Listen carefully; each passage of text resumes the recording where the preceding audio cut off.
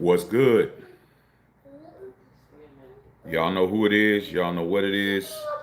It's your boy Matthew Shack live here in LA. Welcome to Matthew Shack Unfiltered. We have breaking news. About an hour ago, Raiders announced that matriarch Carol Davis, the mother of the franchise that we love called the Raiders, that if you remember of Unfiltered Nation, Unfiltered Famine, Raider Nation, um, passed away at the age of 93. And we are going to definitely talk about her um, talk about her influence because she's basically the silent partner that has been behind the scenes moving things around. First things first, salute to Unfiltered Nation, salute to Unfiltered Fam, salute to the Mod Squad, salute to the Goons. Run the likes up, keep the likes at 50%. Last but not least, tip your bartender. We are watching the game.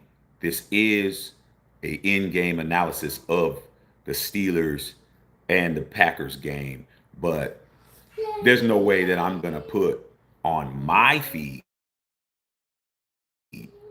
that over Mrs. Davis. That's just not gonna happen. So we are going to be covering the game. We are going to be here. We are going to do did your team win and all of that.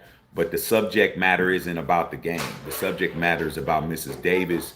And a lot of people in the nation did not understand what her influence is or is still on this team and how all of this ties in. That's Al Davis's wife. Oh, she's just Mark Davis's mom. Nope. Nope.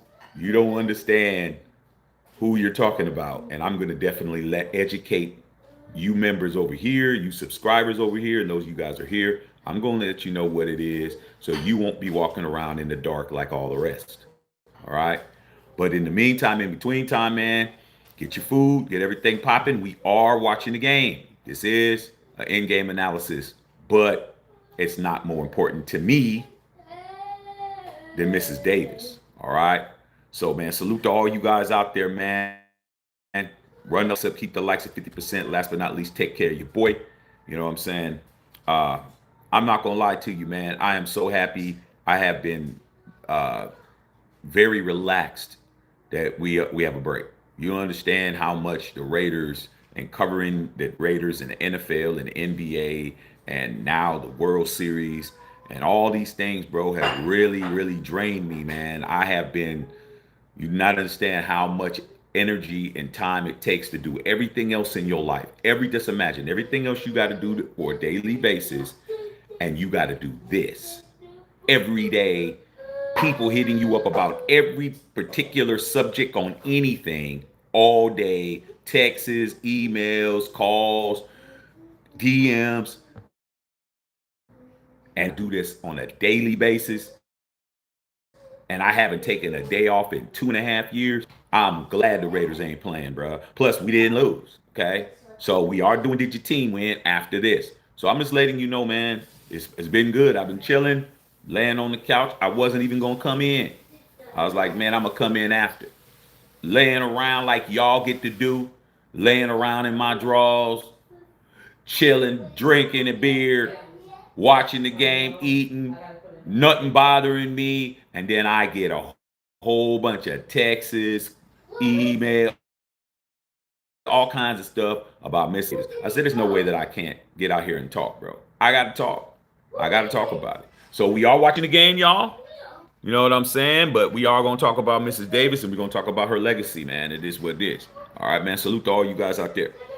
Uh, First things first, man. And if you didn't, there's two probably would have found out about it. Well, actually, probably three. Either heard about it from somebody else, or you might have saw the Raiders announcements. There was two different ones. Um, Raiders.com, the Las Vegas Raiders social media had two different ones. They had one that was a statement that just had a memorandum, had Mr. Davis sitting in front of the torch and the Death Star. Thank you, son. Uh, in the Death Star and picture of her in the wheelchair in front of that. But that picture was a few years old. And then I actually saw a video of Mark Davis. It looked like it was superimposed like he was in front of a green screen or something, lighting a torch for his mom, uh, and coming out. All right, man, the kickoff has started, man. So I'm gonna turn it up a little bit. Yeah, that's not a little bit, but I'm about to turn it down. This big old thing this boy got on his head. Dang, boy, it looked like an egghead, man. And Egbert running around with that big ass thing on his head. Um, that was the thing, and then he announced that Mrs. Davis, she passed away Friday. What is today? Sunday. All right. What happened with Al Davis? When Al Davis passed away, if you remember, those of us that are actually Oakland Raider fans, like I said, okay, when Al Davis passed away, it was right before kickoff of the game that we played in Oakland at home, and he passed away down the street at the Oakland Hyatt, which is on Hagenberger Road, going towards the Oakland Airport. And we played on Hagenberger Road, and we won that game. Remember when Michael Huff got the interception at the last interception to seal the game?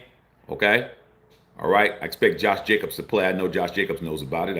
I expect Josh Jacobs to represent, even though he got some of those cheesehead colors. But he still got a Raider tattoo. I expect him to ball out. It was announced an hour after. She's 2 days. So there was a lot of preparation, and as you could tell, you didn't hear nothing about it. You didn't hear anything. You didn't hear no leaks. You didn't hear nothing about anything. You hear no rumors. You heard it when everybody heard it. And that just goes to show you how tight the Raiders situation is when they want it to be. When they want things to be close-lipped, tight, close to the vest, nobody knows nothing, they can do that, bro. And it's always been like that. You didn't hear nothing about Mrs. Davis. You didn't hear nothing about her sick. You didn't hear nothing about her in hospice. You didn't hear nothing about anything until you heard about it when they wanted you to. Today's Sunday. Okay? Mark said on his post, he said Friday. That's 48 hours ago. So when you hear all these little rumblings about Max wants to be traded and the locker room is in disarray and there's some words about this and blah blah blah doesn't like this and that, and you're hearing all these rumors and da da da da da da da da da da da da, and you guys are running around and you're listening to all these content creators and they're telling you all these different things about what's wrong with our team and all these pundits and all of that, bro. Just understand, you didn't hear about the passing of Mrs. Davis, who passed away sometime Friday, until you heard about it today. So what does that mean? Everything you hear, man, is what the Raiders want you to hear or they don't care about. Y'all got to understand that, bro. I've been known that. I don't listen to all these crazy rumors and all that shit, bro. That's just, let them talk and keep you, in other words, keep you all distracted over here while we're over here doing this. Wow. Oh, what's that over there? Turn around. Oh, it's not. Oh, man, don't worry about that, bro. Smoke and mirrors, cloak and dagger, bro. You didn't hear nothing about Mrs. Davis at all. Okay? But you hear everything else and you think it's true. You just can't make it up, bro. You guys will learn. Hopefully. All right. All right, Steelers trying to move the ball. That was a quick 3 and out. So that's what's going on. All right. But as far as Mrs. Davis is concerned, you don't even understand how, without her, you don't have your Raiders the way you have it. You don't have the Raiders because you have the Raiders because of Al. All right. Every blue moon or so, we have a few members that have been around since 1960. I just recently had somebody in that's been a Raider fan since 67, Raider fan since 65. But I remember one time I had somebody who said that they had been a Raider fan since 1960. Now, understand, Al Davis didn't become involved with the Raiders until 63. And when he became involved with the Raiders, he didn't have control of the Raiders. All right. Uh, and you just have to, yeah, it's getting hot in here, babe. You just have to understand Al Davis didn't get control of the Raiders until 72, till 1972. All right. Until 1972, Al Davis did not have as much control as you're used to him having. All right. He got the as far as shares and owning the team, but as far as the power of the team, he had that since 67. All right. And I'm telling you, Aaron Rodgers, wide open. How in the hell do y'all do that, bro? I don't know what the hell you guys are thinking, bro. Aaron Rodgers is going to cook today. Mrs. Davis was very, very instrumental on making sure that Al remained with the Raiders because she liked being in the Bay Area. If you know anything about Al Davis, he was a person that moved around a lot. He moved around an awful lot. He was with a lot of organizations. Okay, do your homework on the Maverick. He did a lot of moving around. All right. So even before he married Mrs. Davis, he was all over the place. Okay. He was involved in a bunch of different sports as well. He tried to do some stuff with baseball. He tried to do stuff with basketball. Al was going to do something in sports. It was going to happen. All right. He wasn't a great athlete, but he definitely did not make a lot of teams. He never played football on any level. He didn't play football growing up at all. Just to let you know, Al Davis did not play any Pop Warner football. He didn't play football in high school. He didn't play football. He tried, okay, but he got cut. And when he was like, when he got to college, he was like on the freshman team on the bench or something. He did not, Al didn't get play at all, bro, okay? And he decided that he was going to start, instead of him, for him to be in football or any other sport because he played baseball, all right? But he didn't, he still was like a utility player, didn't get a chance to play. He was the guy that was taking notes and watching the coaches and writing everything out and learning everything he could about every sport. Al was proficient in football. He was proficient in basketball. Okay? He's proficient in baseball. He didn't care. He was going to do something. He tried all kinds of different things. Went to all kinds of different colleges, scouting, this, that. He was here at Delphi University. He was there. He was over here at the West Point. He's over here, Syracuse. Left Syracuse, went over here, went to another place, came back to Syracuse, went to SC. Then next thing you know, latched on with the Chargers, and he just kept moving around. People that wanted a job, he tried to get the job. Then he didn't. Then next thing you know, somebody didn't pick to take the job. They call Al. Al takes the job. He just kept hustling, bro. Talking for his and hustling. Okay, that's how he got to where he got to. When he came to the Raiders didn't have nothing popping. All right, the Raiders didn't even have the franchise. The only reason why there is a Raiders is because the Minnesota Vikings were supposed to go to the AFL, and at the last moment, they decided to go to the NFL. And there was a slot left. The AFL didn't have enough teams to even do their season. So there wasn't a Raiders. Just to let you know, there was no Raiders. Nobody expected no Raiders. Nobody tried to get no Raiders. Nobody did nothing.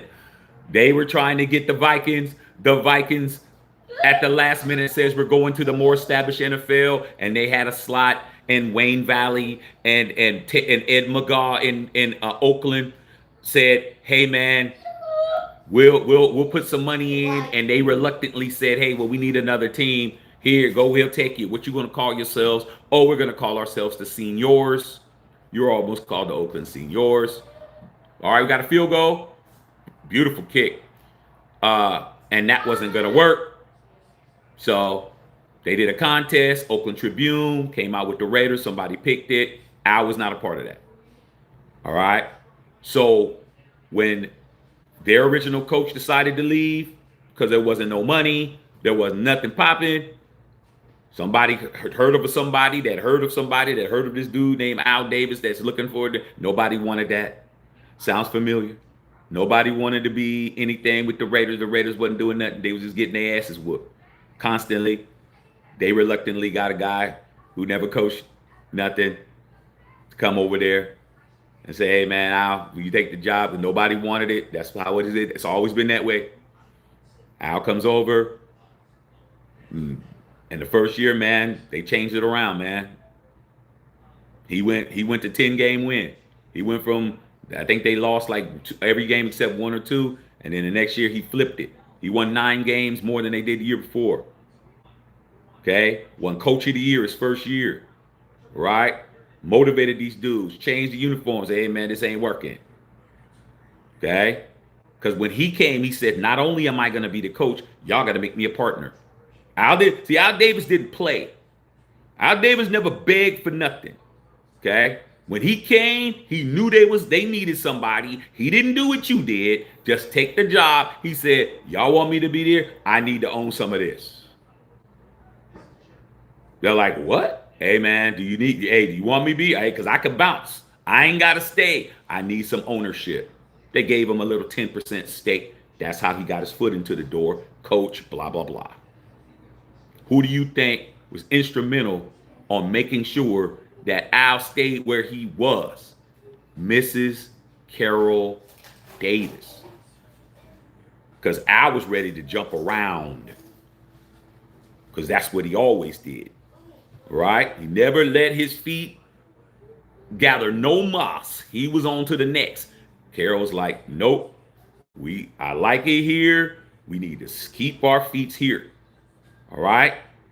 Next thing you know, after that, they's like, this dude, Al Davis, Clark Hunt, and all the owners of the AFL made Al Davis the commissioner. Okay. Al Davis started doing all kinds of stuff, bro. Started really putting the screws to the NFL. All right. Yes, Mrs. Davis passed away. Okay. A couple of days ago, but they announced it today. Booty bang. All right. I'm just trying to give y'all some history so y'all understand Carol Davis just ain't somebody's wife. Y'all understand? That's why I'm here. Okay. To educate you because these other channels aren't doing it and they don't know how to do it. All right. They don't care about that. They just care whether or not you're watching and they're going to go on to the next thing they do. But I'm going to tell you the history. Okay. Mrs. Davis was instrumental on making sure Al stayed put. But Al still did some moving around. When he became the commissioner, he went after the NFL. This is why the NFL versus Al Davis, because it started when he was in the AFL. Just to let you know how ruthless Al Davis was. The Maverick himself, bro. Al Davis was stealing, according to the NFL, was stealing players before the NFL had a chance to sign them, bro. That was their position.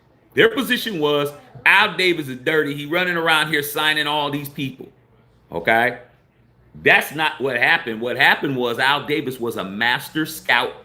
He had all the connections. He knew everybody. He knew every situation, every top-notch player in the league. He was a scout all the way up to where he was at. And what he did was he kept his relationships. He kept his information windows open. He knew when somebody's last day was. He knew when somebody's last day at school was. He knew everything about everybody. Okay? And what he would do is he would get people to sign with the AFL before the NFL signed them. Because back then, you would get drafted twice. You get drafted by the American Football League and you get drafted by the National Football League. You'd have 2 different drafts. You can go either to that league or this league. And guess what Al would do? He said, we don't have the rules the NFL had. The NFL had the rules of you have to sign a player after their last game, a certain length of time and all of that. Al knew that. I was like, well, if they're going to do that, we're just going to go and sign people after the game. All right. Lance Allworth, who is the greatest wide receiver in the history of the Chargers, when Al Davis was the commissioner, he actually went to Lance Allworth's last game when he was walking off the field and signed him on the field before the NFL, who was sitting in the stands, were trying to sign him. He actually knew everybody. They let him on the field. They saw Al on the field. There wasn't nothing they could do. And Al was signing players as they were walking off the field. They were walking off the field on their last game, and Al was signing those papers, bro. He was getting those players signed. All right? But Mrs. Davis was the reason why he stayed put. There's a reason why he kept his foot to the ground, because she was like, we're not moving no more. I like it here. We raising a son. We can't keep moving all over everywhere. Okay? And she was his biggest advisor. Y'all thought Al didn't listen to nobody? You're right.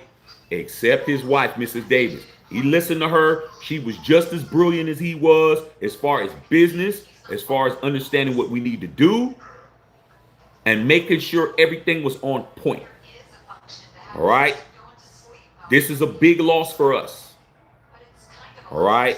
Because she is, without question, one of the last links to our heritage. All right? She was one of the last links to our heritage. She was there all the way. All right? Now we only have one person left. We only have one person left who comes from that lineage. And guess what? He hasn't been doing it the way that it was taught. Touchdown. Okay? So it's a sad day, because now I know we're fully corporate. We're not no longer moms and pops no more. Okay? And that's what it is. Now I ain't done with the history yet. All right? And you see, no notes, nothing. Because when you're a real Raider, you know your history. Okay?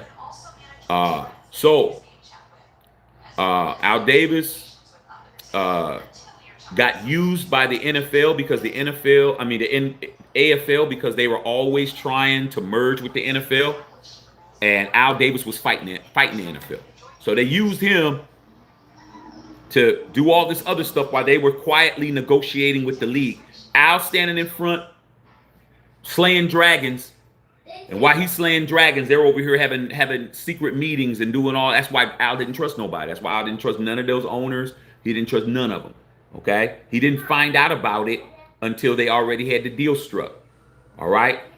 Al didn't even get a chance to vote because they already had the majority votes already. It came to Al and said, Al, this is what we're doing. And Al's like, what are you talking about, man? I've been over here signing Joe Namath and signing, stealing players from them, signing John Brody from the 49ers and doing all this stuff he was doing. And they just had him over there doing that while they were over here keeping him busy. Okay? Because they knew that no matter what, we're going to sign with them. So they wanted Al to stay on. Pete Rozelle was the commissioner. They wanted Al to stay on as assistant commissioner. Al Davis could have been the assistant commissioner of the National Football League. He said, no. If I'm not going to be the commissioner, I don't want to be it at all. They said, well, Al, we can't. We're going to let Pete. Pete's going to be the commissioner. You could be his assistant. He's like, man, I ain't being that boy. I ain't being that guy's assistant. You crazy as hell. No. I'm good. He resigned. What did he do? He went back to the Raiders. Okay?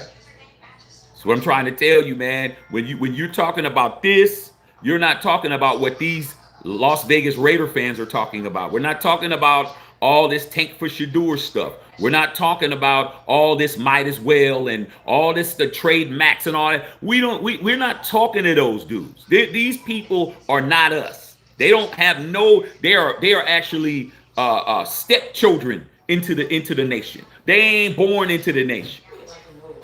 Okay, you can spend your time hanging out with them all you want to, but when you come here, you're gonna walk away smarter than you were when you got here. You're gonna leave smarter than you did when you arrived. because that's my responsibility to this. Al goes back. Okay, 67. That's when he went back to the Raiders. What's his name? Wayne Valley sold his shares because he's like, it's time for me to cash out, because these guys weren't football guys. They were just money guys. All right. Wayne Valley said, give me my money, because the league came in. He made a lot of money and sold it. And there was only the McGaw family left. So you know what Al did? Al said, that's how y'all doing it? Cool. All right. Because from what was being told allegedly, Wayne Valley and McGaw knew what was going on. They knew that what they were doing, and they let Al run around doing all this stuff for the league. Okay. So Al just bought it. I was like, I'm buying you out. Okay. All right. So at that point, that was later on. That was like in 72. Okay. So Al had the majority votes. Okay. Because he had his share and he had the minority people's share. All right. So the league merged in 1970. AFL NFL merger 1970. And by 1972, let me just tell you how much of a gangster Al Davis was, bro. All right. He still did not have, he had power over the daily operations and the personnel decisions of the Raiders, but he did not have the majority share of everything.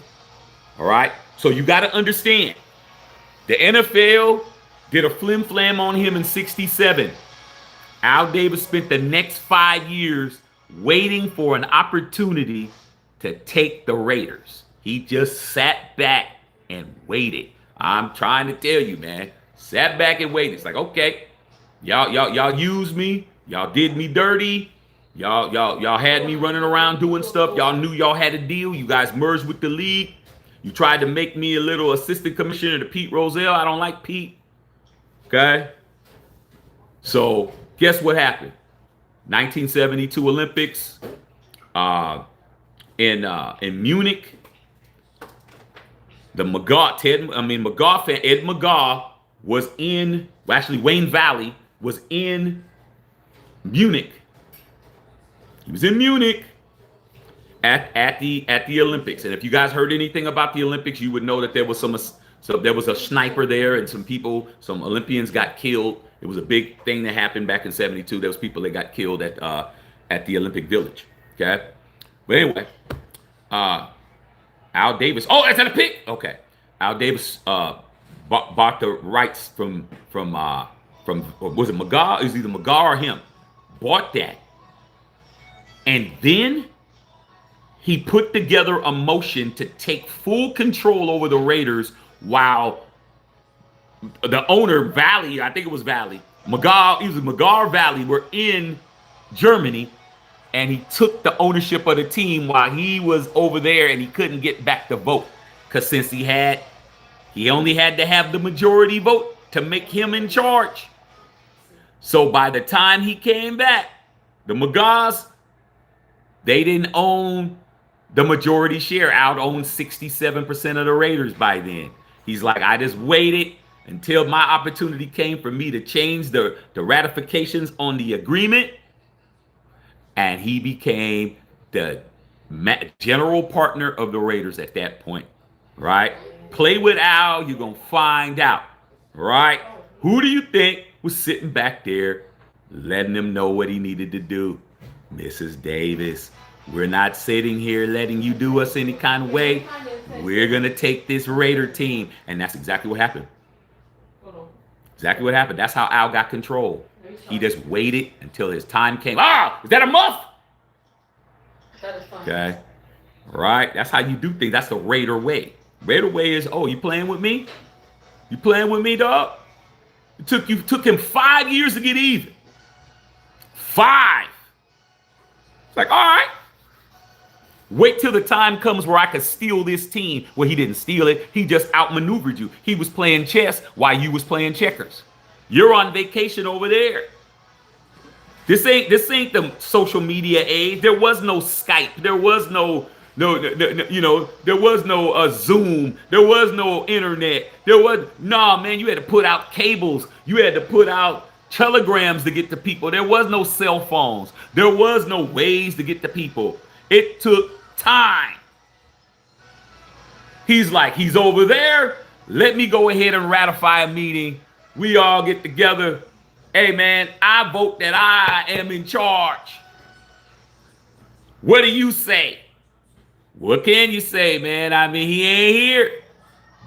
Yeah, and I got 2 votes. So guess what? Guess what? It's mine. Man, McGaw came back, found out that he wasn't in charge no more. He still had his shares, but he didn't run nothing. Lawsuit. The McGaws sued the Davises for years. Years. It wasn't settled until 1980. Al had the control of that team for 8 years before that case was settled. You're out, bro. You're gone. Right? Mrs. Davis, right there. Right? You don't play around with 2 Brooklynites. They from Brooklyn. I don't understand where y'all think that the Raiders are soft. I don't understand why y'all allowing all this soft stuff to be in our fan base, bro. But you don't come from us, bro. I come from up there. I come from that stadium in Oakland. All of this is me. All of this is in my bloodstream. Everything I'm telling you is in my bloodstream. I don't know about yours. You may go and do a DNA check and see if you really one of us. Okay? Because I know I am. All right? So with that being said, man, finally that case was settled, and Valley, he got out in 76. He's like, I can't do this no more. He just basically just pimp slapped and took. Give me this football team, it's mine. Right? And that's why you have what you have today. That's why you have all the things you have. The color scheme. We weren't silver and black. We were silver and gold. Black and gold. Okay? Because we were using the University of Pacific's old uniforms. I was like, no. We're going to go with them Citadel colors because he was working for the Citadel, silver and black. Change your colors, pride and poise, just win, baby, commitment to excellence. All of those are trademarks for the Raiders, bro. All of those are trademarks. Okay? Ooh, man. Ooh, good hit, though, Ramsey. Let's go for Ramsey. Ramsey's starting to hit people. Okay? So, what you need to understand with the passing of Mrs. Davis today, that's not a great thing for us as a franchise. Not only did we lose a remarkable woman, but she got her responsibility of why we are who we are today. Al's been gone for 14 years, okay? And she still was a co-owner of this football team, no matter how much you said Mark Davis sell the team, Mark do this, Mark do that. Mark didn't own that team 100% by himself. Mrs. Davis owned that team too. Mark was his face person for the team. Mrs. Davis was the owner of that team. Simple as that. You ain't getting rid of nothing that her husband built. You have a better chance now, Mr. Mark Sell the Team Raider fan, Las Vegas Raider fan, let's just get it understood, okay, than you did when Mrs. Davis was alive, because it wasn't happening at all, right? Okay? Man, go ahead, boy. That's how you run. That's how you run, 85. That's how you run, okay? Thanks, Booty Bang, for the $10 donor. I will be reading you first. Okay. So as far as I'm concerned, bro, it's a sad day personally. It's a sad day for the Davis family. It's a sad day for the Raiders organization. It's a sad day for Raider Nation. No matter who you are, even if you're a roach with a Raider hat, it's a sad day for you, supposed to be. But it's a really bad day for our legacy, because now we just lost one of the most ultimate real Raiders on the planet. That's why I'm here. That's why I'm here. Because we lost one of the we lost the last of the Mohicans, bro. We lost the last of the Mohicans, bro. Come on, man. Now it's all about the money now, dog. Who can we look to? Who can we look to know when we look at this person, they for the shield, bro. Who can we look at? Can I look at Mark?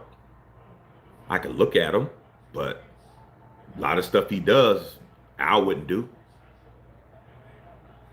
Mrs. Davis wouldn't do. No way on God's green earth Al Davis would allow all this foolishness that's been happening in the last 3 years. And I don't know how the relationship ended. I'm not going to be bold enough to assume that Mrs. Davis approved of it. I don't know what her situation is. I ain't going to be disrespectful. I have no idea if she knew, did not know, approved, did not approve, whatever. All I know is, bro, that candle has been extinguished. That candle has been extinguished. That's gone, bro. That's gone. To me, that was my last tie to Oakland. My last tie to what I grew up on. It's gone. Now I got to deal with all this other stuff. Now I got to deal with all these Las Vegas Raider fans. I got to deal with the Las Vegas Raiders. I got to deal with Nevada. I got to deal with all this stuff that isn't anything that I signed up for. I didn't sign up for none of this. I signed up for what I signed up with when I was a kid, when I was in that stadium in Oakland with no Super Bowl rings to walk away with 3. The Raider way, bro. And I don't have it no more. That's it. It's over. There'll be no more of me being happy of how things are going. Because there's nobody I can look at and I can say, well, she's with me or he's with me. I don't have nobody. Now, I don't have nobody to look at. And unfortunately, it's going to show. It's going to get worse before it gets any better. I'm going to continue to represent. All right? I am an Oakland, LA, Oakland Raider. I am not a Las Vegas Raider. I am a Raider. Las Vegas don't have nothing to do with me. That's all y'all. Y'all want it. Y'all got it. I'm not going to argue with you, man. You got it. This is what y'all want. Y'all want that. Y'all can have it. But tell me how many championships you've won in the city. Every city I've been in, I've won. Y'all got it. I'm going to let y'all run and continue to destroy what's going on. Don't got nothing to do with me. I'm just going to sit back and just laugh at y'all. Laugh at what y'all got going on. All right? Laugh at who y'all follow and laugh at what y'all listen to and all the bullshit rumors you hear from all these people. It never was like that, bro. You never had no leaks when I was around. You didn't have leaks. You didn't have trade rumors. You didn't have locker rooms being lost. You didn't have none of that. You didn't have none of that the way I was brought up. It never happened. It never happened. We never had all this stuff. Now you have it because that's what drives the news cycle. The Raiders aren't winning. The Raiders aren't winning, so how do we stay relevant? Through chaos. Like they always say, there's no such thing as bad publicity. If you're in the business to do business, there's no business as bad publicity. There's only having a bad name is different. A bad name is different than having bad publicity. A bad name, it consists of you being you, and you're known to be a thief, a robber, a cheat, an abuser, and everyone knows it, and you're just one person. Nobody has to deal with you. Nobody wants to deal with you. Nobody has to do business with you. You're just a bum. Bad publicity is that you're a part of a bigger conglomerate of a situation that makes billions of dollars, and you want to stay in the news cycle so people can pay attention to you. So why not? Good. Oh, you got to catch that, bro. It hit your hands, bro. You got to catch that. And that's why you are where you are. So when you hear all the rumors and you hear all these things and you guys hit me up, Shaq, did you hear about this? And Shaq, Jinty said this and blah, and blah, blah, blah, blah, and Max wants to leave and all that stuff. Just remember what I'm telling you right now. You did not hear about Mrs. Davis passing until today. She passed away on Friday. Why? Why did it take you 48 hours to hear that she passed away? Because the Raiders didn't want nobody to know that until they wanted you to. They didn't want nobody to know Mrs. Davis passed away until they wanted you to, until Mark said, okay, tell them. So how did we not know that, but we know everything else? You know everything else that's in that locker room, but you didn't know Mrs. Davis passed away. Explain that. I can explain it because the Raiders let you hear what they want you to hear. They ain't stopping all the little crazy stuff you guys talk about because they need you guys to talk about it. They need you to keep talking about the Max situation. We're 2-5, bro. What's there to be excited about? We got to stay relevant. We got to make some money some kind of way. We still we still one of the top merchandisers in the football, in National Football League. We're going to stay relevant however we can, but you didn't hear nothing about Mrs. Davis, did you? I thought she passed away today till I saw Mark say, my mother passed away on Friday. Today's Sunday.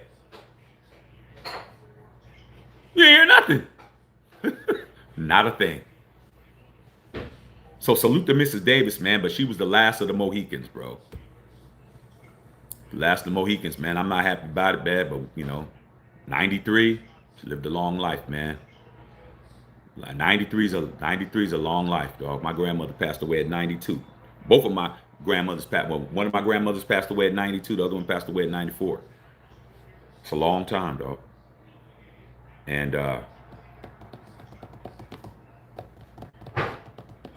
y'all need to put y'all shields together, man. Bow your head. Better understand what just happened. That was a person that could tell Mark what to do. That's what y'all ain't understanding. That's the person that could tell Mark what to do. She's not here to do it now. So if you see anything that's even more crazy than what you saw now you understand why. All I'm hoping is that it doesn't be like that. I'm hoping it doesn't be like that. But when you hear all these crazy ass rumors, why are you hearing all this stupid shit and you're not hearing that Mrs. Davis passed away? Because the Raiders, they let you know when they want you to know. They're not policing everything, bro. They're gonna let you run around. They're gonna let you run all the way down the street, around the corner. They're gonna let you run down butt naked on fire. They're gonna let you believe all these rumors, bro. And I'm just sitting back laughing because I know the Raider way. The Raiders don't tell you what they want you to know, do they? Let me give you a couple examples of the things that you did not even see coming. That I told you that was coming. That I knew it. You didn't know it, and nobody else did. Remember when I told you guys, get ready to start buying your Jimmy Garoppolo jerseys because he's coming to the Raiders, and I told you guys 2 weeks before it was announced, and you guys told me, put a one in the chat, start lining them up. Start lining them up, man. I don't want to see anything but other than ones, because you know I did. Y'all said, oh, man, we ain't doing that shit. Yeah, we did. You didn't hear nothing about Jimmy G, but you heard it here.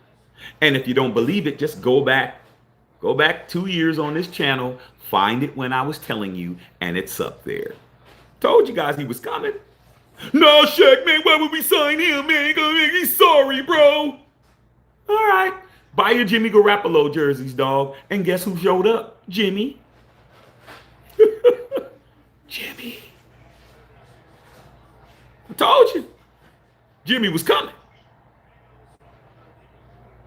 Told you that. Okay? The next thing I told you that I got it right that no one else said. When Antonio Pierce got fired, and you guys and a lot of these people was coming over here trying to give me a hard time, I said, just wait. Tom Telesco's next. Oh, what happened to your boy Shaq? Tom Telesco still got his job, man, and the fake Suge Knight got fired. But I said, okay. Yeah, another field goal, Sarah. Put a 1 down when I said Tom Telesco was next. Who else said that? Nobody. Put the 1s and start lining them up. Because 48 hours later, I was on here smoking a big ass cigar right on my patio, blocking thousands of people talking shit. Told you.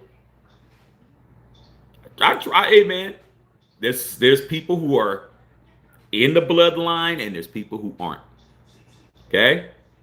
Like I said, you can marry into the family, but you don't have a drop of blood that's mine. That silverback blood is not in you. Okay? But that jersey's on you, and so is that hat. All right? So Mrs. Davis could call Mark and say, we're not doing that. You think that Mark just did move to Vegas on his own? You know where Mrs. Davis lives? She was living in Oakland. You know where Al's mausoleum is? Oakland. You know what Mark said in his thing? He said she's going to be buried next to my father. Where? Oakland. Did Mrs. Davis ever leave Oakland and move to Vegas? No. We've been in Vegas 5 years. Mark is a whole billionaire. His net worth on Forbes is 2.4 billion. You don't think he tried to move his mother closer to him? You don't think Mark tried to move his mama? Hey man, I don't know y'all like that. I don't. I'm just willing to hope that if you were a multi-billionaire, you would be trying to move your 90-plus-year-old mama close to you. I'm just hoping you're that type of person. I can't co-sign. I don't know.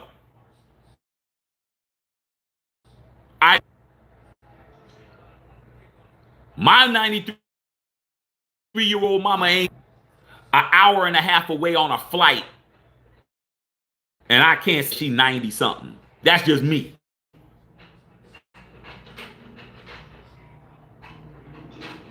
So if you think that Mark didn't try to get his mother to move, he probably did. I'm willing to believe that. But I'm willing to believe she said, no, I'm not moving nowhere. I'm staying in Oakland with my husband. Al passed away in Oakland. She passed away in Oakland. Al's buried in Oakland. She's going to be buried in Oakland. That's where she said her roots at back in 1963, homie.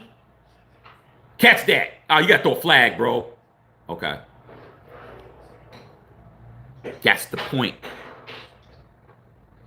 Mrs. Davis, when she got to Oakland in 1963, the coach that was unproven, she didn't move, period. Now, when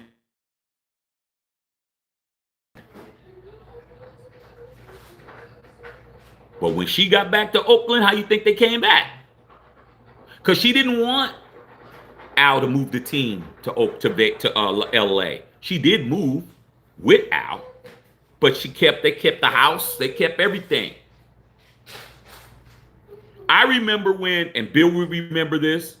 Okay, a lot of y'all, I don't know if unless y'all remember, but I know Bill Holloway knows because Bill Holloway and I are the same school, group, same since 6th grade.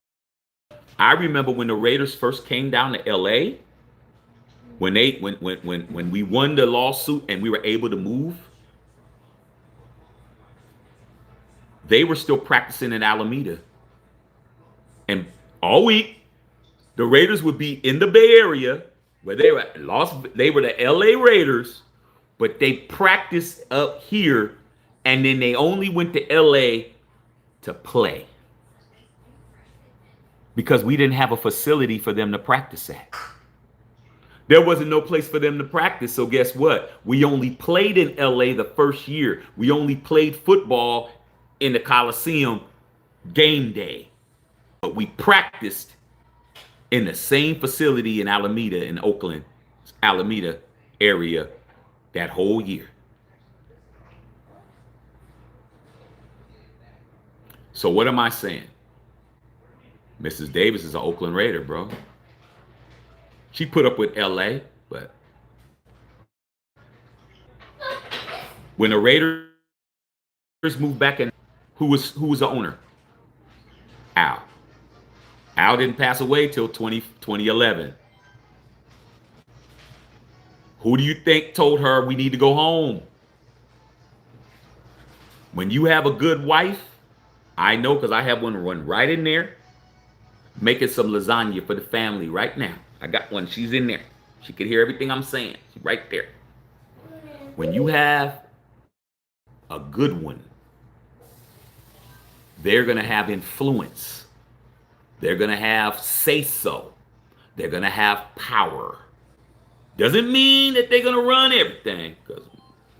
But when they speak, and and that truth, your ass better listen. Because if you don't and it doesn't turn out good, it's your fault. And they're going to tell you it's your fault. You should have listened, but you're hard-headed. You didn't want to listen. She said, Al, let's go home. She had her same house. Mrs. Davis didn't sell nothing.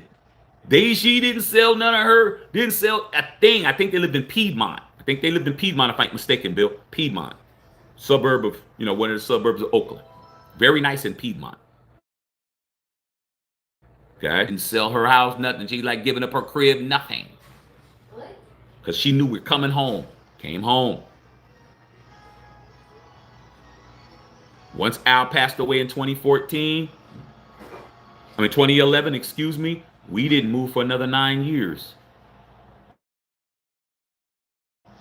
Why?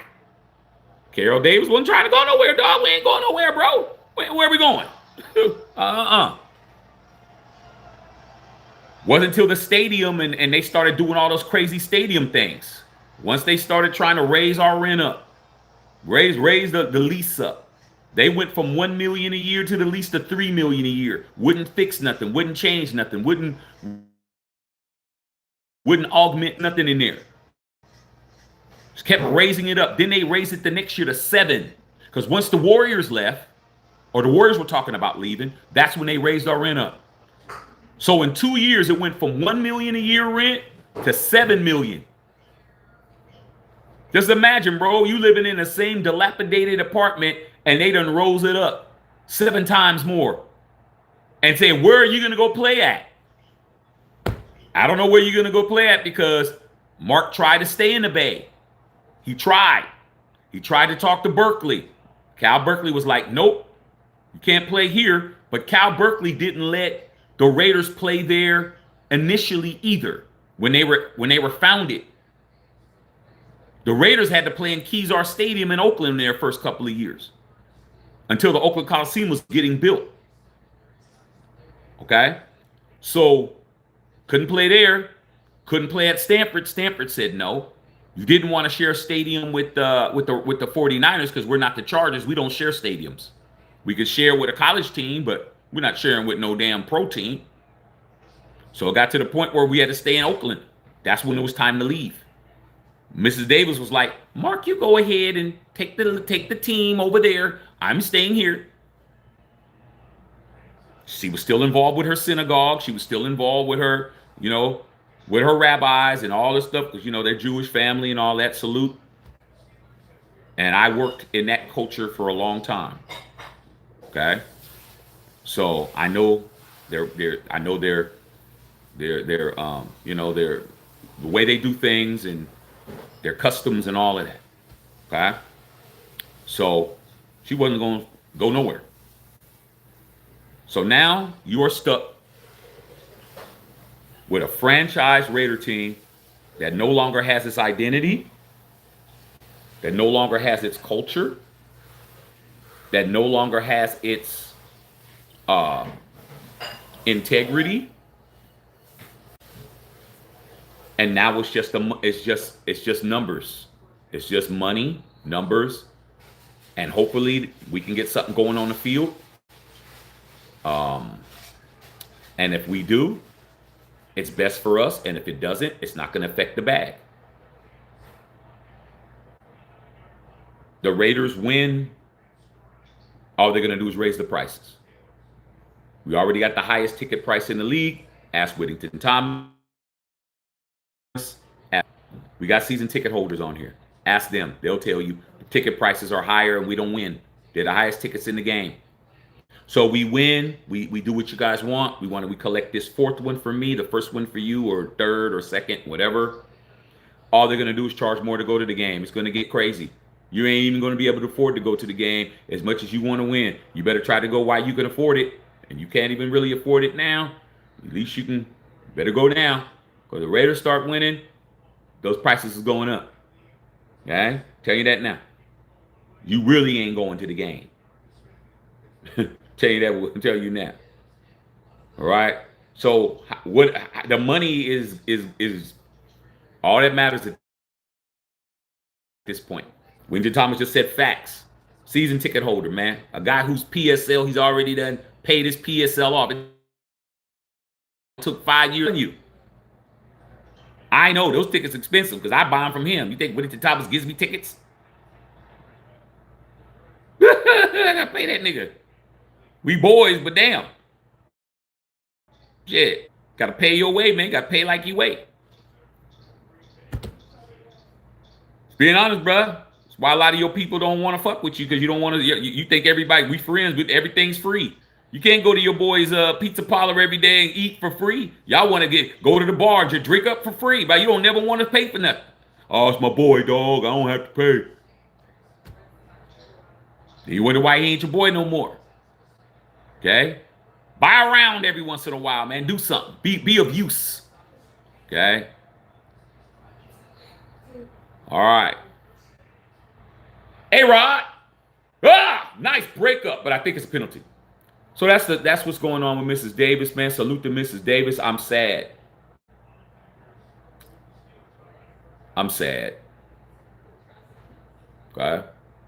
Because I know that my last link to a 100%, without any question, pure silver and black to the DNA, to the molecule, has passed.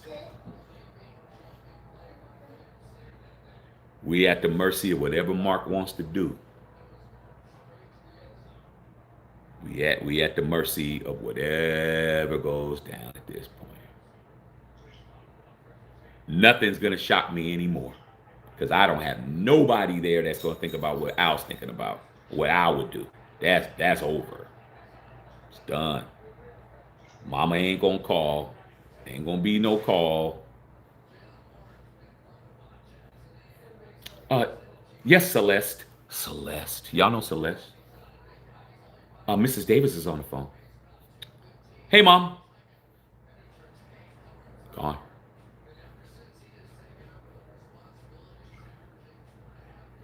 So, man, it is what it is, man. Salute to Mrs. Davis. And that's what's up. Read you guys' comments, man. I went an hour on it. I needed to give it the proper respect, man. If you ain't putting a Raider content creator, if you're not putting at least an hour in on this, bro, you're just in it for the bread. You're just in it for the money, dog. If you won't put at least an hour in on that, man, and give it up, then you just talking and you want to move on, then you in it for the money, bro. Okay? Hey, with the top is, why is Alfredo Raider calling you out? You said he was talking. Hey, Alfredo Raider, he said you was talking to me. I was like, he wasn't talking to me. He was talking to you and Justin Sa. What do you mean? You better get over there and deal with that shit, man. Stop trying to throw me in y'all shit. Okay? All right, let me read you guys' comments, man. All right. See what's going on with you guys, man. Of course, I got to read the person who took care of me first, and that's my boy Booty Bang. Yo, Shaq, when I met Al and Mrs. Davis back in Oakland, they were such nice people. I knew Al took over the Raiders, but I never knew Mrs. Davis was the one that pushed Al to take the team. That's dope, bro, that you got a chance to meet him. She was Mrs. Davis was a different breed of woman, because most women that have been like in marriages and things like that, like they don't want to do all that moving, bro. Like all of that chaotic here, there, you're East Coast, and you're here, then you're over there, then you're college, like no stability. Like there wasn't stability with Al. Al was always he was always hustle mode, always talking for his. They said that he was a very good talker, very influential, and he used to basically bluff. He used bluff, and they called it bluff and bravado is what they called Al back in those days before he was who you know now. They said Al Davis was bluff and bravado. He would bluff, like he played poker all the time. He'd bluff and call your bluff on stuff. He didn't have it. But he made you think he had it, because he would walk in there and ask for everything. Al did not play that. He's like, hey, it's all or nothing for me. He's the dude that's pushing the chips to the center of the table, and he's going and he's winning. Al like, if I lose, I'm losing it all. There ain't no playing it safe. He would get the situation, and they found out later that Al really didn't have it like that, but it's too late. Al already in. It's too late. Okay. All right. And Mrs. Davis, she, Mark, at the time, how old Mark was? About 8. When they came to the Raiders, about 7 or 8. Mark was born, 1955, and they came to the Raiders in 63, so around 7, 8 years old. You don't think that she wanted to kind of be stable and be in one spot? So she pushed for Al to take the coaching job. You got to understand, Al didn't come in as an owner. Al came in because they had nobody else. Nobody wanted it. Even back then, nobody wanted to be your coach, bro. All right? Nobody wanted to be your coach even back then. And Al was with the Chargers. It was him, Chuck Noll, and Bill Walsh. All 3 of those were assistants under Sid Gilman, who created the stretch offense, and all 3 of those guys are all Super Bowl winners, multiple. Bill won 4, Chuck Noll won 4 with the Steelers, Al won 3. All right, they were all on the same staff. And when I met Coach Walsh, rest in peace, when I met Coach Walsh, I spent an hour talking to Coach Walsh about Al Davis. That's all we talked about. Okay? And telling you, Mrs. Davis was like, take the job. We got to be stable somewhere. And even when Al was doing all that other stuff, and he was the NFL, the commissioner and all of that, Mrs. Davis was like, Oakland. When they moved to LA, she kept the house. That was her house. She wasn't selling it. Yeah, she had a big house here in LA. I don't know where they lived at. Somewhere. I think they lived like Palisades or something. The house was originally bought. She still had that. That wasn't going nowhere. That's her house. So when they moved back, guess where they moved back into? The house that they had before. Not selling nothing. We do what you want to do, but the house stays here. We're not having it. Okay. But yeah, Ms. Davis was definitely instrumental on that. Definitely, without question, bro. Okay. Said, man, we lost one today, bro. I'm gonna give her her flowers. I'm gonna give her flowers, bro. All right.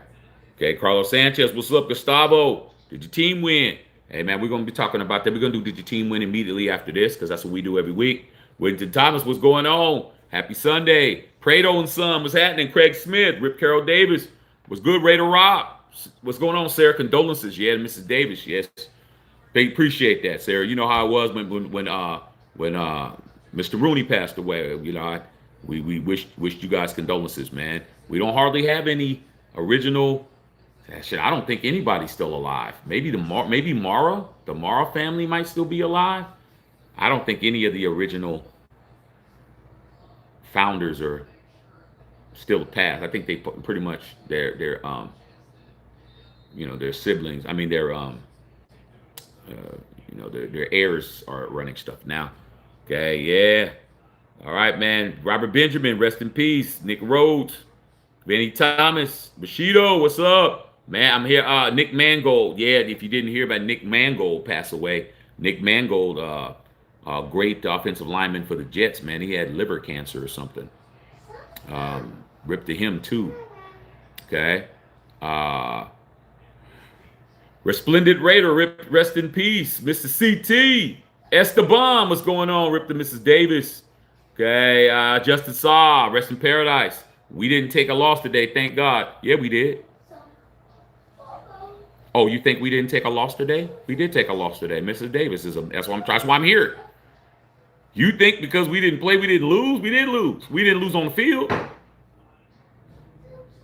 We didn't lose on the field, but we lost. We lost the last little bit of our heritage. Okay. All right, man. Thanks for the $4.99, Cloud Boy. Appreciate that. Thank you, my brother. Okay. All right, what's good, man? What's happening? That's a positive. Didn't take the L. Gino didn't throw a pick. Yeah, man, but God picked Mrs. Davis up and took her home to be with her husband. That's a big loss, bro. That's the last little bit of Raider lore I got. I gotta live this Las Vegas stuff now, full time. I gotta live this Las Vegas stuff down, bro. Oh my God, how bad have you guys been the last 5 years? Worst 5-year stretch in my history. I have never seen it this bad. And I can truly say that those losses that we had in Oakland, the 4-13s, the 4-12s, 3-13s, 2-14s, 4-12, 4-12, 4-12, all those seasons were better than this one because we never didn't look like this, bro. We look like we're not even trying to play. 3 first downs in a whole game, 30 plays on offense. Nah, we're worse. Y'all owe Antonio Pierce an apology, but you don't want to do it. Okay. Splendid. I got 3 Packers starting in my fantasy. Go Pack. Yeah, man, let's make it pop. They losing right now, though. They losing right now. What's that? It was in a wash. Oh, that's my old one, but yeah, I can take it. You can give it here. I can take it. Thank you. Thank you, babe. Look what my wife just gave me. She said, oh, this was in a wash. I got several of these, but she just like, oh, this one. She just gave it to me. Yeah.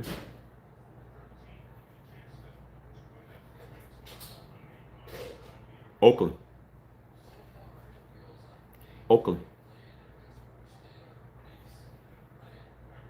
LA. You Las Vegas Raider fans, where's your shit at? I don't see one for you. Where's the Vegas one? Shouldn't it have like some playing cards or some chips or something? Where's that at? I don't see it. You didn't win nothing.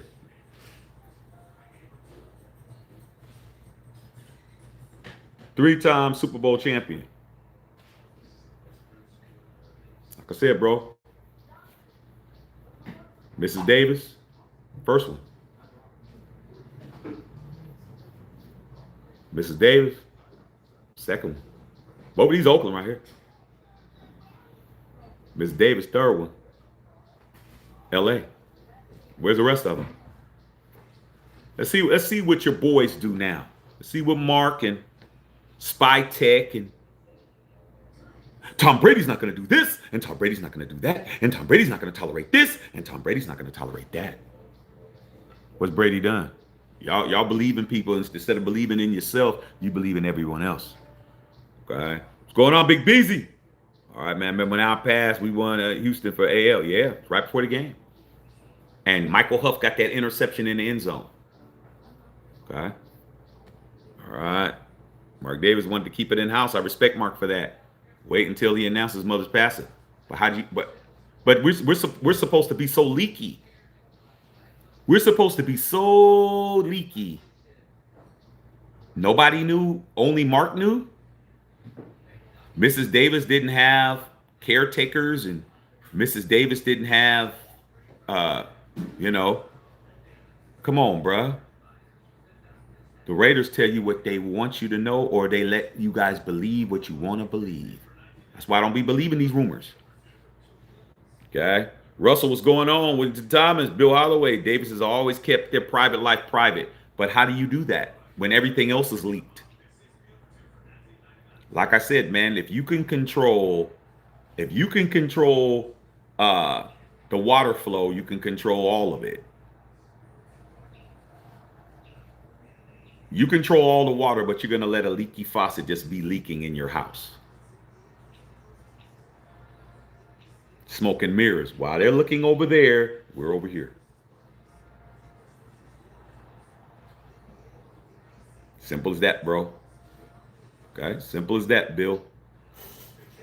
When you change the calipers on any of those trucks up there, Bill, and it's time to change them, and 4 of them need to be replaced, do you replace 3? Just keeping it a buck. When the tires need to be changed, do you replace 1 or do you replace them all? That's the point. Okay? They control everything. They control all the information and everything that's out there. All right? Straight up. All right, man. Egalitarian, what's going on? Yes, Carol will be buried in Oakland. Yeah. Next to her husband in that synagogue. I'm sure the memorial will be a Coliseum like John Madden. I don't know. I don't know. We're in the middle of the season.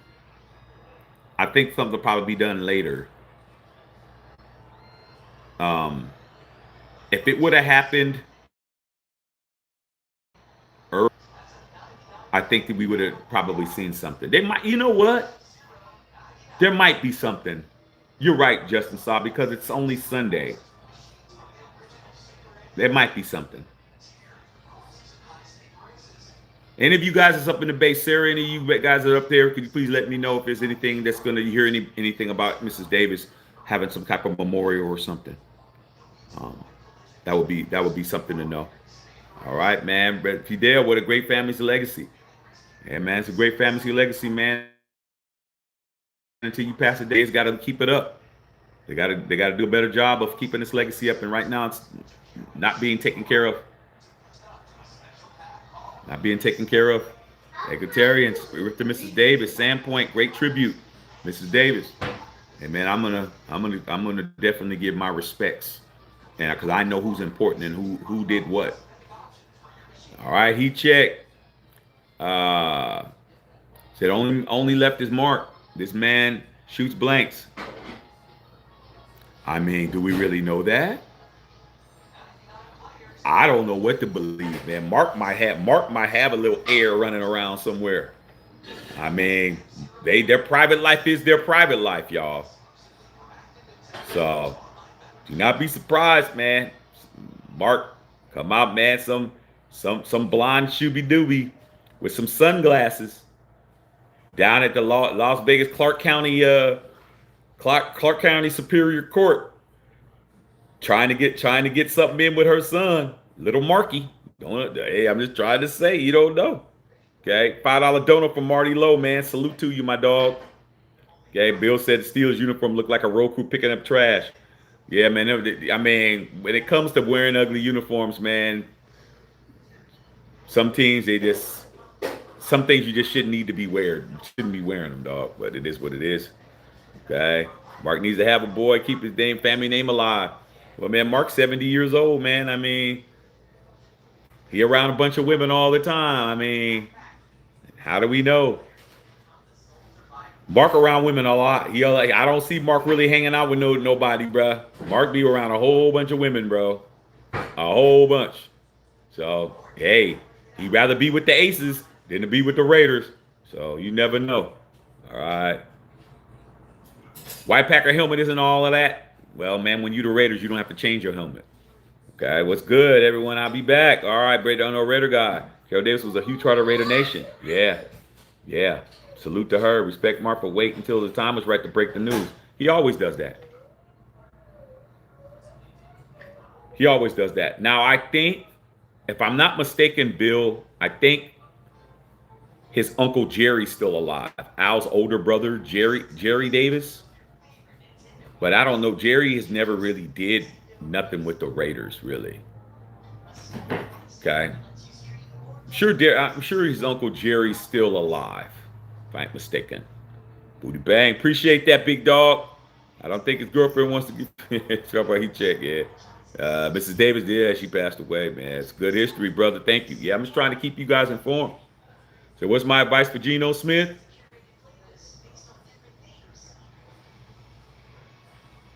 I mean, what advice should I give him?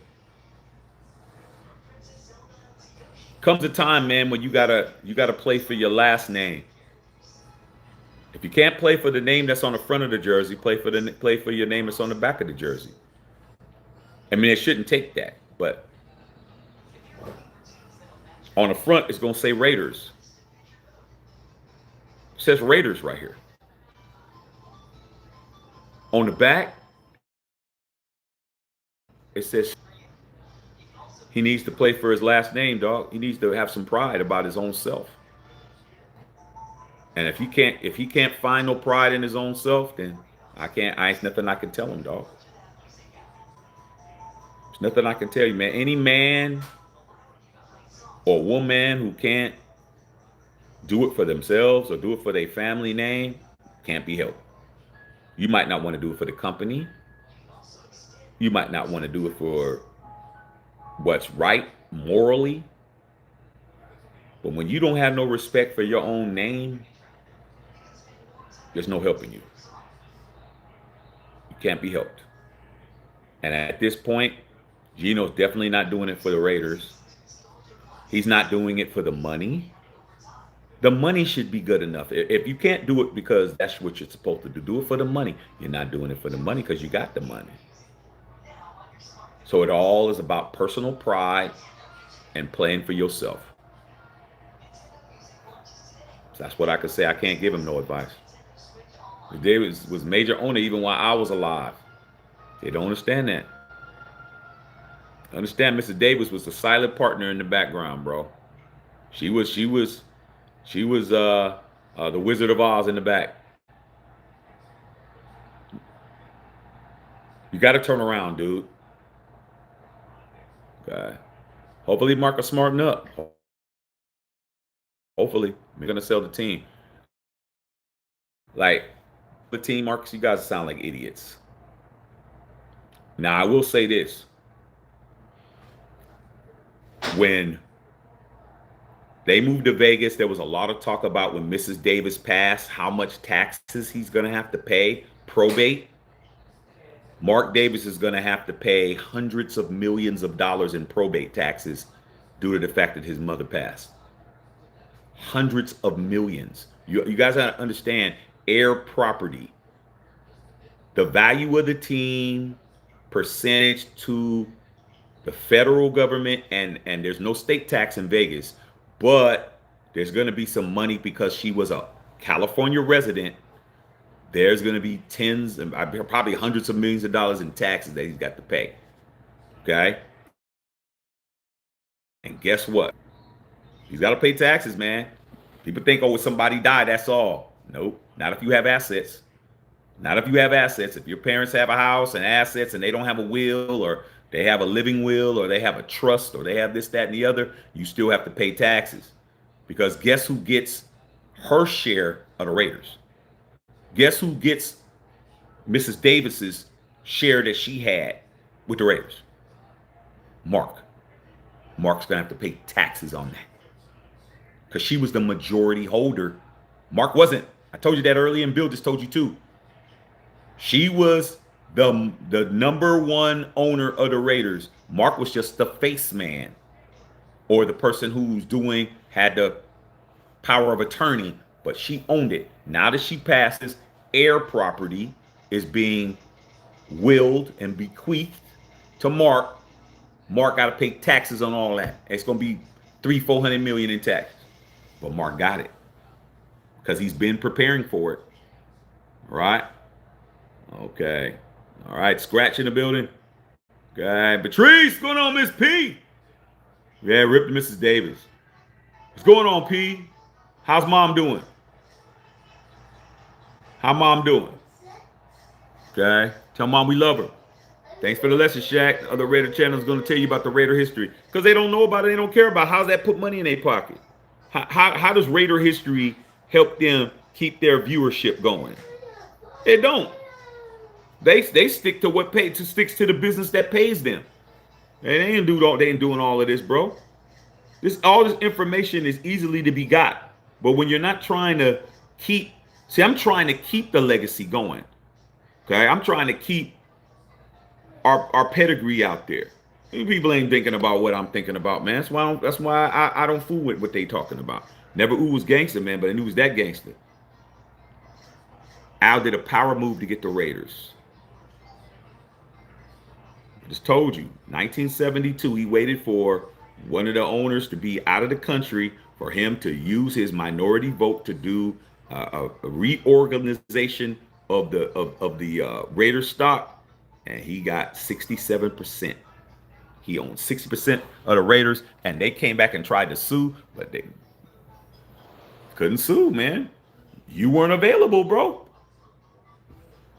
You didn't have nobody there. You didn't have nobody there to represent you. We called a meeting. Your ass was at the Olympics. You couldn't be there. We voted. I had the majority votes. You out. You out, dog. My team. Simple as that. All right, man. Patrice, Booty Bang, Sandpoint. Shaq is a smart man. I pride myself to be. You can tell Matthew didn't know that being a real Raider back in '81. Good job, brother. Wow. Hey, dog.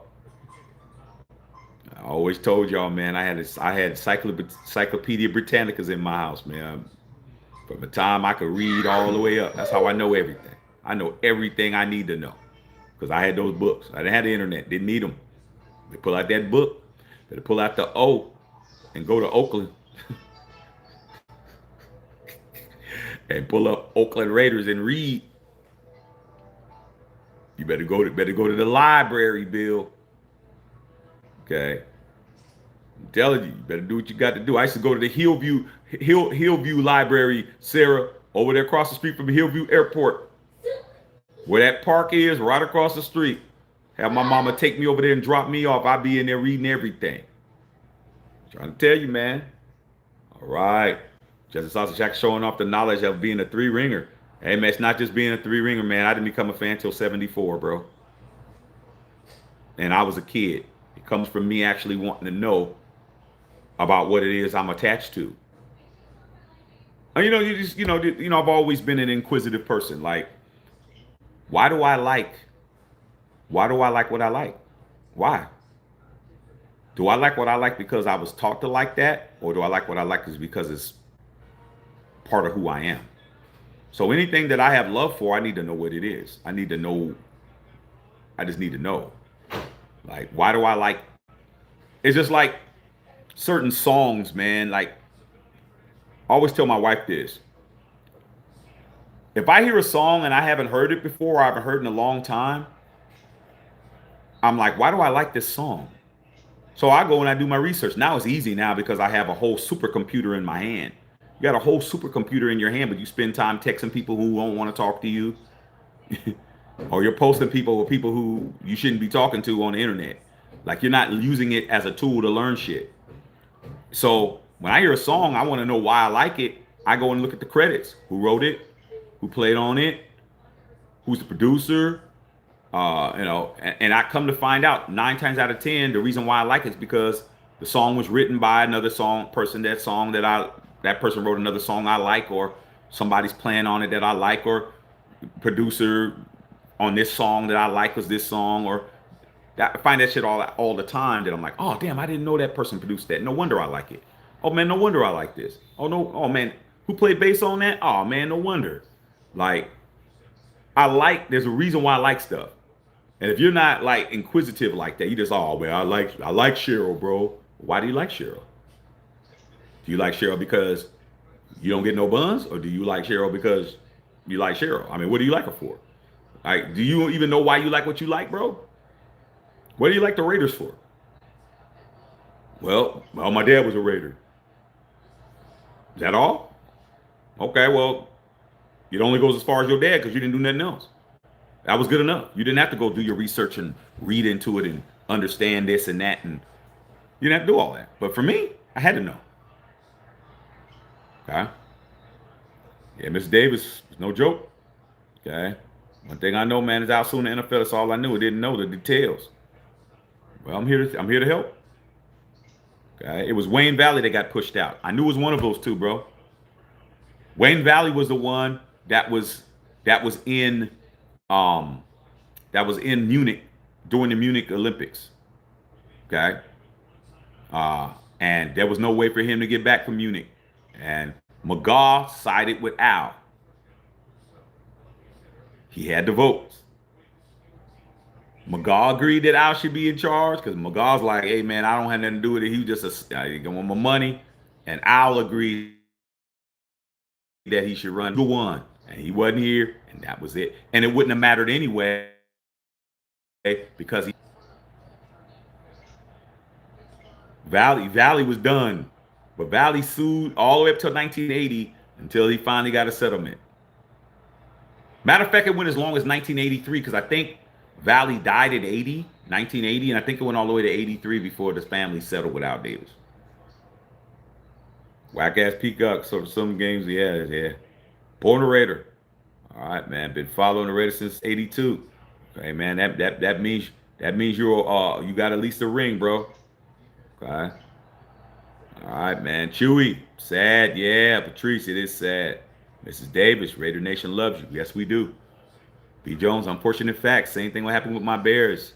Some are warming up to move in the suburbs, but we out of Illinois soon. Yeah, man. With your team, B. Jones, just to let you know that I'm a walking Google. Uh, Same thing happened with the McClaskeys. Uh, uh, George Hallis's daughter. I think her name was Margaret Hallis McClaskey or something like that. She when Hallis died, she got the team. When she passed away, I don't even know who owns it anymore. I don't even know if that bloodline still owns, if your bloodline still owns the Bears. Um, but yeah, man, I remember when George Hallis died. I remember when he died. I remember that when Mr. Hallis died, you guys were like the first team to ever put a patch. You know how you see the patches of all these people that passed away? I think the first time I ever seen any team that had a patch on was the Bears when George Hallis passed away. They had the football and has initials. Okay, they were the first team to do that. I think Mr. Hallis passed away before y'all won in '86, if I ain't mistaken. I don't think he was alive, but no, he wasn't alive when y'all won the Super Bowl in '86. All right, man. What's going on, Marty Lowe out there in Jersey? Okay, time. What's going on? Respect. Stay consistent. Facts and healthy. I'm a Raider Nation. That's what it is, Justin Saw. I'm not from Vegas fan. I'm a Raider fan. I know I am. This Las Vegas stuff is not me. Okay. All right. Facts. All right. Chilling. Raider Nation for life. Cloud boy. That's right, man. Nowhere but up. Facts. All right, man. Exactly. Major Razor Raider. Nothing was said in any of the games that I watched today. I noticed that too. Have you heard anybody say anything about Mrs. Davis? That's on purpose. That's on purpose, bro. Mrs. Davis was a co-owner of the Las Vegas Raiders. They didn't even give her any type of eulogy, announcement, nothing. Nothing was said, has not been said, has not been reported. Now, the only way that I will say it's okay is if Mark requested no one say anything. If Mark Davis doesn't have a problem with it, then cool. That's his mother. All right? I'm not going to be the one taking offense because we don't know. Look at Omar Epps. Look at Omar Epps right here, Sarah. Ask him when they're going to do Juice 2. If Mark doesn't have a problem with it, then I don't have a problem with it because he might have requested nothing be said about it. Mrs. Davis has always been a low-key person. Maybe they don't want to do that. Maybe that's something that's part of what they're doing. Maybe it's going to be something later. So I haven't seen, if Mark isn't going to be upset behind it, I'm not going to be upset behind it. All right. But I didn't hear shit. All right. Okay. Straight up. All right, man. Another field goal. Yes, Sarah. But y'all scoring a couple of touchdowns. I see those ones. All right. Like I said, man. After we got to Coupon Tom. Yeah, man. Like I said. Like, I don't have to prove myself. The only thing that I have to make sure that I do is I never disrespect this. Long as I'm living my life living my Raider life appropriately, I don't care what nobody says about me, dog. I don't care. All right? Because I didn't fill out an application and you had to approve me being in the nation. Nobody stamped me. I never had to get any type of references from any of y'all. Any of you haters, I didn't have to go to you and hope that you gave me a good reference or none of that. I didn't need none of you guys to get me any of my rings. I got all my rings on my own. Okay? So for me, all I care about is the Shield and what the Shield thinks. I don't care about nothing else nobody talking about, man. All the little bullshit that y'all say, whatever it is you got popping, don't mean shit to me. If you don't got 3, you can't be me. Y'all know the saying? And even if you do got 3, you ain't higher than me. We all got the same. Okay? Mrs. Davis was the Raider. Facts, Bill. All right. Funeral will be in Oakland. Yes. I moved my mom to my house. Day about it. Raw Rudy Rango. Exactly. You don't think that Mark did everything to try to get his mom over there? I know he did. When I saw the announcement, I could see the love on his face. You know how much of a damn... I can't even think of a word. Yeah, I can. Trust me, I really can. But I'm trying to keep it civil and respectful. Dude, I'm talking to Mrs. Davis. You know how much of a damn sea creature you got to be to not care about your mama? We all know, hey, man, a lot of us, got daddy issues. I don't have daddy issues. I talked to my dad, called him yesterday. All right? So, I mean, that's to be understood. A daddy issue, that's understandable. A mommy issue, that's not understandable. You got to work that shit out. Unless your mama did something that was absolutely heinous and unforgivable, you gotta fix that. You gotta work that shit out. You don't get to be Mark loved his mama just like I love my mama, and you probably love your mama. But we all know if you got strong mamas, they gonna do what they doing. You can't make your mama do anything that mama don't want to do. Telling you that now. I know when my mom was here, my mama called all her shots. If she didn't want to do something, it wasn't happening, bruh. Didn't matter if my dad told her, I told her, my brother told her, pastor told her. If it wasn't Jesus telling her, she ain't listening. Or God. My mama doing what she want to do. And that's it. Okay? And that's where I get my resolve from. Because my mother wasn't going to do nothing that she wasn't supposed to do. She was a reverend. She's going to do whatever God told her to do. And I'm the same. I'm going to do whatever I'm supposed to do, which is what I want to do. So I know Mark tried to get his mama to come. She was like, nope. I'm staying in because she can go see her husband anytime she wanted to. You think she was going to move to Vegas and not be able to go talk to Al and go to his you know, go to his site and talk to him? She was in there all the time. I know she was. So, Raw Rudy Wrangle, yeah, you're going to move your mama close to you because that's what we're supposed to do. All right? All right, man. Triple R in the building. They were in Napa. Why they played in L.A.? Yeah. They didn't have no way to do none of that. They had nowhere to do none of that. We were still in Napa for training camp. We didn't have nowhere to go. Okay. All right, David said, my beloved Raiders, I was cool with Los Angeles Raiders, but I'll never be able to say Las Vegas Raiders. Can't say it or really embrace it. Well, you'll be able to embrace it if they had that parade. I guarantee you it'll be real easy to get to Las Vegas however you can. Plane, train, or automobile. You can't take a boat. If anyone tells you, hey, man, we can take a cruise to Vegas, something's wrong. Don't believe them. They're lying. Trust me, that parade, you'll embrace them. Because I didn't like the Los Angeles Raiders. I didn't like it. Hey, Bill, I don't know if you heard this joke. When the Raiders were moving to L.A., I had one of my friends tell me, hey, Shaq, don't be, we was kids. Shaq, don't be mad. All you got to do on Oakland is just cut out the O-A-K and then cut the N-D and you have L-A. And he started laughing. Because L-A is in Oakland. See, that's how you know I'm really a real one.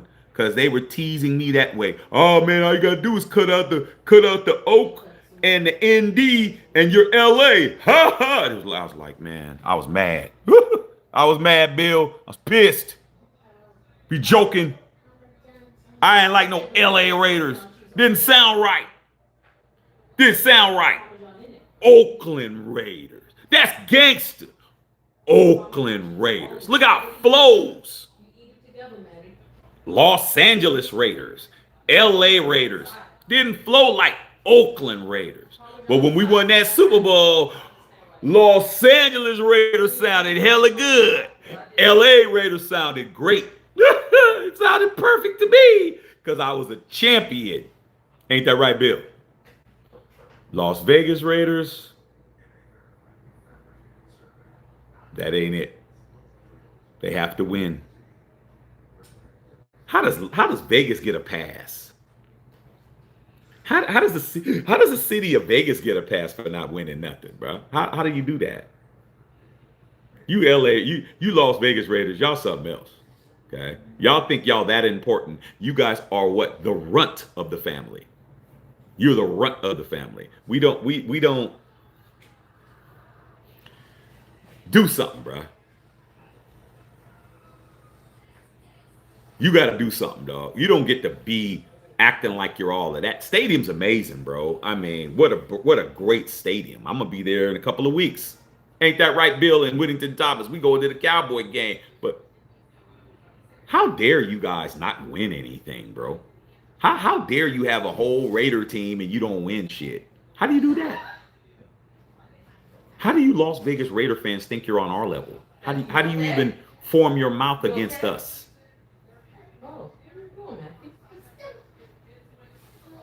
Thanks, wife. We have any bread? No. Wife made some homemade lasagna. Ooh, it's going down. I just need some Parmesan cheese on mine. Yes, ma'am. Said I believe Amy Trask left after our pass. Amy Trask is a real Raider, but she ain't with the organization, is she? You actually want bread? You want bread just like his dad wants some bread. Here, Matthew, come here. Can you take this to mommy, please? Thank you, brother. All right, man. Yeah, Bill's cooking steaks, man. Ain't passing none. Salute to all the goons. Still uniforms are terrible. Yeah, Patrice. Cloud Boy. Respect Master Shaq chilling with Marty Lowe. Yeah, Marty Lowe's and my dog, missing Tim Brown, looking effortless. Dude, we had it going on, bruh. Hey, babe, I just want a piece of bread with some butter and a little bit of olive oil on it. I'm good. That's all I need. Or you can put yes, ma'am. No, I don't need no Texas toast. Just regular bread and put some butter on it and a little bit of olive oil. I'm in there. I'm gonna wait though. Thank you. This looks amazing. My wife making homemade lasagna. I mean, she ain't playing. You ain't playing, huh, babe? Babe ain't playing. My baby ain't playing, dog. Okay. All right, man. I got a good one just like Al did. All right, man. Yeah. All right. Your steak's looking good, Bill. Richard Thomas. See you in Vegas on 17th, Marty Lowe. Yeah.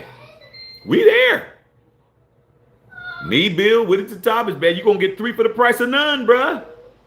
I mean, I don't think I'm going to be back at the stadium this year unless, barring some other circumstances. This is my one game a year.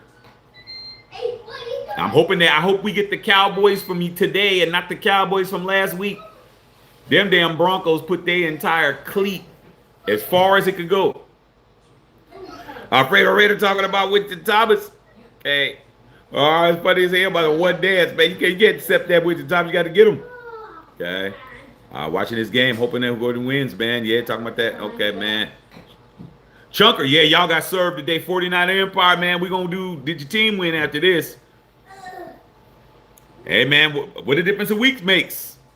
Y'all was looking like y'all was going to the Super Bowl. Now y'all looking like y'all going to the Diaper Bowl. All right, when Thomas says Mrs. Davis was the one to force between Al's motivation to build a franchise and win. She always told Al, you need your own stuff. Al, Winston Thomas, Al reminds, and it's gonna sound braggadocious, but I don't care. Al reminds me of me. He reminds me, or I remind myself of him, I should say. Okay? And the reason why I'm saying that isn't because I'm saying I'm on his level. I'm saying his ambition. Al's ambition is like mine. Like I always was trying to be a part of somebody else's, trying to be a piece of somebody else's pie. I was always trying to think that all I got to do is show my worth and get myself into a situation. People are going to see my value. And that's how I'm going to build. I'm going to build something with somebody. It never worked out like that for me. I was always being used for my talents or being used for my abilities or not being recognized or somebody trying to hold me down, push me down, steal my idea, take it and present my shit and do all of that. And it wasn't until I built my own shit that I could do what I need to do. Because I don't have what am I going to stop myself? Am I going to hate on myself? Am I going to tell, yeah, you do that. People do that though. When you tell yourself you can't do that, you're hating on yourself. When you tell yourself that everybody else is doing it, you're stopping yourself. You're hating yourself. I'm never going to get the manager job. Why even apply for it? That's you sabotaging yourself. Let them tell. My dad always told me, don't tell yourself no. Let them tell you no. Don't tell yourself no. Because you're going to get people. You got enough people hating on you. You got enough people that don't want to see you win. Okay? Why are you going to join the fray? So Al always was trying to be a part. He was a part of so many different things, bro. Like, you look at his history and you look at before he got with the Raiders, how many different jobs he had. Do you guys know that Al Davis at one time in the 50s was a scout for the Baltimore Colts? Al Davis was a scout for the Baltimore Colts. A scout for the Colts. You didn't know that? Al Davis is the only person in the NFL Hall of Fame that has fulfilled all these positions. Al Davis was a scout. Al Davis was assistant coach when he was with the Chargers. Al Davis was a head coach when he was at the Raiders, and Al Davis was a commissioner of the AFL. There's nobody in the NFL that was a scout, the lowest level, a scout, an assistant coach, a head coach, a commissioner, and an owner. Nobody in the league's done that but Al. 5 different things, bro. 5. He was the lowest of the lowest. NFL scout. He was an assistant. He was a head coach for the Raiders. He was a commissioner for the AFL. And he was an owner. Nobody else in that damn Hall of Fame did what Al did. Not one person. Okay? Did you eat yet, babe? Waiting for you. All right, waiting for you. I'm waiting for you.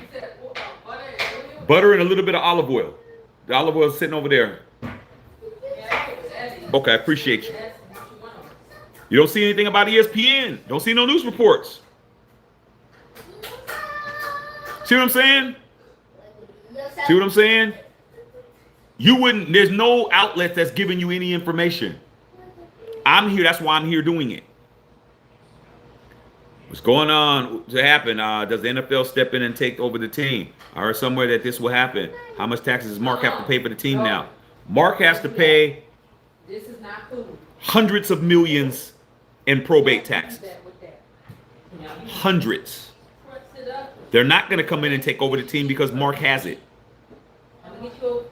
Mark has been preparing for his mother's passing. You can't get past taxes. It's called capital gains, ladies and gentlemen. Mark Davis's net worth went up today, or went up on Friday.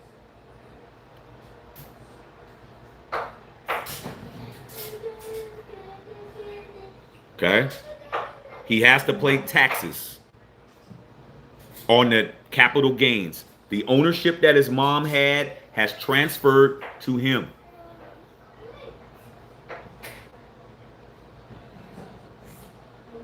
Probate tax.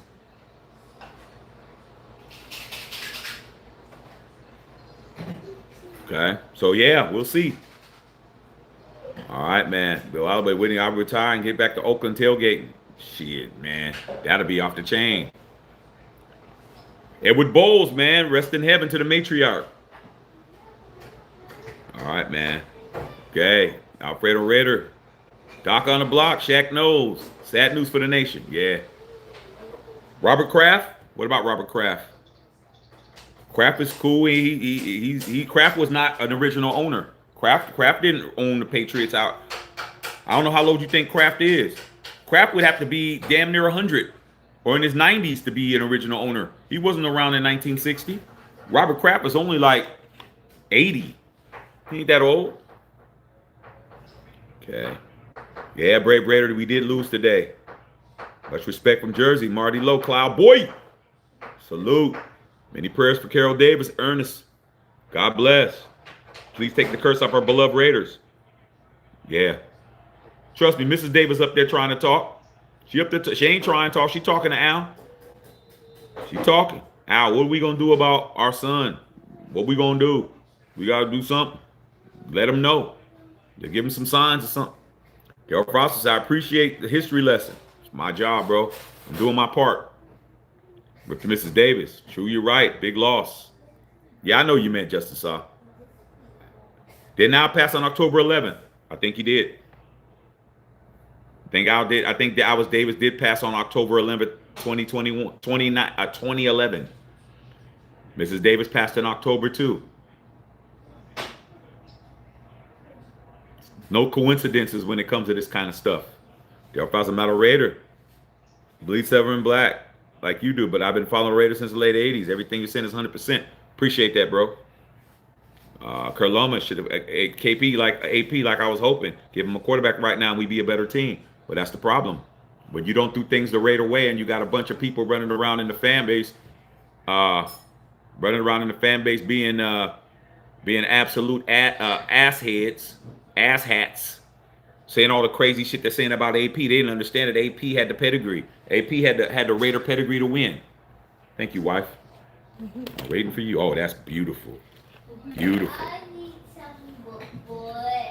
That's what it is, man. And these dudes are dumb. These guys are just dumbasses. I wouldn't let these guys do anything for me. I don't care what they do for a living. I would, because you know they do a shitty job. If you're a shitty ass fan, you know you're not good at what you do for a living. You're not good. Like I said, you're just there because they don't have nobody else that wants to get out there and clean those toilets. Nobody else wants to do it. Okay, just you.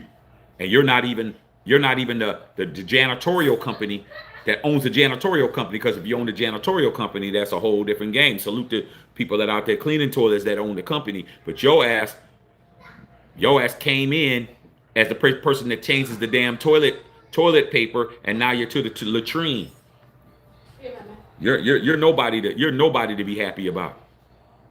Okay, so yeah, AP had the pedigree. Hired from within, assistant coach, linebackers coach, move up. He had 1 year, 1.5 year to get it good. Y'all didn't want him to succeed. And even if he would have succeeded, y'all still would have been hating. So it wouldn't have mattered. But that's why the Raiders are where we are now. You got to have real Raiders running the Raiders. Go! Oh! Go, boy! Go! Go! Go, man! Oh! Go, man! Throw that fool off of you, man! He can't guard you, man! Run his ass over! Hell yeah. Hell of a play, bro. That's what happens when you don't quit. All right, man. Shaq, why did Amy Trask leave the Raiders in 2013? Because I was gone and Mark was running the organization. Whenever you're ready, babies, let me know. Oh, okay. All right. I think her time was up with the Raiders. Thank you. I think that things come to an end, bro. I think that the way that the organization was being ran after her, I think she was like, she saw the writing on the wall, and she wanted to get out.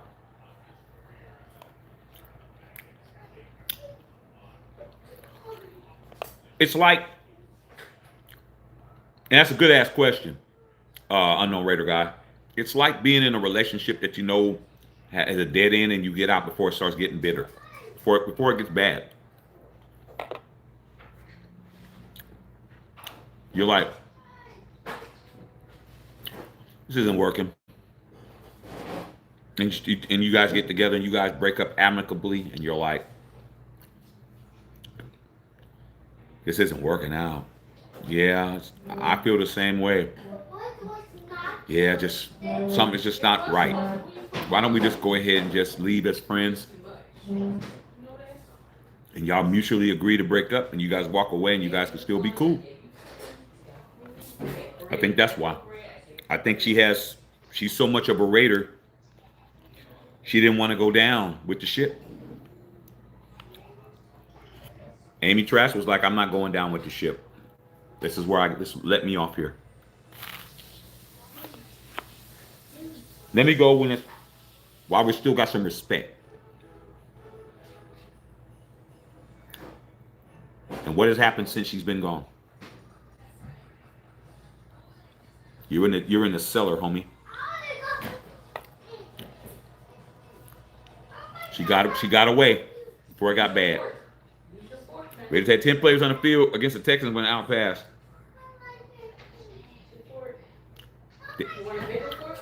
No, they had 11.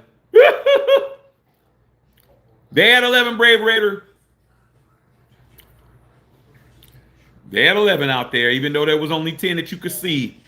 There was 11 out there. Damn, baby, this lasagna cracking. Homemade lasagna. Boy, you better get you one. You better go get you a Carol Davis, homie. You better go get you a Carol Davis, big dog. Because this ain't no Stouffer's, my nigga. Hey, babe, is this Stouffer's? Hell nah. It's Wipers. Wipers. She made this shit. I saw her.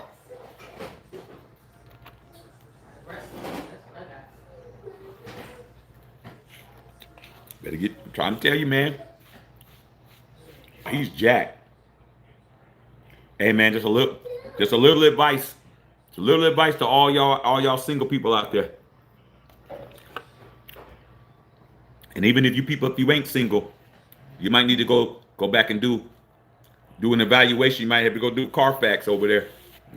Look at who you laying up with. Who you end up with in a relationship, long-term relationship, is gonna have everything to do with your success of how you turn out. They either gonna help you get to where you got to go, or they gonna make sure you don't get there. Why you think when all these dudes already have everything? They have everything and they get with the wrong one, they go backwards. They lose shit. They lose money, alimony, kids, all that shit. But when you're on the come up, bro, it's imperative that you have the right one with you, bro. You have to have that. You ladies too, or how y'all roll. I don't know how y'all roll out there. I ain't trying to insult nobody. It's important, bro. You did all that money how you want to breed. You just wanted bread because daddy had bread. Josh Jacobs touchdown thing might not continue this game. You can dip it in the food. Dip it in the little water. He don't want that bread. Bring it to me. Man, he already listed. You don't want that. Oh, I don't want. I sure in the hell don't. You don't want this bread. I saw him do it. Amy Trash left because Al Davis informed her that she would have a subordinate role under his ownership. No, you gonna eat what's right there. Why you think? You better eat it. She left when she could. You better eat it. So first you eat that. It all matters of who's leading you. You can get your donut. If you don't eat it, then you can get no donut. Mark said, "I'm the captain now." Mark came in and said, "I'm the captain now." Stop being picky. You either want to be under my command or you can choose to not be under my command. Watch me. And she said, "I choose not to." Thank you. Y'all got to understand how brilliant Amy Trash is. Think she's an attorney, a law degree, or Amy Trash could do a lot of stuff. I think she could adjunct professor. Baker, I have one of them knives, please. One of those gold knives. Okay, thank you. And I'm definitely gonna want another piece of this. Oh my God, this is cracking. 10 man on the field, Mr. Davis. I think the fans of Black Hole definitely gonna do something for her. Black Hole's the number one organization in Raider Nation is the Black Hole. You know the thing is noodles, Maddie. Yeah, they're gonna do something. That's noodles. That's noodles. I'm gonna hit my big brother up and see what they're gonna do. Raider Violator, my big bro. But they're the top organization, bro. We're just the most dominant. They're the number one.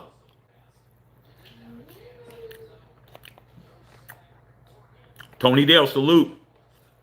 Richard Patterson. Very accurate history on the Raiders. I'm a Bay Area native. Raiders since '67. Condolences. Richard Patterson. He said I'm accurate. Thank you, Richard. Richard's a 58-year member of Raider Nation. He got me beat. I'm only a 51-year member. About time y'all scored.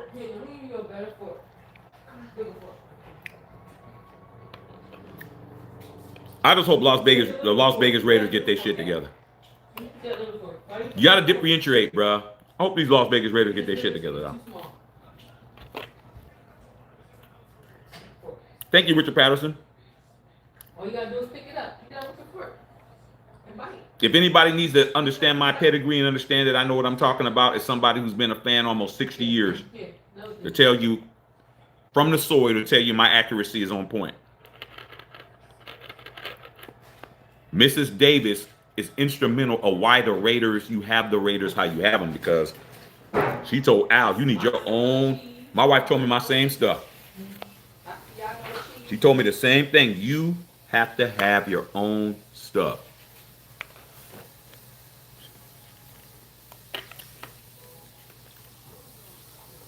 Case in point.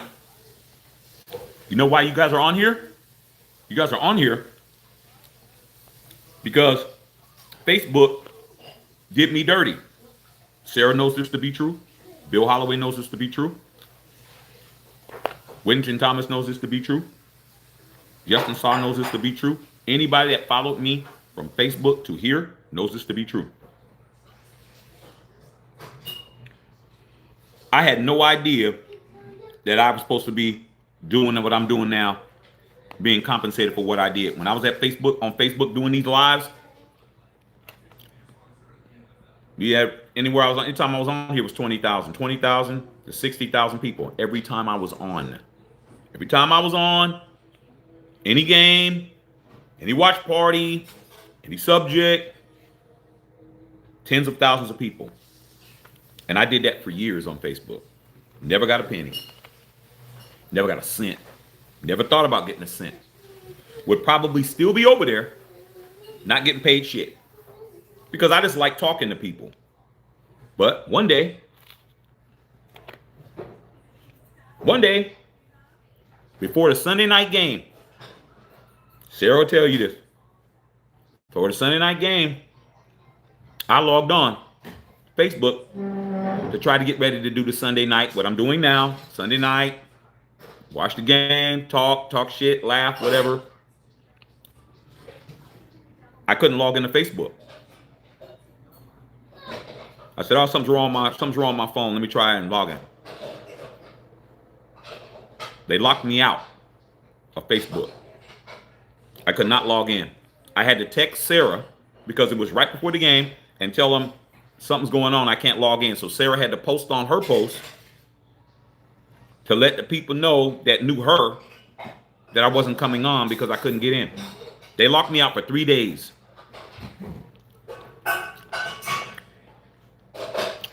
For 3 days, I could not get on Facebook because they sent me an email saying that somebody said that my content, they claimed my content. So in other words, you do a Facebook Live and somebody says it's theirs and they file a claim against it because they're trying to use it to get paid because they can get commercials. They say, let me take this dude's content. Nothing I could do. I was blocked out for 3 days, bro. I sent the email to Facebook, they didn't answer me.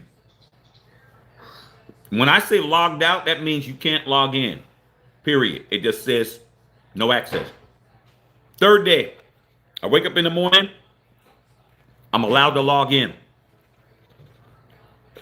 I check my DMs. I got a DM from Facebook. DM from Facebook said, you are now able to get back in Facebook.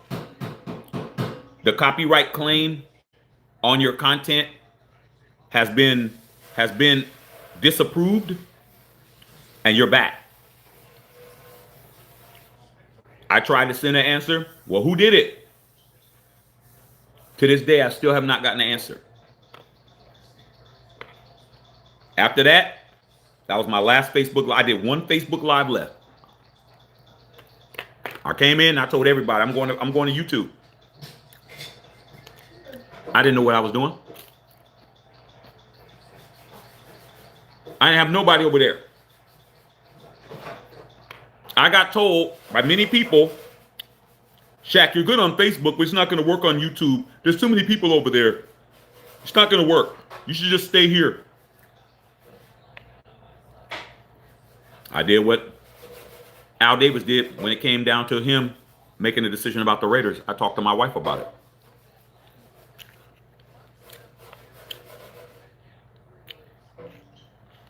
What do you think she told me to do? Stay there at Facebook and get used? They're running commercials and I'm not getting paid any money because they were running commercials on my content and I wasn't getting paid? Or go somewhere else where I could do my own thing? Have my own Raiders, have my own team, have my own franchise. I think you know the answer. Get with somebody who's going to tell you the right situation, tell you what to do. Lloyd Lay with the $20 dono, man. I appreciate you, Pimp Juice. We lost a real one today, man. We lost a soldier today. We lost a soldier and Mrs. Davis. Thank you, my brother.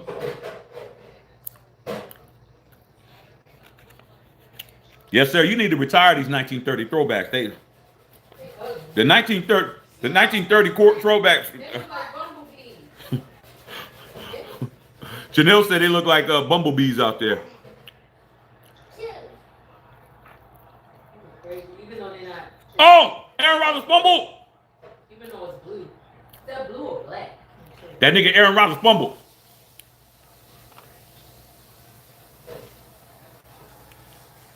Damn, Sarah. Aaron Rodgers doing too much. Aaron Rodgers doing too much. Stop trying to throw the football, boy. Oh, he threw it down. Ah, it's coming back. That's weird. Nah, it's coming back. What? Costume is blue? No, it's not blue.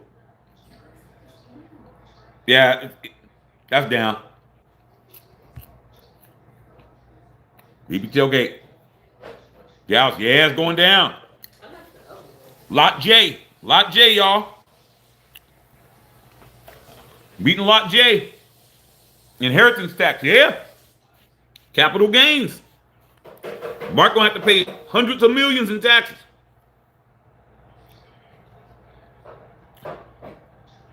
All right. Mrs. Davis, that thing set up in a living trust. Could avoid a lot of those taxes. Give a lot to charity. It could help. It can. But we're talking about something that's worth $7 billion. We're talking about something that's worth.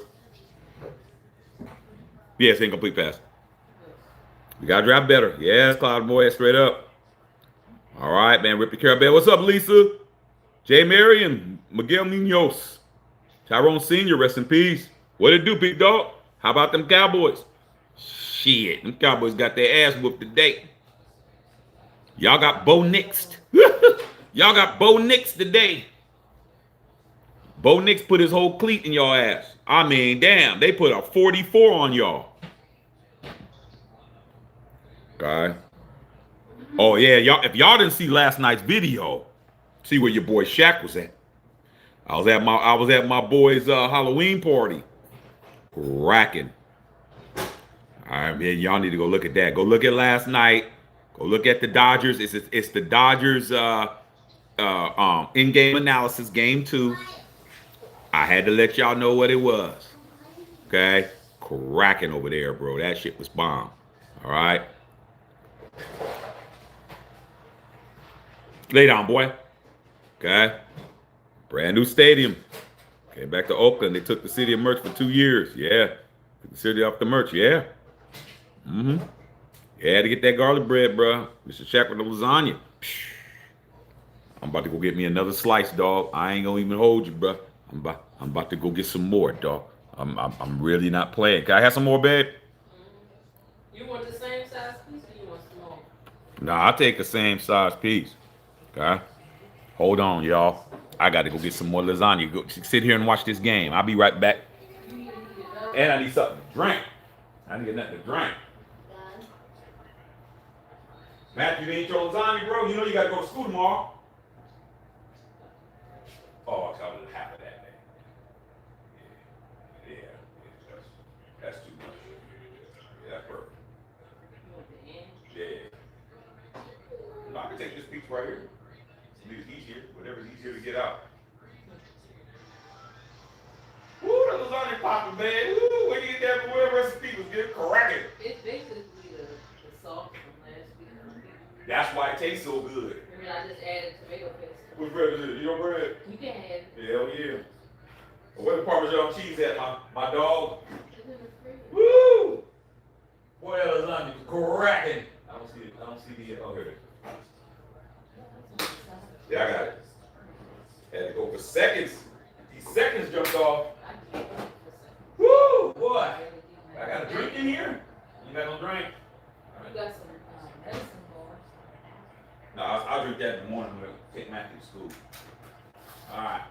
All right, Matthew. You finished eating? Don't be wasting that lasagna, little boy. This lasagna good. You tripping. You got a little piece of bread. You're wasting that lasagna, black man. What you doing? All right, y'all, I'm coming, man. I just had Go back. to get some more bread. little olive oil on my bread. Oh, you was playing the game. Oh, you was the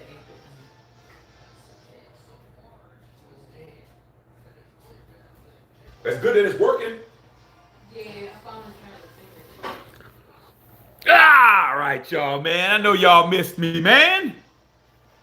But I had to go get some more. I had to go get some more, bruh.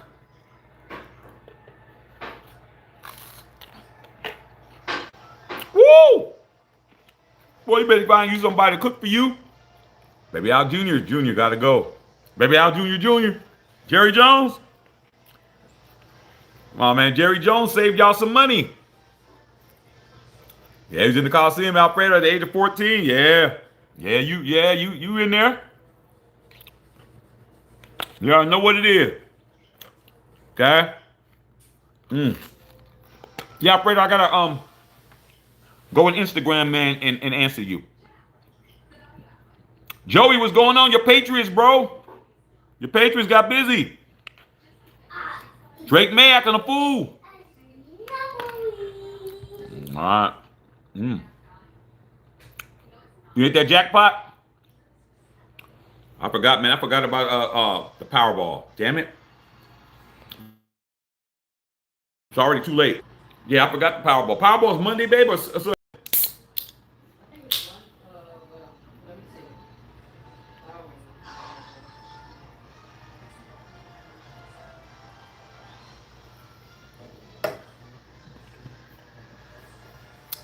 Jay Mary said, Al got it from the mud, from scout to owner. Scout is the lowest level you could be. See, people don't understand. You know what Al's strength was? Al's strength is that number one, nothing was going to stop him from being whatever it was going to be, because he always talked his way into everything, bro. You read his autobiography and you read about him, you'll be amazed what he was doing when nobody knew who he was, bro. He just walk in and just start talking to people. Okay? Let me tell you about Al Davis, bro. I'll give you a couple little Al Davis anecdotes. Before he was with the Raiders. So y'all got to understand this man before he got with the Raiders. Because when he got to the Raiders, he was nothing but a coach. Okay? Oh, tomorrow? Okay. Oh, yeah, I'm doing it tomorrow. Al Davis, bro. This cat.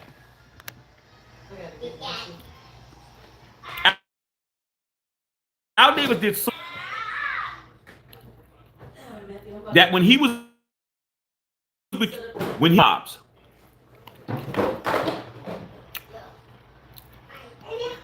he knew the college game so well, and all the players in all these places.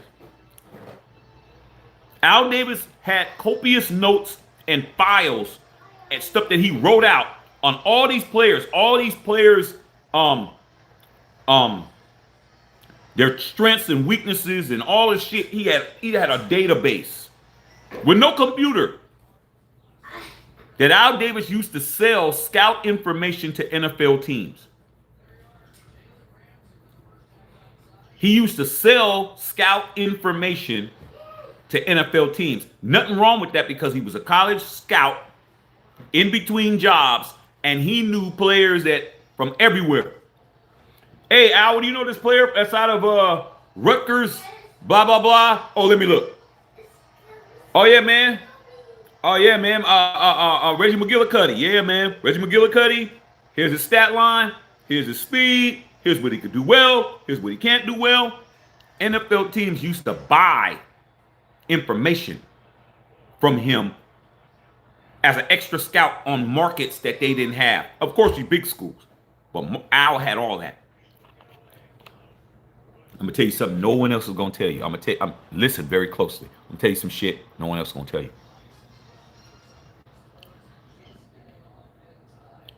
He got hit by NFL teams and they would pay. He got hit one day by a guy who worked for the Los Angeles Rams. Bill, listen very closely, Bill Holloway.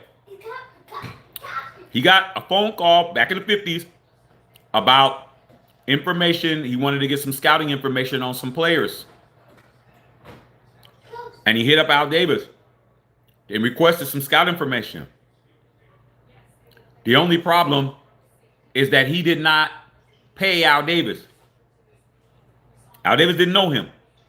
He didn't pay Al Davis for the information. Al Davis didn't send it to him. Guess who that was? Pete Rozelle.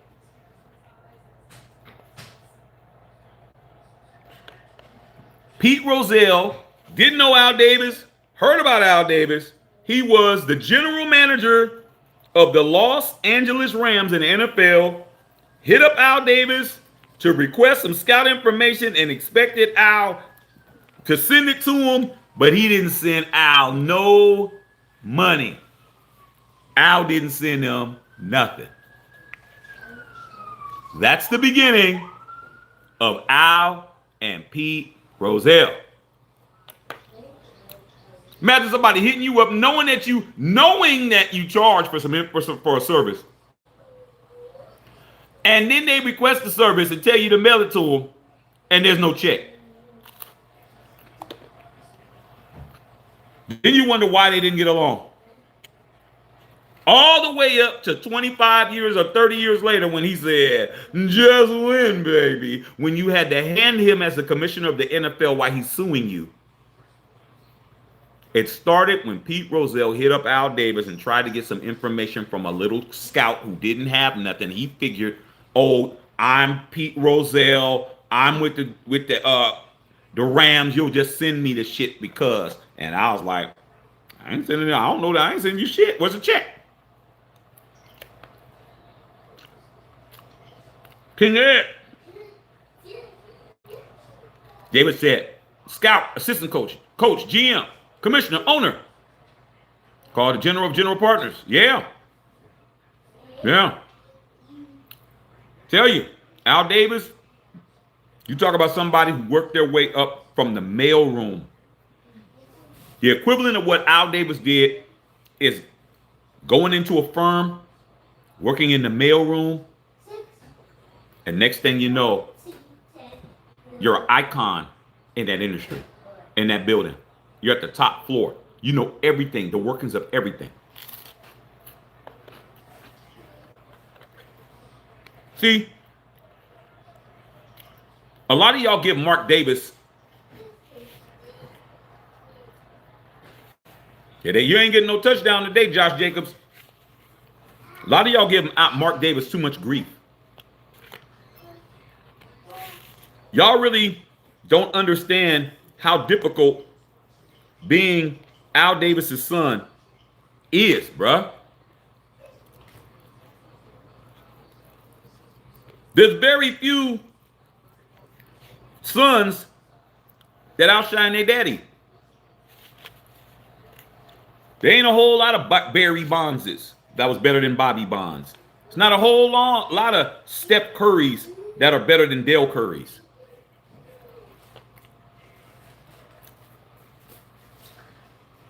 When you have a great father, typically the sons fall short.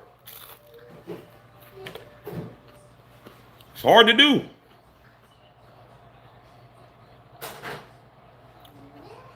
Michael Jordan's an absolute go to basketball. Where's his sons at? Nowhere to be found, bro. When you got somebody who's accomplished what Al Davis accomplished,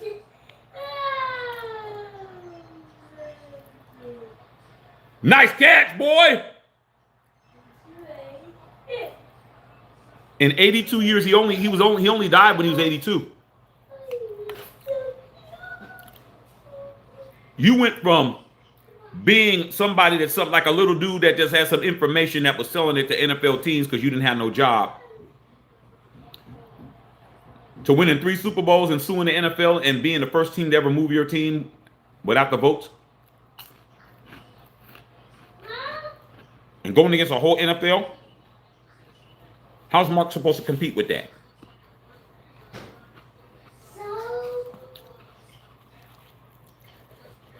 Mark Davis grew up the son of a rich football player. I mean, football coach. Well, maybe up until he was like 7 or 8. He grew up wealthy. Al Davis didn't grow up. Al Davis was also, his family was wealthy too. But Mark didn't have to hustle. Al Davis's father was very successful in the garment business in New York. Jewish family. He's born in Brockton, Massachusetts, and moved to Brooklyn. And his father did a lot of different things just like he did, and became very successful in the garment business, clothing business. All right. So Al grew up with money. But Al didn't want to do none of this stuff that his father and them did, because typically that's what you would do. Your father has a successful garment business, and you want to go into sports. That's not what his family did.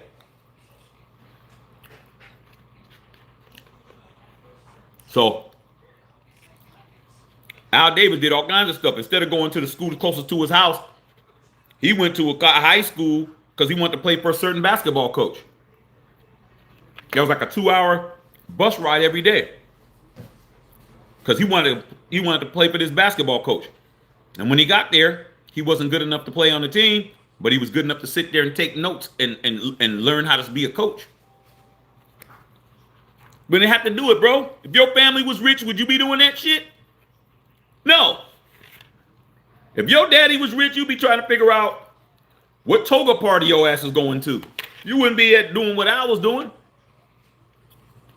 He didn't have nobody to tell him how to do what he was doing.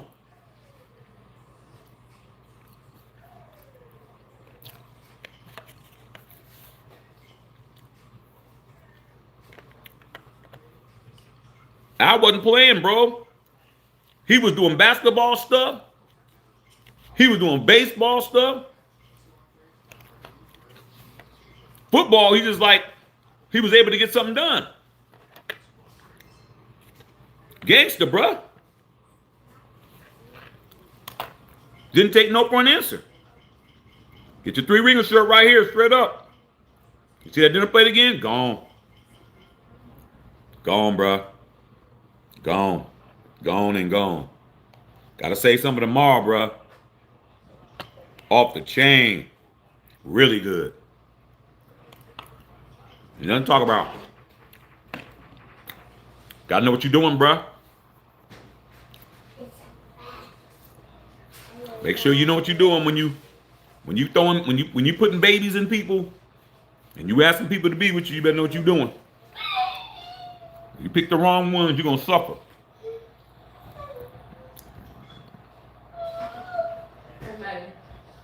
Yeah, we have an air fryer, but this wasn't in the air fryer. This was in the oven. Ain't that right, wife?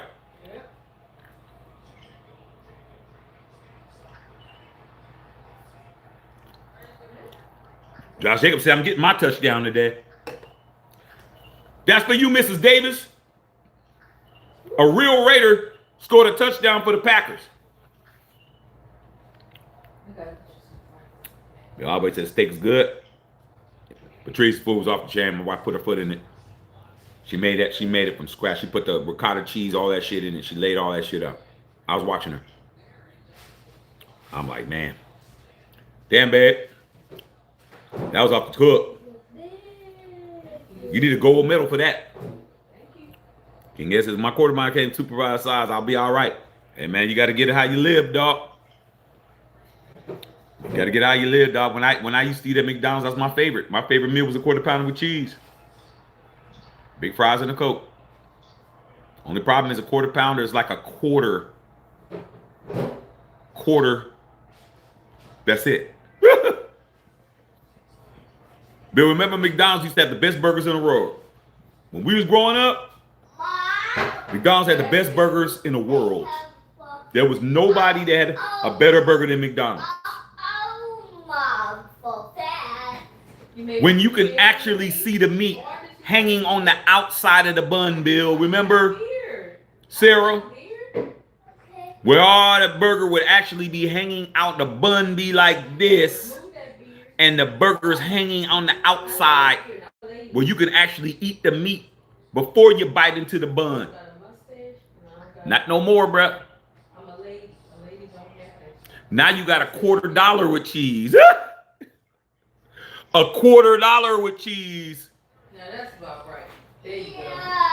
A big fry, which is the same size as a small fry, because now they just make it cylindrical to make it look like it's taller. But if you pour, you can pour that whole fry in a small fry bag.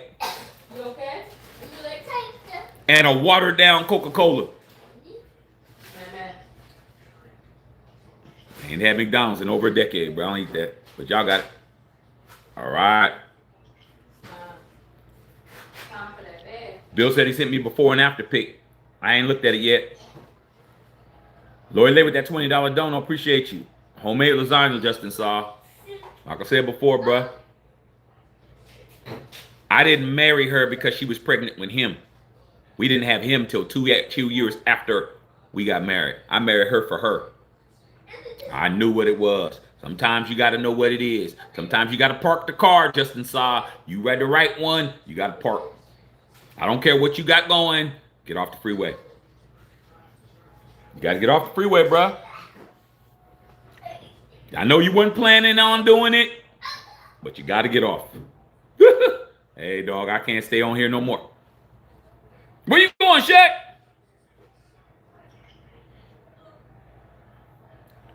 Call a nigga, page a nigga, text a nigga. No, I got to get off. Lay down, boy.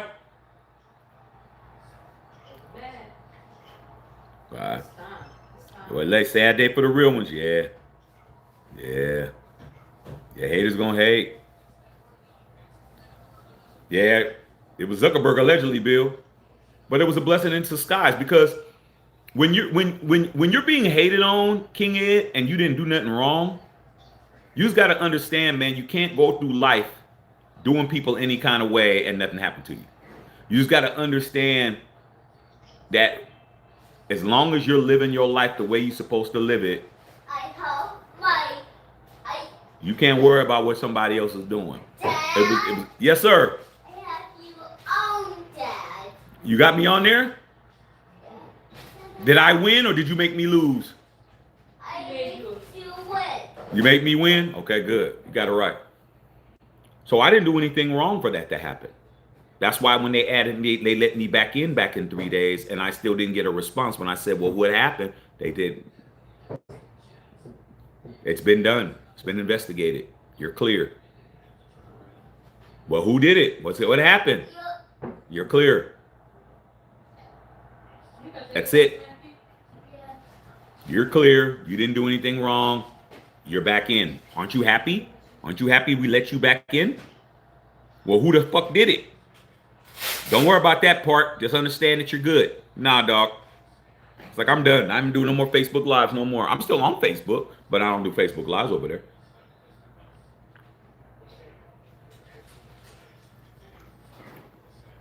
I'm done with it. No more Facebook Lives, homie. I'm over here. And I started from scratch. I started with a few people. And you think all those people that was watching me over there came? Nope. I had to start again. I had to start over. I had to start over, bro. No. There's people that are members and subscribers on here. Remember when I had 50 subs? 50. What was I doing? Same thing I'm doing now. What was I doing? Hearing people saying, you don't have no subscribers. You only got 50 subscribers. Who's listening to you? Blah, blah, blah, blah, blah, blah, blah, blah, all this crazy shit. Went from 50 to 100, 100, 200, 200, 500, 500 to 1,000. Go ahead, fight. Hit him in his mouth. That's football, baby.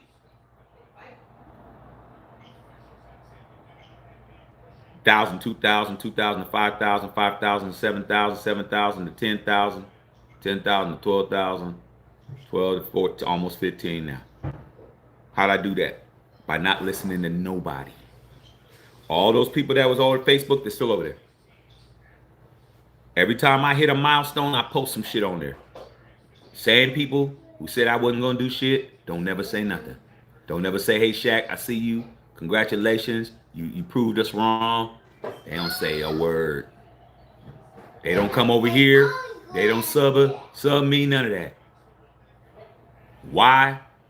Because when you prove people wrong, they don't like it. When you prove people wrong, they don't like it, homie. Trust me. Say you're going to do something and somebody say that ain't going to happen and do it and see what they say when you do it. They ain't going to say shit to you. They ain't going to say, yo, man, my bad, Shell, man, you was right, bro. You right, bro. You are a manager. You right. Nope. You got lucky. Who'd you snitch on? It's always bullshit. They're never gonna give you credit, so don't expect it. Rogers didn't fumble. Okay, you called it those ugly uniforms. Yeah, you see Scatterboo's ankle. I didn't see it close. I saw it from a distance because I had the 4-for-4 on today, Sarah, and I saw it from a distance because I was looking. Of course, we had the Ravens game on, the sound up. Because you know what else? You got the 4 games, 2 on each side, and then you could, arrow it so you can listen to that particular one and you're watching the games. So I didn't see it. I saw him when he was on the cart, and I saw it from a distance. But I'm willing, from what I've been hearing, didn't look good. Salute to Cam Scatterboo, bro. Intense game. Yeah. Packer fans hate A-Rod. Yeah, they will until he goes into the Hall of Fame as a Packer. All right, man. Hey, hate to admit it, the Broncos helped my parlay hit today. What's your cash app? Facebook be tripping on me too. Oh, at Shackster21, King Ed. At SHACKSTER21. At Shackster21 at Cash App. Be honest with you, I would prefer y'all doing it over there. If you can send me Cash App, send that instead, because I'm losing donations because a lot of times y'all can't donate because I don't get it. That's why a lot of channels don't even tell you to do it on here. So yeah, Cash App, man, at Shackster21. I'm gonna get the ticker tape thing where it's gonna be here where you can see all of that. All right, because too many people tell me, yo, Shaq, I was gonna tip you, but I can't. But I can't do it. Pete, what's going on, Pete? Pete L. Mega's Tuesday. Okay, I can get my money. Jesse, we lost a real one today. We lost a soldier, man, Mrs. Davis. He coached with the original LA Chargers. Stole the shield from the Chargers' original emblem. Raiders are black and gold originally. Like the shield. Change the shield to silver. Hey, Matthew. Man, go back over there, dog. You right. Al Davis was a guy that he was a sponge for information. You're talking about a man that never played organized football in his life. Al Davis didn't play football on any level. How did he become what he became? Because he was a sponge for information. But he had the balls to do it, though. He had the balls to do it. In his book, in a biography book on Al Davis, you know that he was an assistant coach for USC in the 50s. Assistant coach for USC in the 50s, and that's how he got the job with the LA Chargers. And he pretty much BS'd himself, based on what the book says. He BS'd him to get the job at USC. Because he just basically said, I do this and that, I'm qualified for this and that, and this and that, and that, and that, and that. And then when he got there and they did the research, they're like, there's no record of you there. He's like, well, I'm here now. He already had a job. I was always doing that. How do you hire somebody who had no experience doing nothing?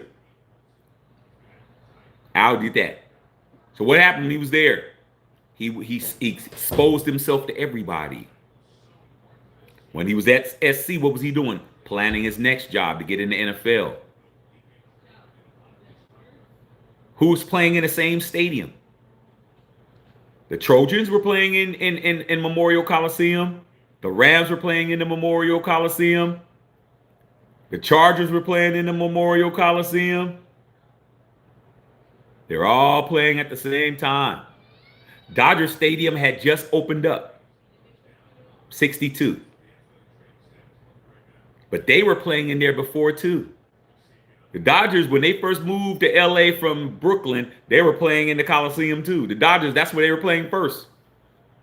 LA didn't have no stadiums for all of them, dog. They had the two stadiums. They had the Rose Bowl in Pasadena, and they had the LA Memorial Coliseum. Everybody played in there because it was bigger. Rose Bowl holds like 80,000 or something like that. No, I think they hold like 100 something, but LA Memorial Coliseum holds like 120 because it was for the Olympics. So yeah, Al took whatever was tight. I was taking it. Improved that shit too. I mean, what shield looks better, our shield or the damn Chargers? Don't even use their shit anymore. They don't know who they want to be. I was like, I'm gonna take this shield from these guys. This number 85 is cooking. This number 85 is eating. Yeah, you eating, big dog. I like you. Tucker Craft. I like this dude. This dude is a beast. That started their beef. Pete Rozelle was bitter because he said Al didn't send him nothing. I was like, where's the check? Oh, you think just because you're in the NFL and I'm, you don't know me, I'm supposed to send it to you? He tried to flim-flam him for some info. It kept going. Them two, you talk about two people who first time you even talk is nothing popping. You ever met somebody, man, you didn't like them from opening tap? You didn't like that. You didn't like that MF from the beginning, bruh. From the beginning, dog. I know cats, man, that I met in kindergarten, bro, that no matter how much I tried to be cool with them, dog, they always showed me who they were, bro. Like, to this day, I don't even fool with them, bro. Like, I've known you since kindergarten, and I can't fool with you. Bill knows these people, but I ain't gonna say their names. But Bill knows these people because we all went to school together. But that I've known my whole life, I can't fool with, bro. You've always been shady. It just gets to the point where you just realize these people are shady, and there's nothing else that you could do. There's no getting along with them. There's no trusting them. They're just waiting to take something for you or try to put you in a position to get some shit from your ass. And as soon as they can, they're going to show you who they are again. And you get to that point where you're like, man, I'm not even going to be around you guys, man. I mean, how many times am I going to be the fool to keep thinking that we good? We're not good. We weren't good from the day one. And then you got people that you've been cool with them since day one. Day one, they've never tried you. They've never did you wrong. They've never talked about you behind your back. None of that shit. Just a real person, genuine from Jump Street. So you got to be able to evaluate that and figure out what you want to do. Where I'm at in my life, I'm not around no negativity. I just told my wife that the other day. Man. I said, you know what? If I think about my life, I'm not around nobody negative. I'm not around anybody I don't want to be around. I am legitimately the master of my own domain. I'm not around nobody I don't want to be around.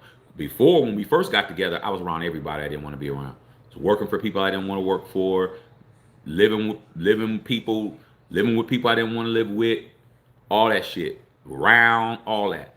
Fake friends, phony people, bullshit, lying, telling me they're going to do this and that, not keeping their word, all kinds of shit. Now, I'm not around nothing like that. Because I don't even, once I see that your ass is, you walking around, dog, and your booty meat hanging out, and you a whole dude, I'm good. I don't want nothing to do with it. All right, explains a lot. Try to play out. Yes, he did. He didn't like Pete.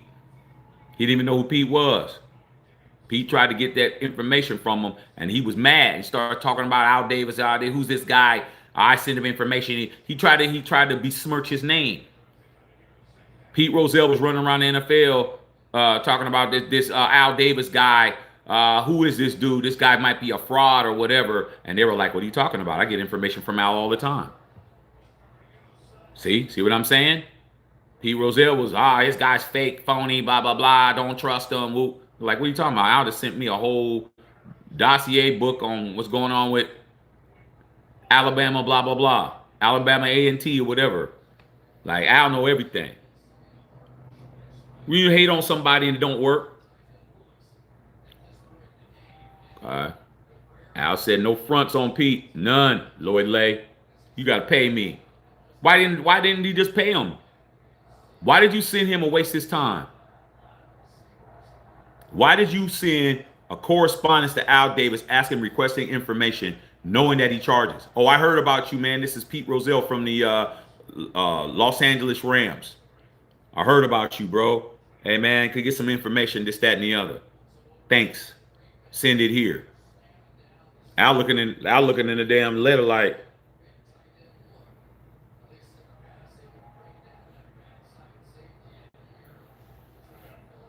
I didn't even respond back to him.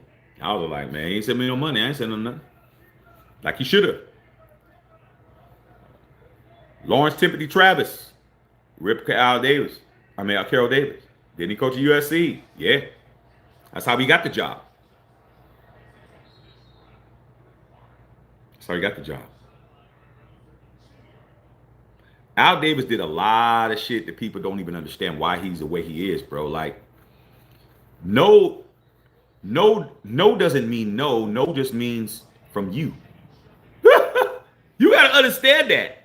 With Al Davis, it was, I told you no. Well, you telling me no ain't no from you. Okay? Al Davis went, I don't remember if it was, you're always doing something. What's wrong with this boy, Sarah? This boy think he a super gangster. DK Metcalf think he's a super gangster. Man, shut your dumb ass up, bro. You stupid. Dumbass fool.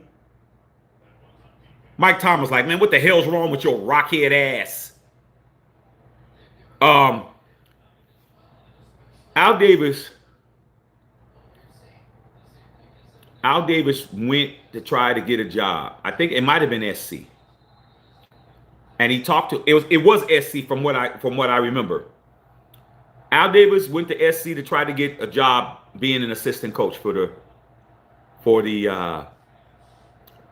Trojans. And he talked to the athletic director to get the job. He looked at his resume. He says, nah, you're not a good fit, Al. I don't see it happening. Thank you for your career. An hour later, the AD gets a call from the dean of schools saying Al Davis is now is now an assistant on the team. Al Davis went over his head. You went to the athletic director, he didn't want to hire you. You went over his head and talked the guy into hiring him anyway. So just imagine, man, you go to lunch, you talk to Al Davis, you tell him no, you're not going to be, we don't see a match or whatever. And then you come back an hour later and you see Al Davis in the damn USC uniform, coaching shit, running out in some cleats. And you're like, what the hell is he doing here? Oh, yeah, he's on the team. Well, I didn't hire him. He goes, but I did. There was something about him. I think we should hire him. I hired him. Al just went over that dude's head. Al didn't care about burning no bridges. He didn't believe in that. Like, man, what's the use? I'm not crossing that bridge. Burn it. I'm not going back. So you met Joe Gibbs as a kid at a Raider game in a preseason. I was just a kid. They befriended me. Hey, that's dope. Those are the kind of memories you need to have. All right. Clint Pastores. What do you think, Shaq? Should Mark sell? Hard to see the Raiders as part of Davis' legacy. Nah. If Mark doesn't have an heir, then it's going to wind up probably going to Brady or going to somebody else anyway. Why sell, man? He's 70 years old, bro. Like, he's barely being able to enjoy being a multi-billionaire and You know, if Mark doesn't have a baby somewhere that we don't know about, it's probably going to go into the Davis family trust. It's a trust, man. It's a trust. And I don't think that he could sell the team even if he wanted to. I think the team is in a trust. It's like with my family. My grandmother had a lot of property, has a lot of property in South Florida. I mean, in North Florida. My grandfather's farm, I mean, my great grandfather's farm, all her property, all that stuff, houses, rental properties, hella shit. My grandmother. It's in a trust. It's in a trust in the family trust. Can't be sold. My grandmother told me before she left, baby, do whatever you want to do with the property, but just don't sell it. I can't sell it if I wanted to. My brother can't, and he can't do anything. We're the next in line. My dad has it all right now. When he's no longer, it goes to me and my brother. When we're no longer, it goes to my son. It's not going anywhere.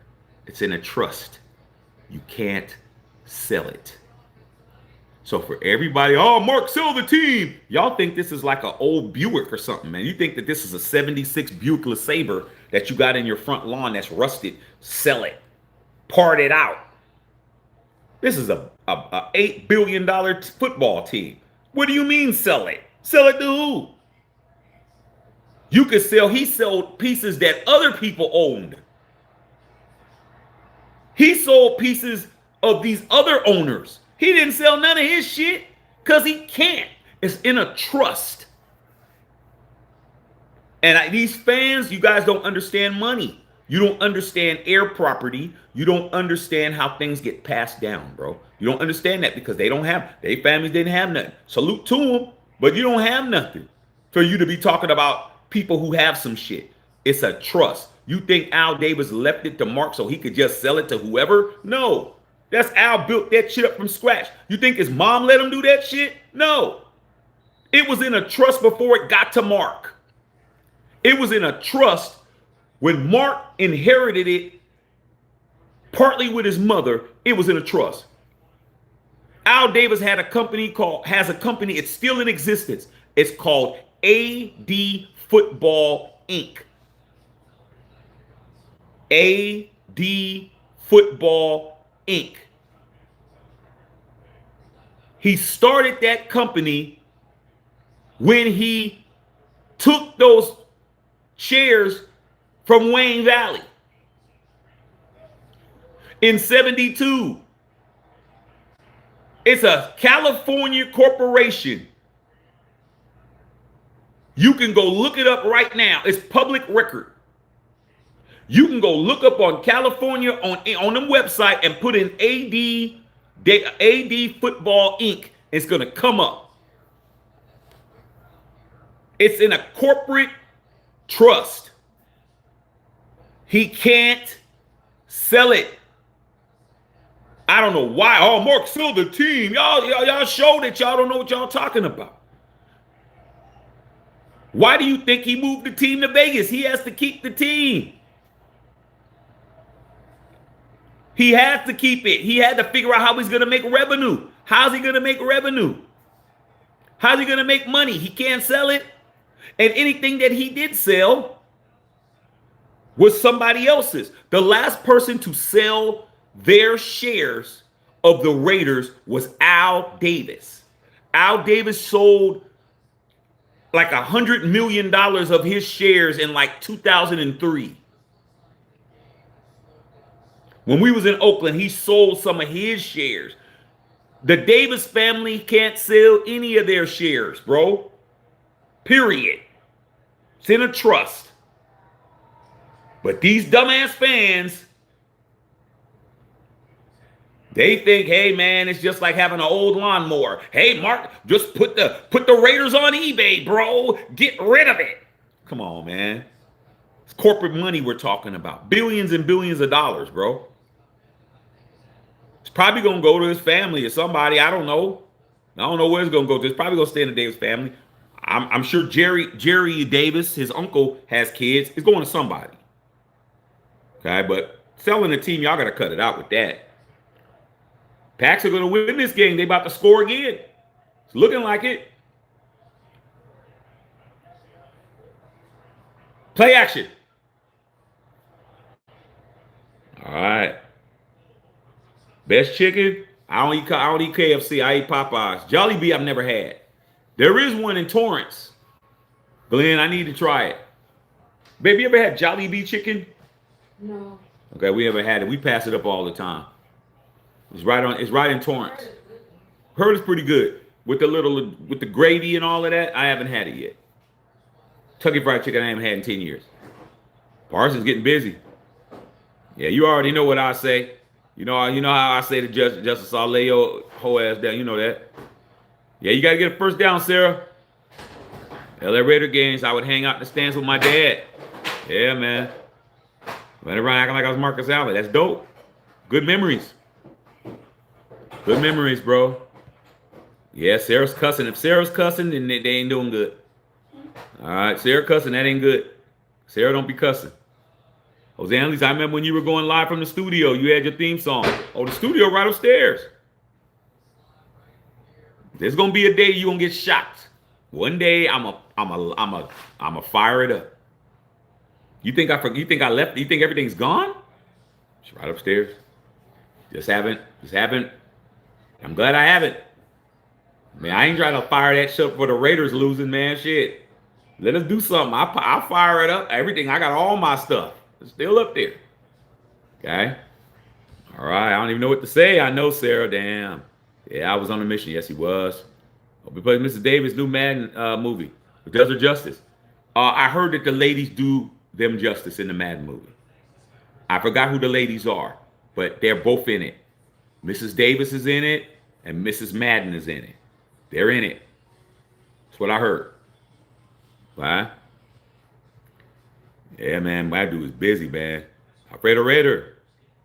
Hey, Steel's getting smoked. Yeah. You have to get the heavy with it, facts. Salute to the Texans. Hey, man, Texans having their business against the 49ers today. We're going to do Did Your Team Win after this. Okay? Yeah, I had to put on, this hat's called Al Davis. I call this hat Al Davis because it's white. You know what I'm saying? And I don't mean that in a race way. I mean it in an Al Davis way. Al Davis was always clean white. This is Al Davis right here. I don't wear him often. But as you can see, he's crystal. He's crystal, bro. Come on, dog. Crispy. Do you see any stains and all that shit on this hat? Nah, this hat is for special occasions. So I put them on for Mrs. Davis, man. A real Raider left the building on Friday.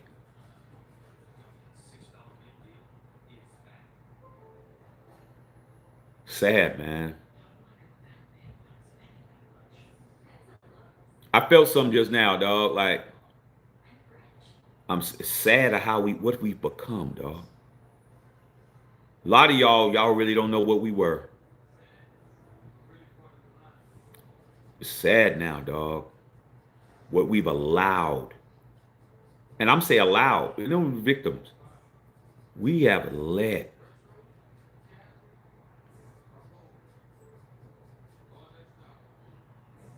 It's like, man.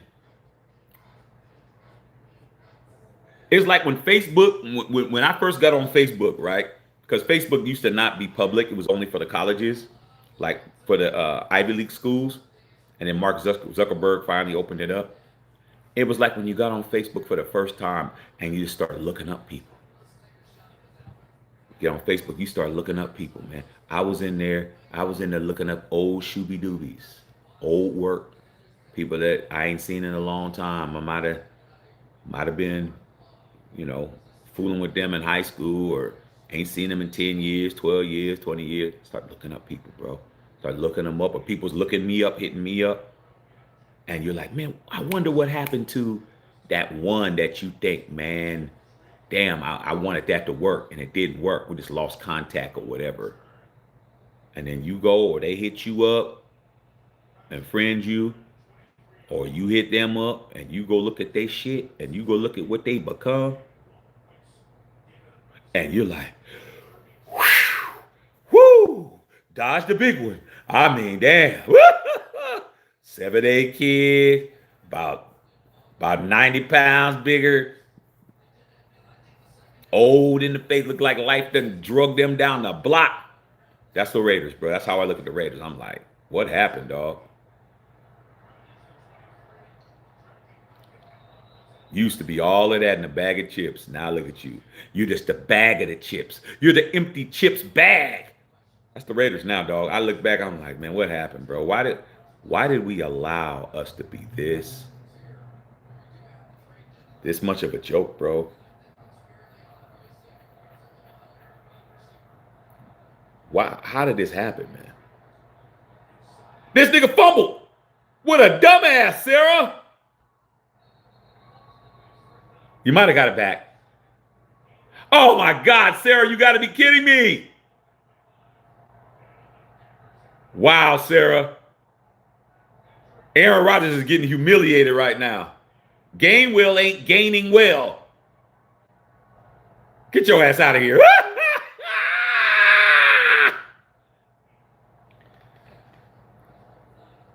Geo Mex, my two favorite Reds when I came from Willie Gault and Todd Christensen, living in Eagle Rock.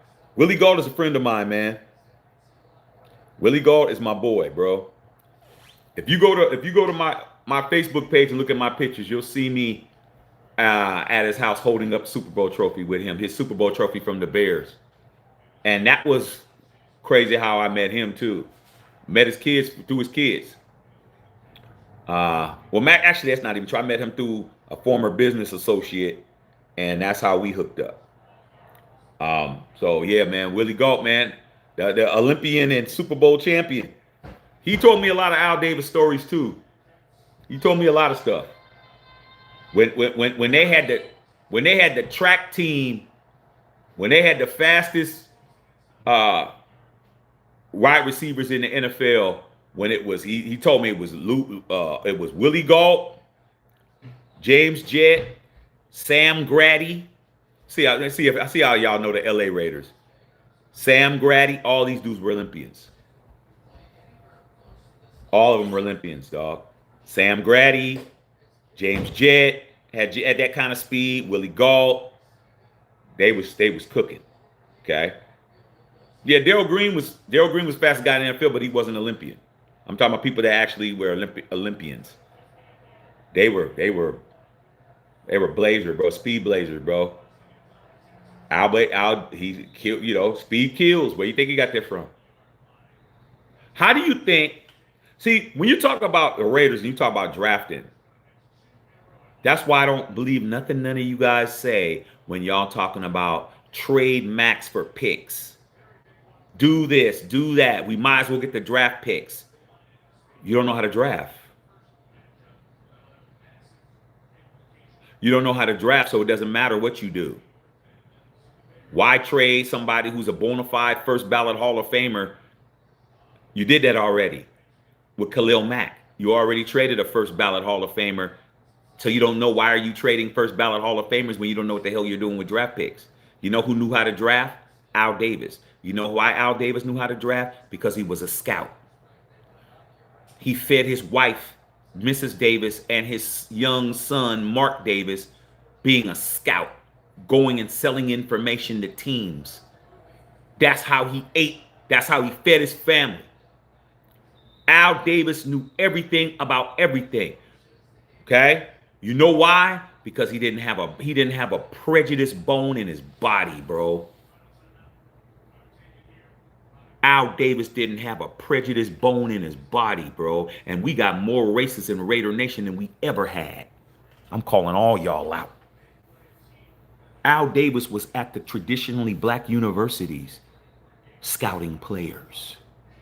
He was at Grambling scouting players. He was at Alabama A&T. He was at all these schools, Florida A&M. He was everywhere. He didn't care, bro.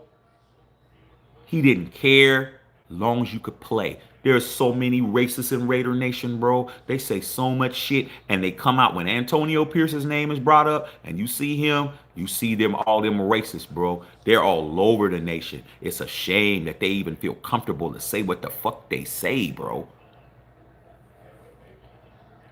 All those colleges, bro. Let me go ahead and prove it to you.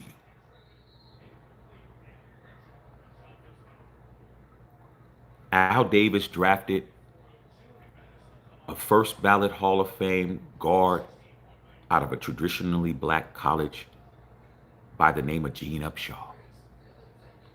Al Davis drafted another Hall of Fame first ballot, okay, a tackle by the name of Art Shell. Al Davis drafted a quarterback from the second round that was a backup to Joe Namath from Alabama by the name of Ken Stabler. Al Davis went to the University of Colorado when there was nobody getting drafted there and saw a swifty wide receiver and drafted him by the name of Cliff Branch, Hall of Fame. Al Davis went down to Mississippi State and saw a guy kicking the skin off of a football and drafted him, and he's in the Hall of Fame by the name of Ray Guy, the only punter in the Hall of Fame. Al Davis drafted him.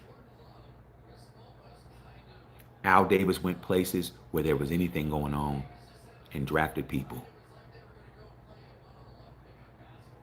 Al Davis drafted an injured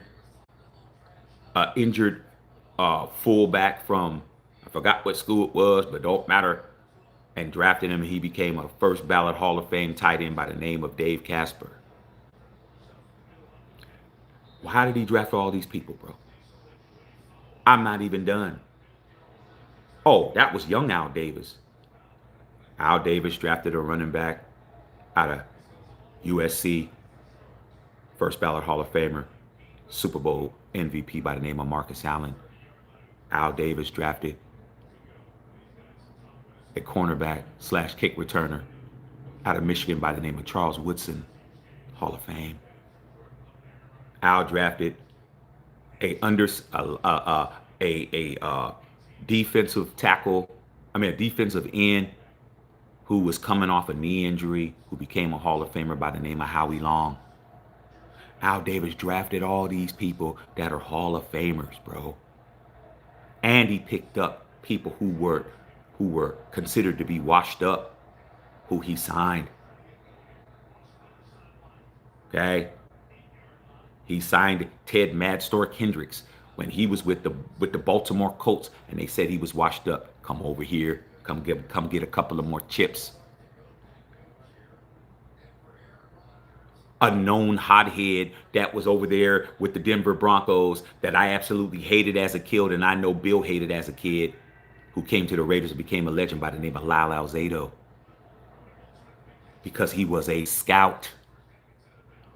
He took a quarterback who was a first pick in the 1971 draft, Heisman Trophy winner, and picked him up off of waivers, and he won 2 more Super Bowls by the name of Jim Plunkett.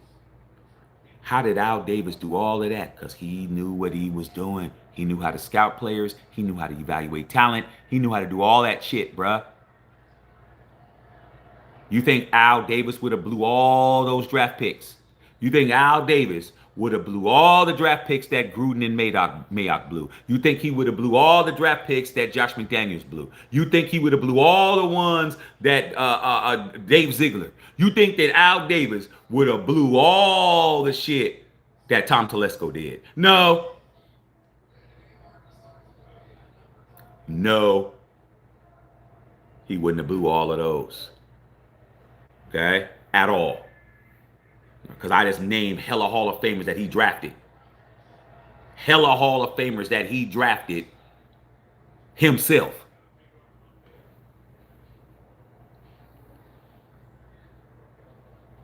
And then all the players that should be in the Hall of Fame. Who do you think drafted the judge? Lester Hayes. Who drafted him? He should be in the Hall, but he's not. Who drafted him? Yeah. I mean, who drafted Jack Tatum?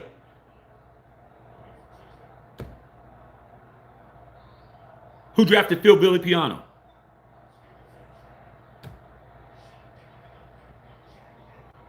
I mean, we can go on and on and on and on, bro.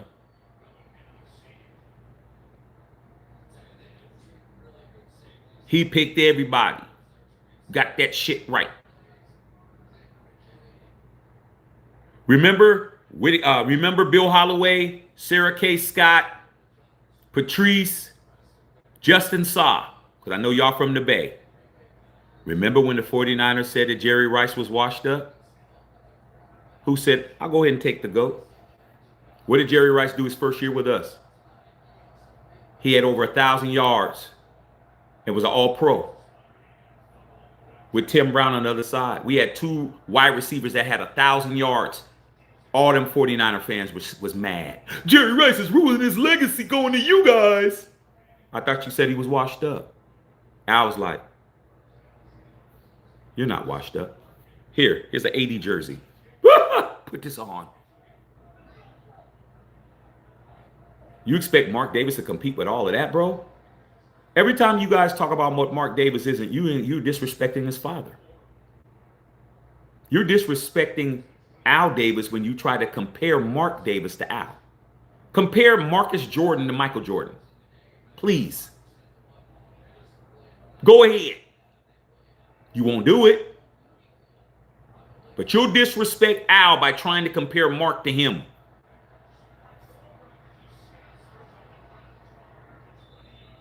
You shouldn't even be doing that shit. I love Todd Christensen.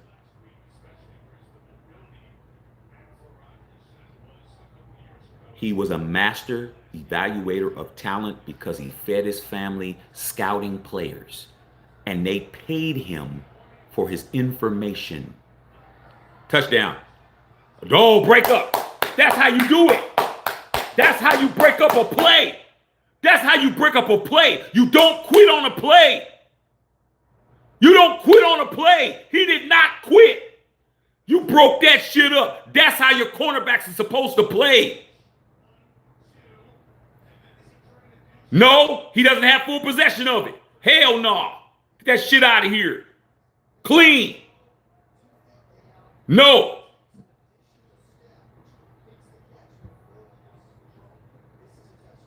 Ah, shit. They're going to give it to him. I thought that was a hell of a play, though. Yeah, now they're trying to play. Kelvin Papa said, Mark says he doesn't know how to shit about football. Dude is just not it. Sell the team. I mean, I keep telling you guys, he can't sell the team. Mark can't sell the team because it's in a trust. Y'all got to stop with the sell the team shit. He can't sell the team. He can't. It's in a trust. Stop it. Like I said, man, this isn't a Volkswagen Beetle that you have in your front yard and your wife is like, Corey, when are you going to sell that raggedy car? Y'all think you can sell the Raiders like a raggedy car. He can't sell it. He can't sell something that ain't his by itself. It's in a trust. It belongs to the family. And why would I sell something that's worth $8 billion? Because you're mad? Why would I sell something that's worth $8 billion? Because Raider fans are mad at me? I wouldn't sell shit. Let somebody else take over for profit. They already took over. What do you think Spy Tech and them cats are doing? Tom Brady. What do you think they're doing? They are taking over, but they don't own shit. He's not selling nothing. He can't sell it. How many times? Y'all need to do your homework. I can't make you guys understand something that you don't want to understand. When you have something that's in a family trust, you cannot sell it. It is its own entity.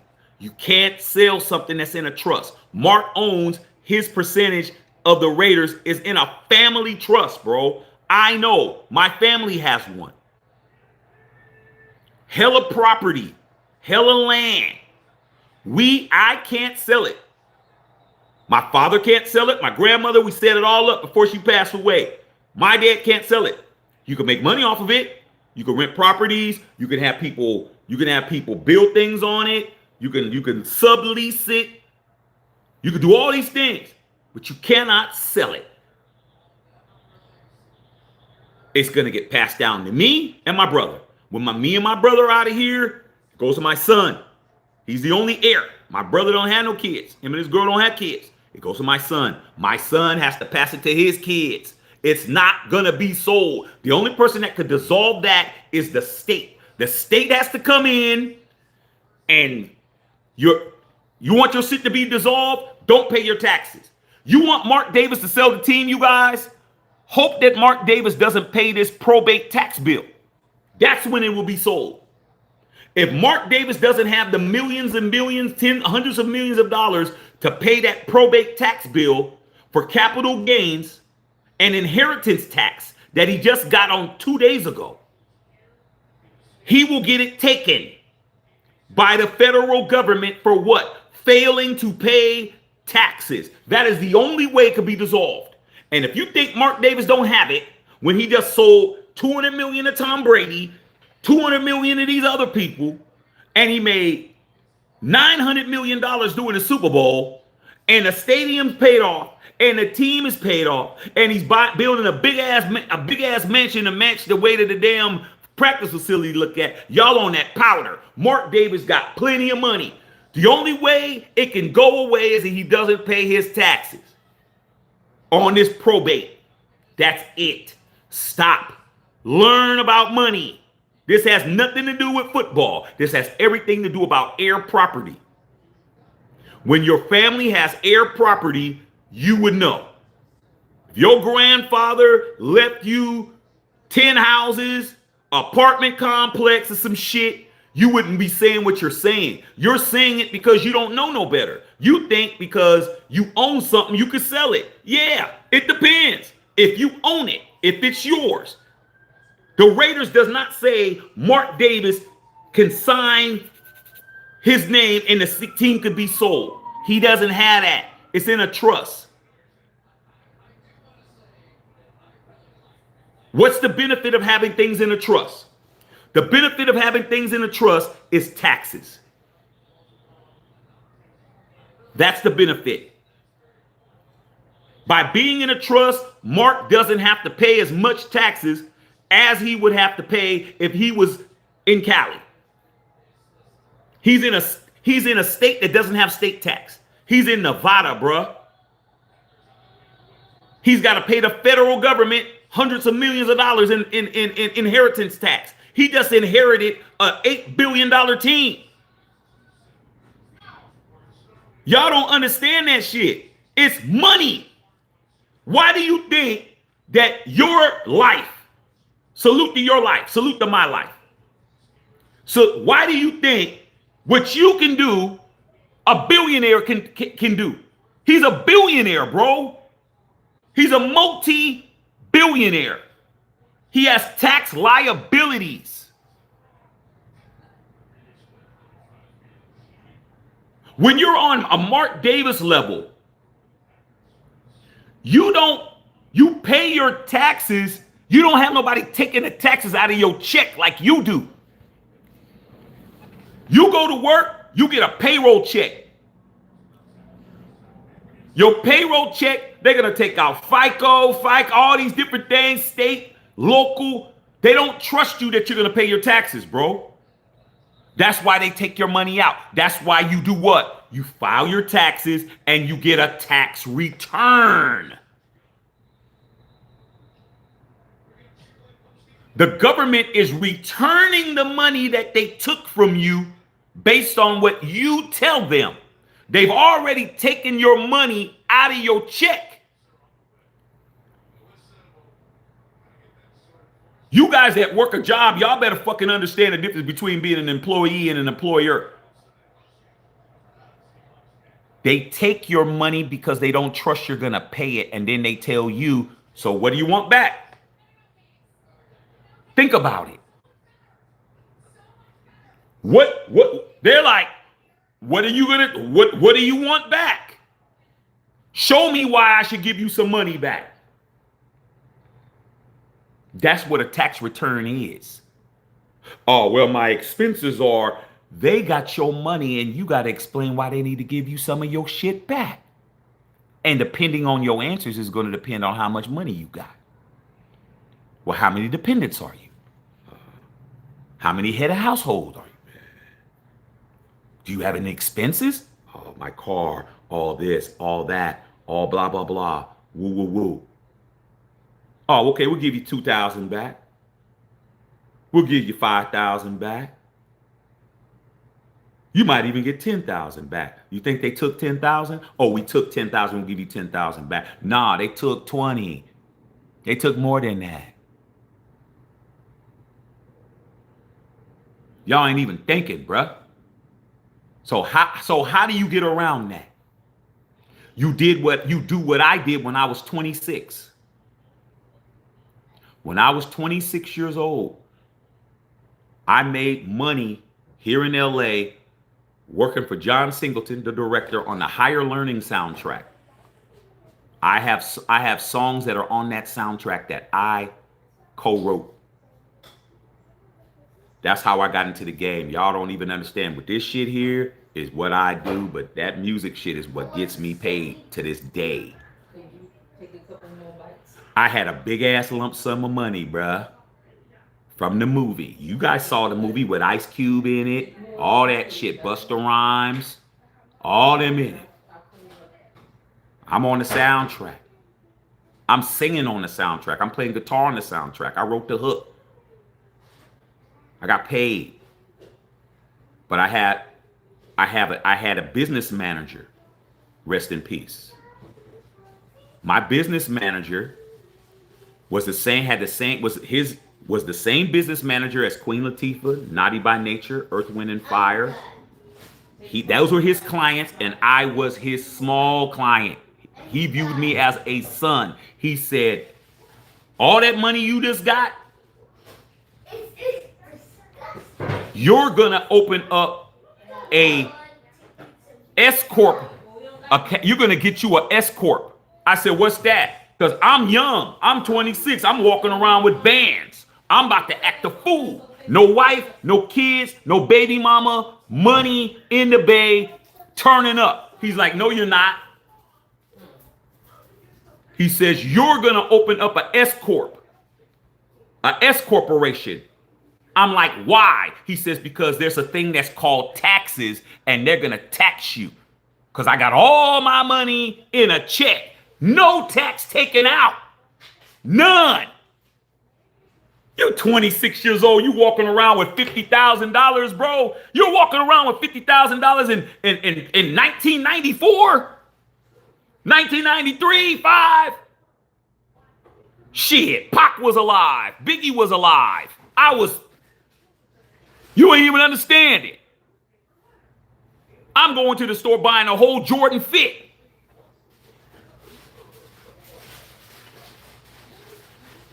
He's like, you're opening up an S Corp because them taxes are going to come. So guess what I had to do? I had to file with the state S Corporation.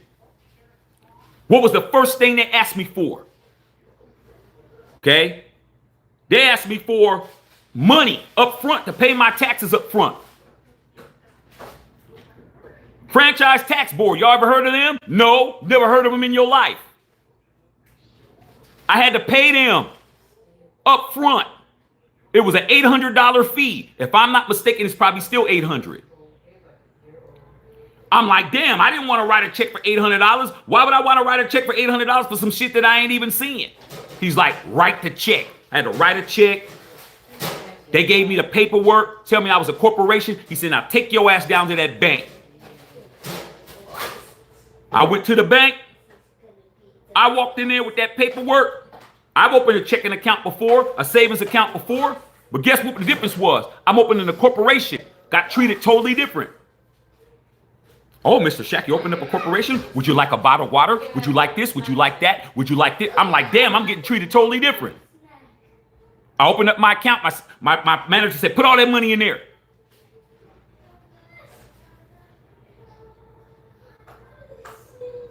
I did exactly what he told me to do, even though I didn't want to do it. Then when it came time for taxes, he said, give me everything that you spent money on. Equipment, dry cleaning, gas, whatever it was, trips, dinners with shooby doobies, whatever the fuck it was. I need to make sure they don't tax the shit out of you. He was just like, what else did you buy? Oh man, I bought some shoes. Receipt. What else did you buy? I went to dinner a few times. What else did you do? So guess what happened? At the end of the year, when I was out with my boys and they got their tax returns back, which was about February, we were all out at the club. Started going around. Yo, man, how much you get back? Oh, man, I got $6,500 back. Oh, how much did you get back? Oh, man, shit, man, I got $8,000 back. Hey, man, what you get back? Oh, man, I got $7,000 back. What you get, Shaq? What did you get, Shaq? You know what I said? Everybody, 10,000, 8,000, 6,000, 4,000. You know what I said? 0. I got 0 return back. All them niggas was laughing at me. Every one of them laughed. You didn't get no money back. Ah, this nigga, you supposed to be Mr. Big Music Guy. You didn't get no money back.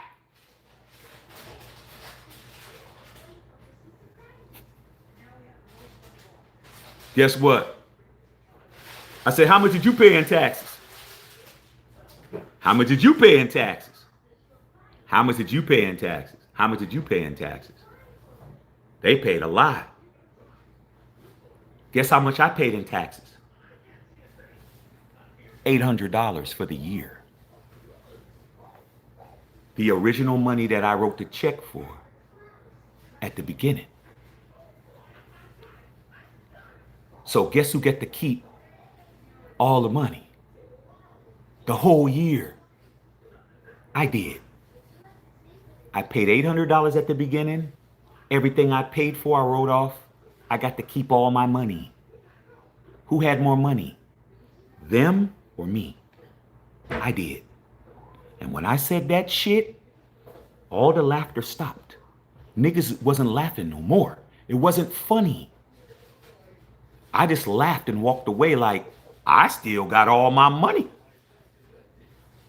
I only paid $800 because I got to write all my shit off because of why? Because I have an S Corp. You're just an average person paying payroll. You're getting your money taken and I'm writing my shit off. And guess what? They didn't talk to me for the rest of the night. It wasn't funny anymore. But come the next day, I got a phone call. Ba-da-ling. Yo, what's up? Hey, man, how'd you do that, Shaq? We've been talking about how did you do that? Don't worry about it, dog. You got your $6,500, though. Don't trip. See? Guess who still has an S Corp to this day? Guess who still gets to write off everything that you don't get to write off? I do. My wife has one too. Who you think told her to get one? Y'all don't understand what you don't get. You got to protect yourself with LLCs, S Corps, C Corps, trusts. All of that shit protects you from the tax man because that's who's robbing you. It's the tax man. That's what it is. You got your papers in order. You like everybody else. I learned my lesson. I told my business manager, I said, that was good. He goes, yeah, you were arguing with me about it before. I was like, I know, but I listened. He said, I wasn't going to let you mess it up. Why do you think all these rappers go broke? Why do these famous people are broke? Money, because they think like you. The money's going to keep coming, but the taxes, they add up. And if you have a corporation and your business fails, you just do what Trump did 7 times. file bankruptcy, but you file bankruptcy on the corporation, not on you. The corporation is separate from you. Matthew Shack and Matthew Shack Unfiltered Inc. isn't the same. Oh yeah, I run it. It's got my name on it, but the assets are in its name. So when I blow a loan, so when I fuck the money up, so when I mess up, I just dissolve the company. Y'all got to go after them. And I get to keep all my assets because I'm only Matthew Shack the person. That's Matthew Shack the business. That's the point. So when you guys keep talking about sell the team, Mark is even worse than that because his father said, oh no, Mark, I know you're going to mess it up. Don't you know Mark? He know Mark ain't going to do what he do. So why would he let him put him in a position where he could sell the team? No, Mark, what you can do is you can divest yourself from it. Mark Davis can walk away. That's what y'all need to start saying. Don't sell it. Walk away. Mark can say, I'm walking away from it and let another family member come in and take it. It's under the Davis name. So whatever other Davis relatives out there can come in. But Mark can pull his hands up and say, I'm not doing it. No. But Mark can't sell no asset.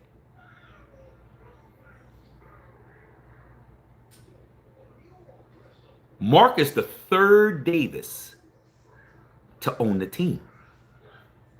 Say he ain't. Al Davis, Carol Davis, Mark Davis. What makes you think it's going to end with him? It's not. And if it isn't a family member, it's somebody that's designated on the trust that's going to take it over. It's already going to be bequeathed to the next person. Unless Mark has an heir, it's going to the next person that's on that list. The next owner of the Las Vegas Raiders is already there to own Mark's share. Now, to have a controlling share, that's different. They can work it that Tom Brady can have the controlling share. That's it. He can do that where he only owns 10%, but he has control because Al Davis did it. Al Davis controlled all the operations and everything, and he only owned 10% until 1972. Oh, got a little something. Now it's time for something different. He was the control. He was the general partner that handled everything, but he only owned 10% of the team.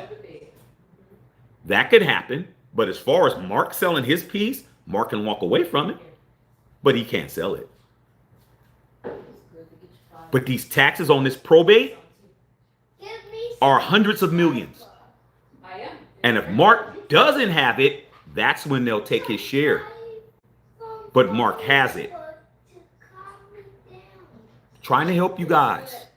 Stop listening to dummies. You guys start taking on the dumb information, bro. Like I'm telling you, I didn't know this until I was 26 years old, bro. Do you know how much money I would have had if I would have known this earlier? I didn't have anybody in my family to tell me all this stuff, bro. A very, very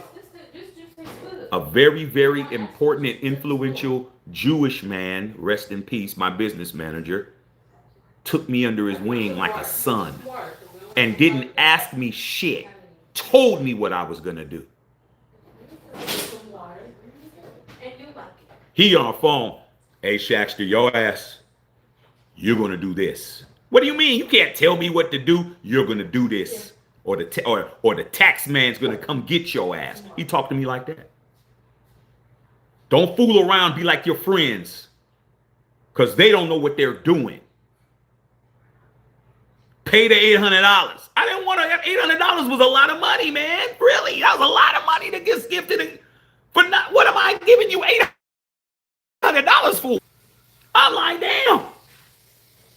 Shit. When that tax bill came and I saw how much I owed, he would send me I still got the paperwork upstairs. He would send me these big ass manila envelopes, Patrice, this thick, full of all my tax shit. I pull it out. I'm like, damn. And you see how much you owe, bro. I mean, I'm on the phone with him. Call me. He'd be like, call me when you get that packet. Call me and we'll go over it because you're gonna go ape shit when you see it. You're gonna lose your mind when you see it. I'm like, all right, how bad could it be? Shit. I'm 26, bro. I owe all this money. Shit, that's crazy. I called him. He's like, I'm like, what? He's like, calm down. We're gonna go over it word by word because you need to know why. I'm thinking, man. But with all that paperwork, got to the last page, Patrice. It said money paid. It had the $ 0.00. Taxes paid, $800 even. Done. I was like, wow. He said, because you could write off everything.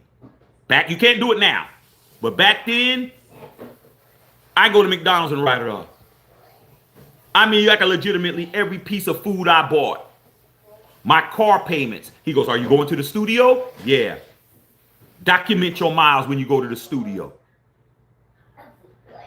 What else are you doing? You going to meetings? Yeah. You going on a date? Yeah. You know what you need to do? Get a business card from the restaurant that you were at. Can't do all this now. Just get a business card. Staple it to the receipt. Business meeting. Did you talk to them about something? Hey, man, I'm just trying to help you guys out. Go to a restaurant. Go on a date or whatever. Okay? I go in there. Dinner, whatever I'm spending. Can I talk to the manager? Manager. Hey, I'm interested in maybe having a private party here or having a private thing.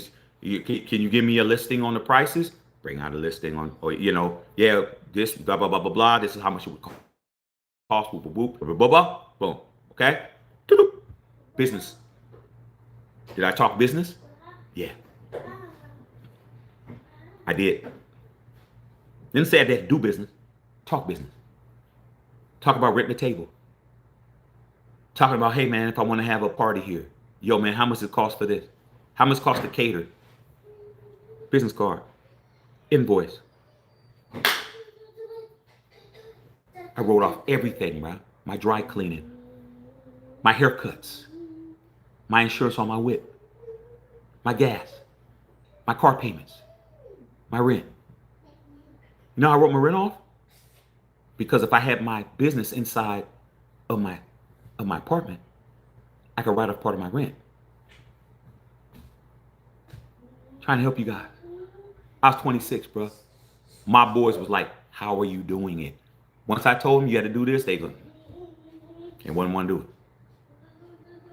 They'd rather go to work and have their money being taken out their check. So when y'all keep talking about Mark Davis, bro, talking about sell the team and all that, y'all ain't even understanding that this is way above your pay grade, bro. Like,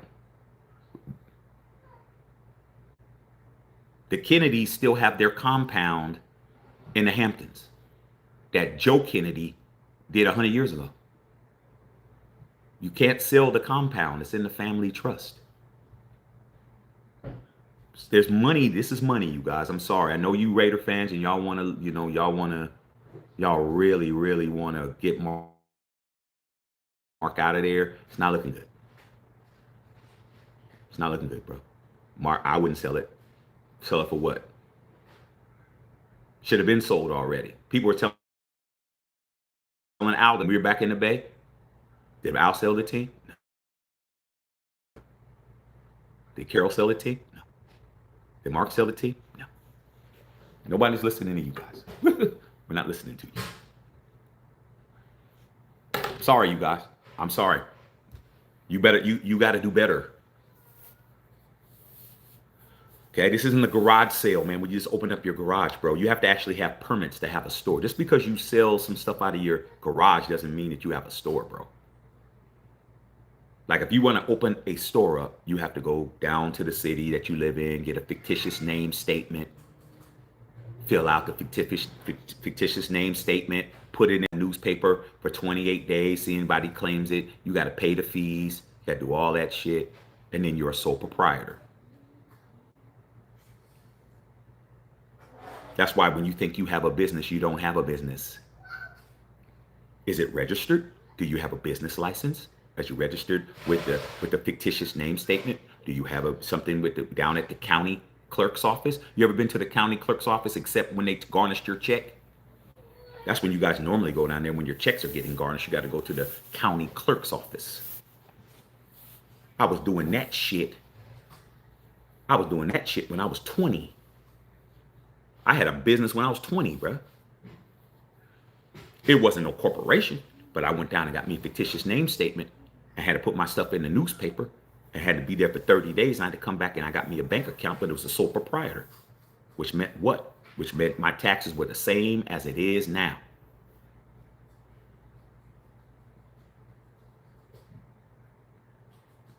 Anything that happened at my business, I would get sued.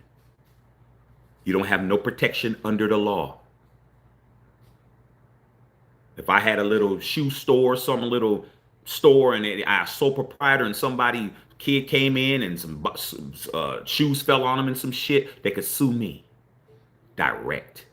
But if my shit is called Shoes LLC, and that shoes fall on his ass, you're suing the company. You ain't suing Shaq. If the company don't have the assets, the company don't have the assets. Nothing I could do. Can't come after me. My name ain't Shoes LLC. That's the shit y'all don't get. That's why you're losing. That's why you're getting smoked. That's why you think presidents are saving you. That's why you guys vote for people and they don't do shit for you, because you don't understand the game. You don't understand that this is bigger than a president. This is the whole system. You need to know the system. How are you going to do shit? You don't know the fucking system. Y'all don't know the system, dog. I learned that day when I saw them taxes, and I'm like, I'm happy as hell I ain't got to pay. He goes, next time you come to LA, you owe me dinner. We go to the same restaurant, same Chinese restaurant he liked to go to. You're paying. And I'm ordering whatever, because he was a big dude. I'm ordering whatever I want. And I'd be like, yeah, you're right. That was a lot of money that you saved me. He goes, and that's what you need to understand. Protect yourself. All right? The government is the biggest person in your pocket. But when you don't get a payroll check, you're responsible for your taxes. When they pay you direct, you're responsible to declare it. You have to declare the taxes, or they're going to come back later and audit you for that shit you did and you didn't do it. Like my homies, I got homies, they do straight cash, because they got too much shit. They in arrears, child support arrears.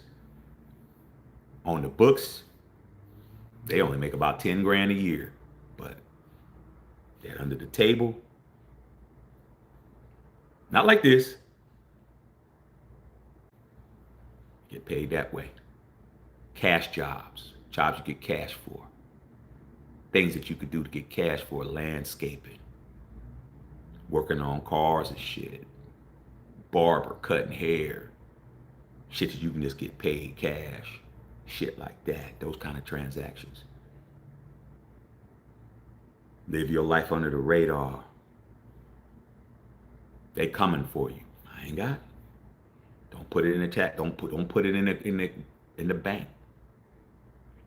I own niggas that got hundreds of $1,000s that's stashed away in their house. Stashed up here. Got 100 bands over here. Got 200 bands underneath the damn doghouse outside. I got hustler homies, because they owe $150,000 in arrears on their child support. Their kids grown as shit. Grown. They got grandkids from these kids, and they ain't paid a cent. I'ma die owing that money. But they got hundreds of thousands, but they ain't got no assets. Nothing in their name. Okay? I got everything in my mama name. I mean, y'all listen to rap lyrics or not? Y'all listen to rap lyrics or not? I mean, I don't know if y'all listen to the beat. Y'all listen to the rap lyrics? They tell you. I don't own shit. Huh? I'm taking all your shit. I don't even own this shirt. I don't own shit. So y'all keep talking about Mark Davis sell the team all you want to. Mark Davis is not in any position to sell the team. He's in a position to lose it, but he can't sell it. And if he loses it, he loses everything. He doesn't walk away with no money. All right. Just trying to help you guys out. All right. This ain't the cat from the Redskins and shit. Okay, who he was able to sell his shit. All right. People who sold their teams and walked away. It's the same thing. It's the same thing that happened with Eddie DeBartolo and the 49ers. Just to let you guys know, bro. This is how it's done if you're doing it right. Eddie DeBartolo, who won 5 Super Bowls for the 49ers. 49ers have not won any Super Bowls under the York family name. Okay? Eddie DeBartolo got caught up in a gambling situation with the governor of Louisiana. Kind of like what's going on, but not with sports, but he was involved with casino shit, like trying to get this casino shit jumped off, and he got caught up in some bullshit. And he was in a bind because the federal government was going to take the 49ers. They were going to take the team because Eddie DeBartolo got caught up in this situation. All right. So what happened? His younger sister, Denise DeBartolo York, because it was in a family trust, kicked her brother out and took over the team and gave it to her son, Jed. And Eddie DeBartolo, she bought him out.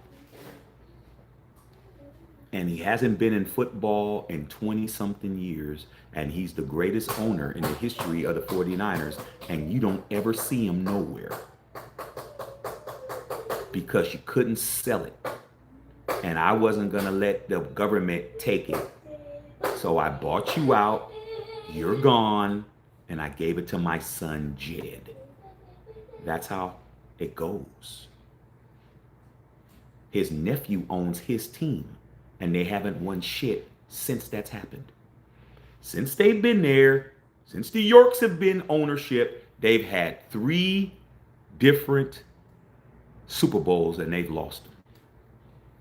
They got a 3 Super Bowl losing streak under the York family name. And a 5-0 under Eddie DeBartolo. That's how that works. Okay. All right. Give you guys enough of a history lesson. We're going to do those 4 words. Dad? What, son? What do you want? I need you. You need me? All right. Come give me a quick hug. No, he can give me a quick hug right here. It's right here. I need you and mommy No. and daddy. Okay, I'll come see you, man. Okay, buddy? Yeah. Go over there and go take care of business for me. Okay. All right, black man. Yeah. Okay. Here. So it's 4 words you're either going to love or you're going to hate. Did your team I'm gonna take win? off Did your team win? Let's start with my team, the Las Vegas Raiders. Did we win? Okay. Nah, we didn't win because we didn't play. But we definitely lost today. A real Raider. We did. Salute to Mrs. Carol Davis. Thank you for your maternal wisdom and love for this thing right here. Tell the old man there's still some of us down here still trying to keep the old ways alive. Count up a couple. Let the old man know that let my white granddad, you my white grandmama, let him know that there's still people here that are still trying to keep Oakland and Los Angeles Raiders alive. Let me give you a shirt. We're not down with the regime that's going on. We don't know what Mark's doing. We're just going to pray that he remembers his last name. Because Mark is running this like Mark. He ain't running it like Davis. And that's facts. So we get to talk about everybody else. And you know what? I'm extremely happy that I didn't have to worry about the Raiders today. I've had a great week. If you've noticed, I ain't done no Raider content. I talk about them, but I don't. I'm doing World Series. I'm doing basketball. I'm glad that I had a week off. I needed a break. I needed a break from this. Right? I'm glad. I don't have a whole lot to say. What is there to say? We're 2-5, and teams in our division are looking way better than us. All right, them Broncos. I don't know what the hell they're drinking over there, bro. I hope they all come back with some damn steroid tests. I hope they don't pass their piss test, because them dudes are balling. Broncos is balling, bro. They beat the brakes off the Cowboys. They beat their brains in today. Cowboy fans was running around butt naked on fire last week when they beat the Commanders by in the 40s. They got a 40 burger put on them today. They got humiliated today. That's number one. Okay. Number two, 49ers, man. Y'all was looking good. Y'all was looking like y'all was about to beat the world.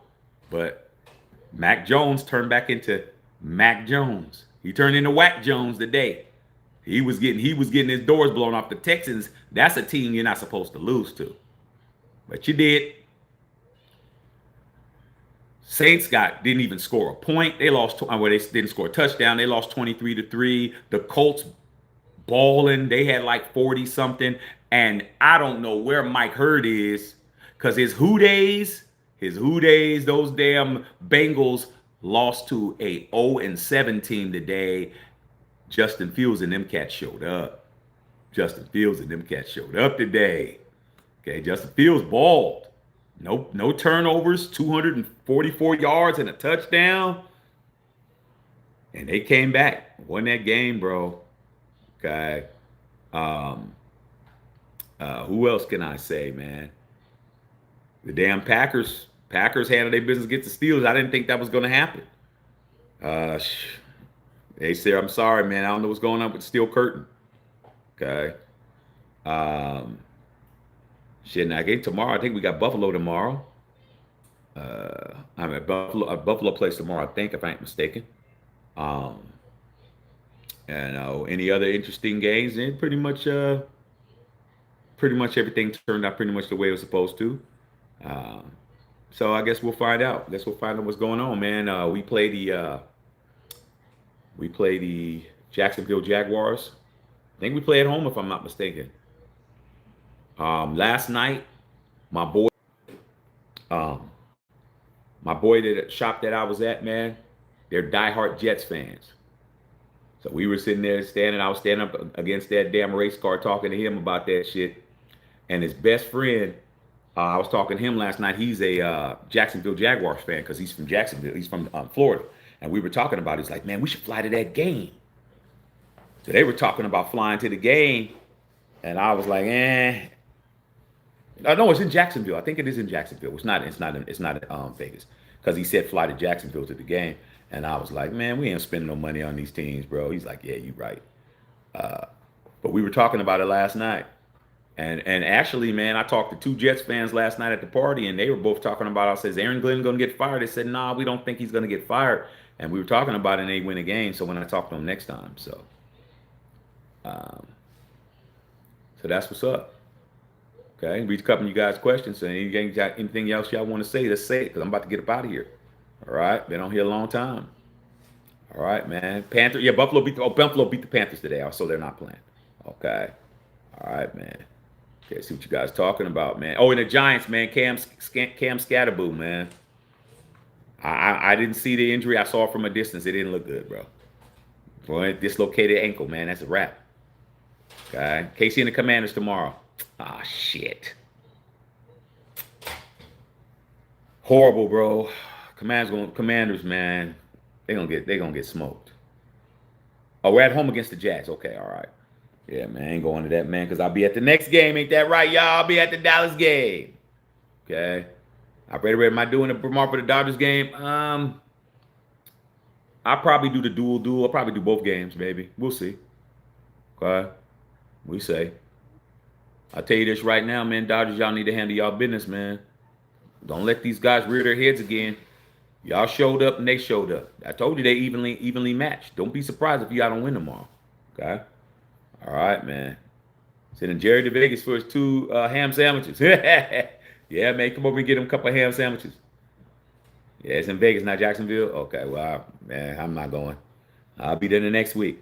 I mean, I can blow my money on the Raiders once a year, bro.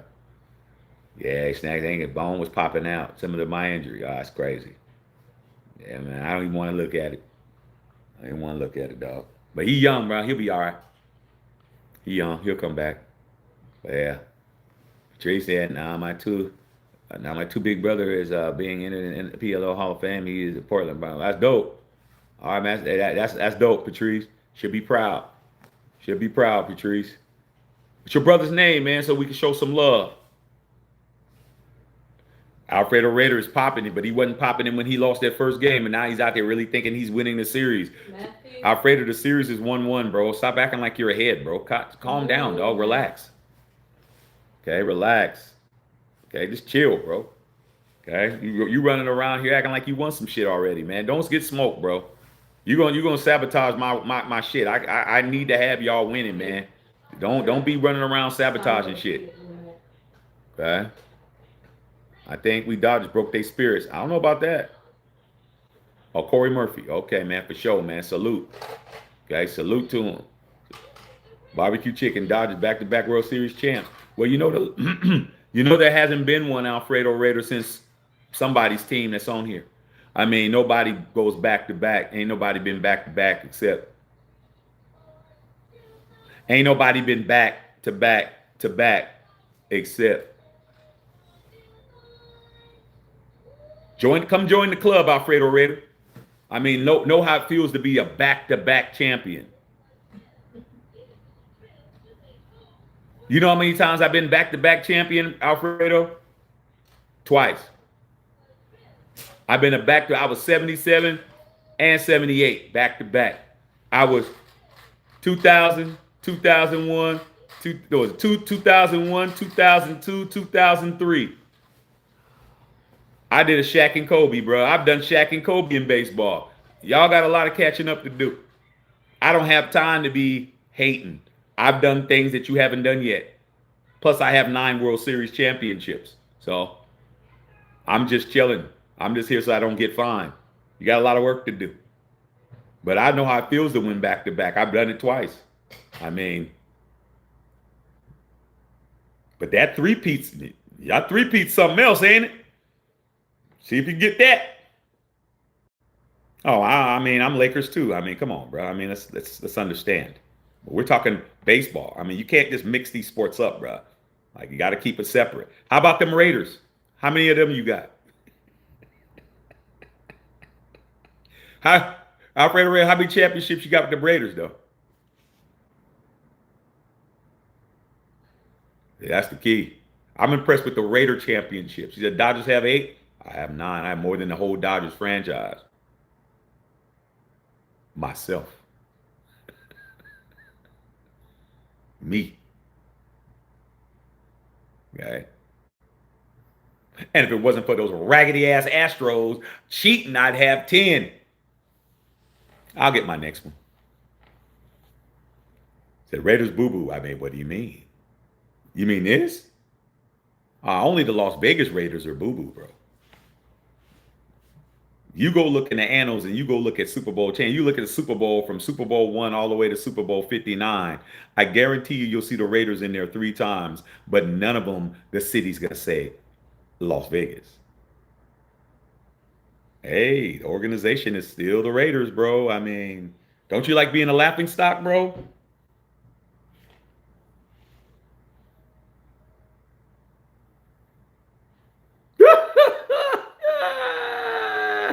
Let me rub on my girls right quick, Alfredo. How's that feel, baby?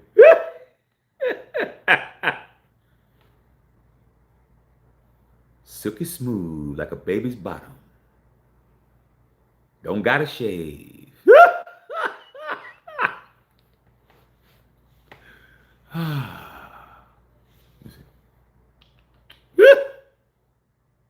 I got three girlfriends, bro.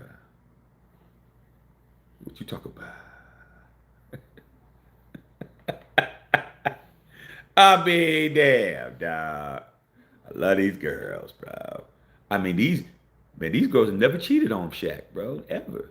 My wife either. I got my wife and I got these. Y'all want to talk about some baseball, some basketball, bro? Okay.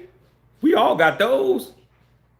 Every fan base on here of your baseball team, I can guarantee you, everybody that's on here who has a favorite baseball team, you've won a World Series. I can guarantee that. You've experienced World Series wins. Everybody on here that has a basketball team, I'm probably more likely to believe that your team has won a championship. It's probably less likely than it would be with baseball. Baseball is guaranteed you probably have. Because there's only so many teams of teams. I mean, I've never met a Colorado Rockies fan. Like, there's teams that ain't nobody fans of. Okay? That football separates difference. Aaron Davis has said 2002 world champions. Y'all only got one, but I mean, better than none. I remember I was at the Angels game. The guy was talking shit to me. I was like, man, you got one championship. Go sit your whole ass down. Dude looked like he was 18. But these things right here, these are the Academy Awards. These are Oscars when it comes to football. Oscars do you have? How many Grammys do you have in music? I mean, because, yeah, you got American Music Awards. You got the Source Awards. You got Billboard Awards. But there's only one Grammy. There's the BAFTA Awards. There's the People's Choice Awards. But there's only one Oscar. Are you Academy Award winner? How many Academy Awards have you won? How many Grammys have you won, Drake? How many Super Bowls have you won? Don't try to put a World Series next to a Super Bowl, bro. Don't do that. Trailblazer 77, that's true. I remember that. I was crying on that too because I wanted Dr. J to win. That's Bill Walton, Maurice Lucas. You guys, y'all was doing it. Okay. Treese got one. Treese got this one.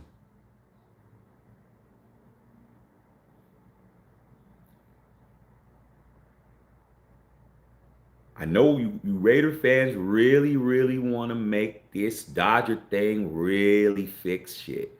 I'm telling you. You're looking at somebody who has them all. I got them all, bruh.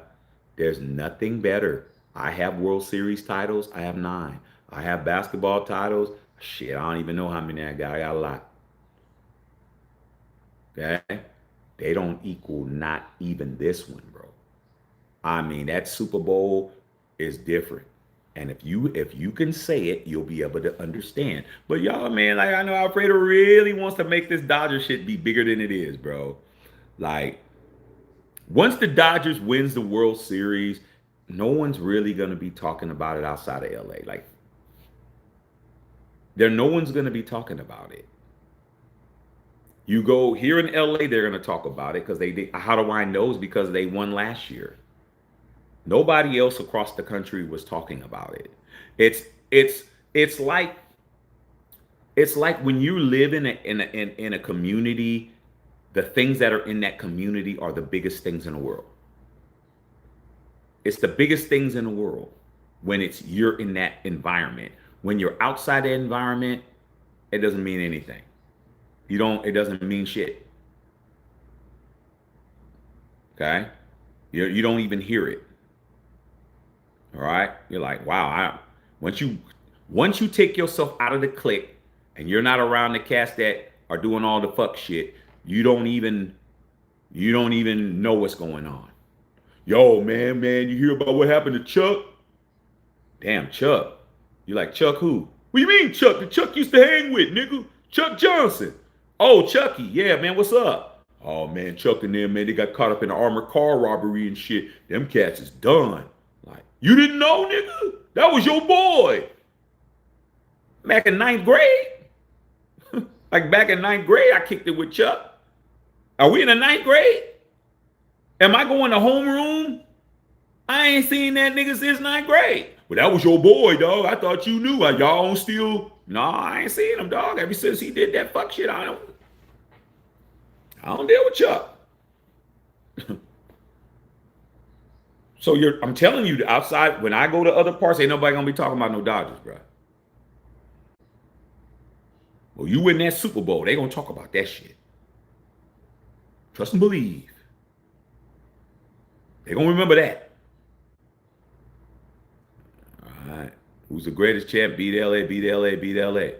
Hey, heard that a lot. But at the end of the day, there's been times LA did get beat. Like I said, man, I remember 4 years ago when y'all lost 2 World Series in a row. Don't think I forgot because I was here. One of them was during the pandemic. Remember when everyone was talking about the Dodgers and the Lakers winning the same season? Y'all didn't Kojo into the bargain and Lakers won the bubble chip? Y'all didn't win. Y'all didn't win the year before either. Y'all was talking about firing Dave Johnson and all that shit. I was here. Y'all won last year. Now y'all try to act like y'all didn't lose before. In the last 5 years, you're 1-2 in the World Series, bro. And when you win this year, you're gonna have a 500 record in the last 5 years. Let's not act like you guys are just lights out. The Dodgers aren't gonna be talked about like the world champions in football, bro. That's what I'm saying. They'll be talked about, but you think it'll be talked more than who wins the Super Bowl? Who was talked more about? The Eagles or the Dodgers? I know what you're gonna say, Alfredo, because you know the Eagles was talking more about because of who they beat. Let's look at it this way. And I don't hate the Dodgers. Like I said, the Dodgers is like my fourth favorite team. But what's more of a shock? The Dodgers beating the Canadians? Or the Eagles beating the 2-time defending Super Bowl champions that was getting ready to make history by being the first team to three-peat, and they didn't score a point until the third quarter. I think the Eagles are a bigger story, and that's this year. You think the Eagles are a bigger story or OKC a bigger story? Is anybody talking about OKC? A lot of y'all didn't even forget. You had to remember. Oh yeah, OKC won. Oh yeah, they did win, huh? OKC winning the world championship isn't moving the needle nowhere. That's why they probably ain't gonna win it again. Because it's like, is it helping the ratings? No. Mm-mm. Do you watch basketball more because OKC's a much watch? No, I watch OKC because I like Shea Alexander's game. He reminds me of the Iceman, but their form of basketball isn't the most exciting in the world. And if you are watching them, they're probably playing your team. They're probably playing the Warriors or they're playing the Lakers or some shit. You don't watch them like I do. Oh, I'm going to watch them and see what's going on with Shea.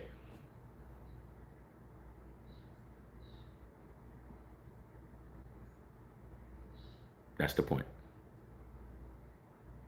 Okay.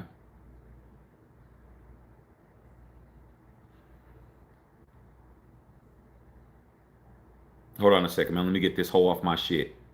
Say it with me, y'all. Get your whole ass off my channel.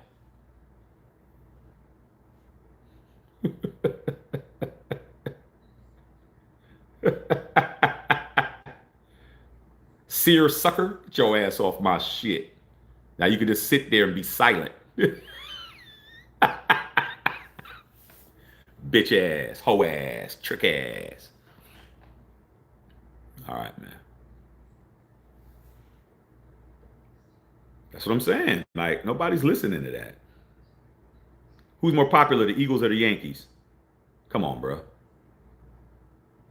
Who's more popular, the Eagles? Who's more popular, the Yankees or the Dodgers worldwide? That's just, there's no, there, I have more championships than your team has. Yankees have 27 when it's not even close. There's a king of baseball, and it's us. The Yankees are the kings of baseball. There's nothing you can do. You win this year, you'll have 10. You have to win 17 more years in a row to catch us. 17 more years in a row just to tie us. That's how big our lead is. You're not even in the conversation until you win 12. You got to win 2 more to pass up the Cardinals. The Cardinals have more than you. They have 11. They're the second most. You ain't. Is anyone talking about the Cardinals being, how are y'all more relevant than the Cardinals? Because of who you guys had on your team. You had more iconic players. When you're talking baseball, you had, look at the people you had. I'm not even talking about these dudes. I'm talking about the people that established it. Jackie Robinson, that's what makes y'all who y'all are. Jackie Robinson. Come on, bro. That's the greatest of them all. Jackie Robinson, Duke Snyder, Don Drysdale. Come on, bro. Sandy Koufax. That's the people that established who y'all are. In the 70s, y'all didn't win none. In the 70s, y'all didn't win none because you had to go up against me. 77 World Series, Reggie hit 3 bombs on you in a game. 78 World Series, we ran it back on you. What are you talking about? Don't you know that one of my first back-to-back was against you twice? I won my first 2 World Series is back-to-back against the Dodgers. What are you talking about? Y'all didn't win nothing. You didn't win nothing. You didn't win nothing until you played us in 81. Then you won. Then you beat the A's with the Kirk Gibson home run. Then you didn't win shit. You didn't win nothing from Kirk Gibson to last year. Nothing. The rest of the 80s, you didn't win nothing. The rest of the 90s, you didn't win nothing. Early 2000s to 2010s, you didn't win nothing. 2010s to 2020s, you didn't win nothing. You went 30-something years without a chip. It's facts. It's not hating, it's facts. You didn't win nothing for 30-some years. Last year was your first one you won in 30 years. And now we're supposed to all be bowing down. Nah. Y'all good team, but we ain't gonna be no bowing. It's gonna be some, okay, we see you, y'all the champs or whatever, but we ain't gonna be no bowing. I don't know where y'all getting that from. You gotta win. Oh, 2000 pandemic ring. Okay, all right, that's what I'm talking about. Okay, so you got that one. Okay, well shit. How long ago was that? 86 to 2020. How many years was that? A lot. It looks like about 34 years if I could do my math. Y'all didn't win for 34 years. That ain't happened to us. We're in our second largest drought right now, winning a championship. We're at year 16. It's the second longest ever in our history. Y'all went 34 years not winning anything. Like I said, you ain't just talking to the average person. You need to know who you're talking to me. Okay?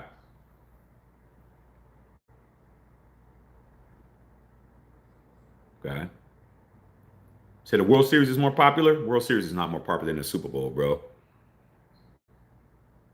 How is the World Series more popular than the Super Bowl when the Super Bowl is the most watched program every year in the world? What do you mean? Maybe the World Cup is watched more over the span of games, but for a single telecast, it's always a Super Bowl. This Super Bowl that just happened with the Eagles was the most watched Super Bowl in history because you had Kendrick Lamar at halftime, and you had the Eagles, Taylor Swift, and all that shit. Trump was at the game. Have I seen Trump? Has Trump been to the World Series yet? Has the President of the United States been to the World Series yet? I'll wait.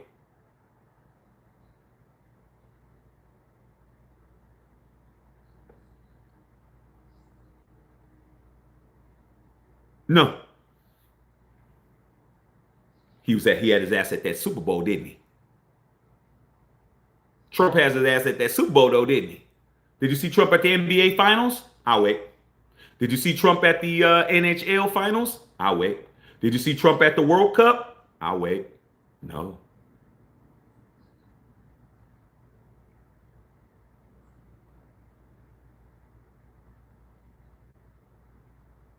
My favorite World Series moment was the first time I ever sat down and watched the World Series with my dad.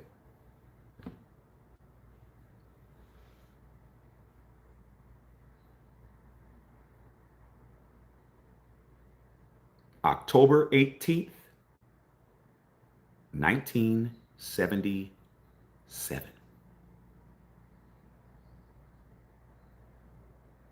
I know the date, I know the year, I know the month, and I know the time it was. It was at night.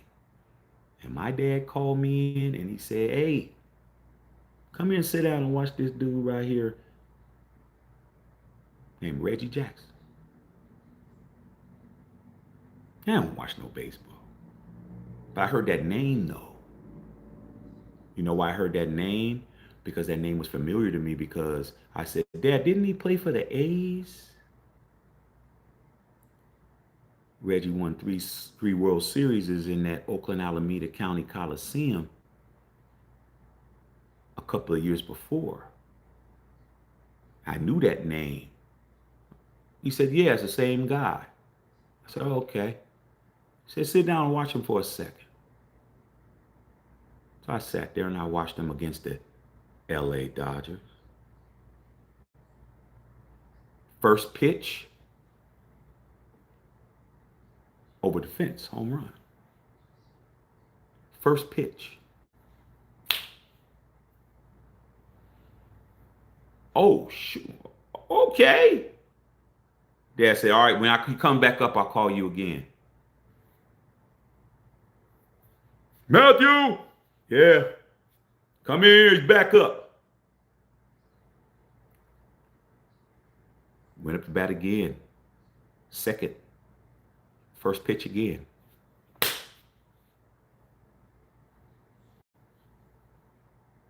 Wow, this guy's good. Said, "Okay, I'm going to call you again, see if you can do it again." Called me again, came back in there. I sat there. This time I was like this. First pitch again.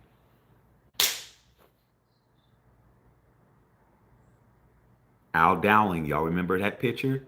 Played for y'all. 3 home runs on 3 consecutive pitches. 3 pitches to Reggie, 3 over the fence.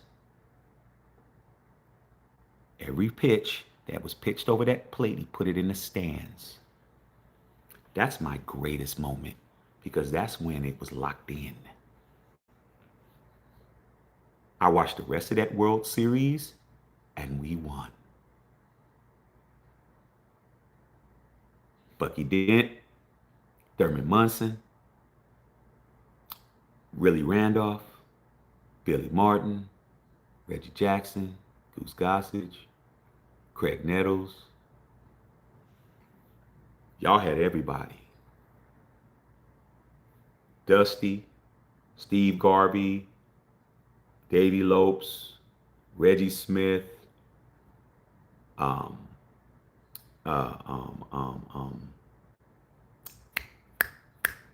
Ron Say. Y'all had everybody. Didn't help you. I watched the rest of that World Series, and then again the next year in '78. Got to see you run back, ran it back, run it back. Same result. Took them L's. Same squad. Tommy Lasorda, Reggie Smith, Ron Say, Dusty Baker, Fernando Valenzuela. So that's what it is, bro. I'm good. I'm good. All right. Okay, straight up. All right. All right, man, let me get up out of here, y'all. Feel bad for Oakland? I don't. That's what happens when you let Libby Shaft come in there and give you the shaft. You got to know who you listening to, man. You got to know who you following. A leader is only a leader if you're following the leader. Come on, fellas.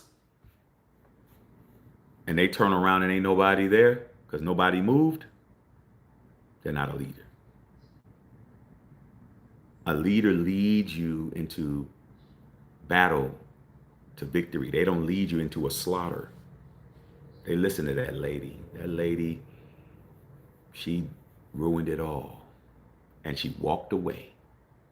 Somebody who just tears up just runs your damn Hellcat into the side of your driveway and then just gets out and just walks out and throws you the keys. Ain't my car. Sure car. Sure car, Joey.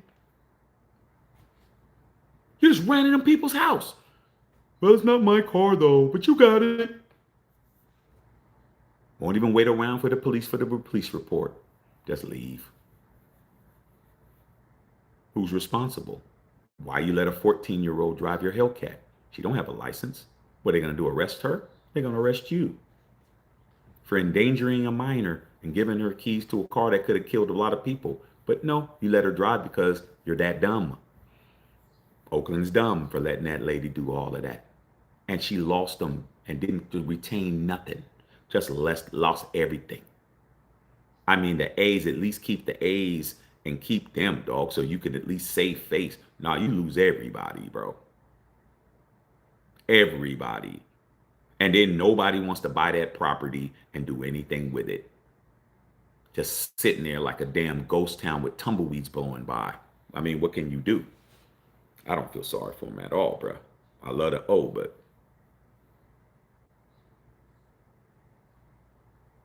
it had nothing to do with me. Nobody called me and asked me my vote. All right. Get up out of here. Rest in power, Mrs. Davis. Okay. All right, man. Hey, I'm just being honest with you, man. You don't let a 10-year-old man run the riding mower, bro. Like, what are you doing? Like, and when something bad happens, man, you want to say, you got to be responsible, man. Can't. Libby Shaft was, I don't know why they was listening to her, bro. And she just walks away, bro.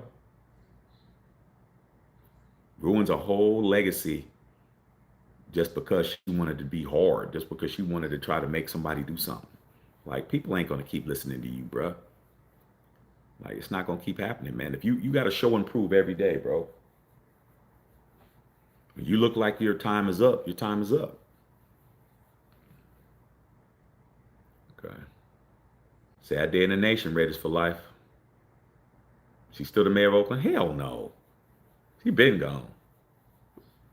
After she done lost, when she lost the Warriors, that was it for her. She's like, they're like, we done with you. You lost the Warriors, you lost the A's, and you lost the Giants. I mean, Warriors and the A's, and you lost the Raiders. That's just dumb. Every team in that complex had multiple championships.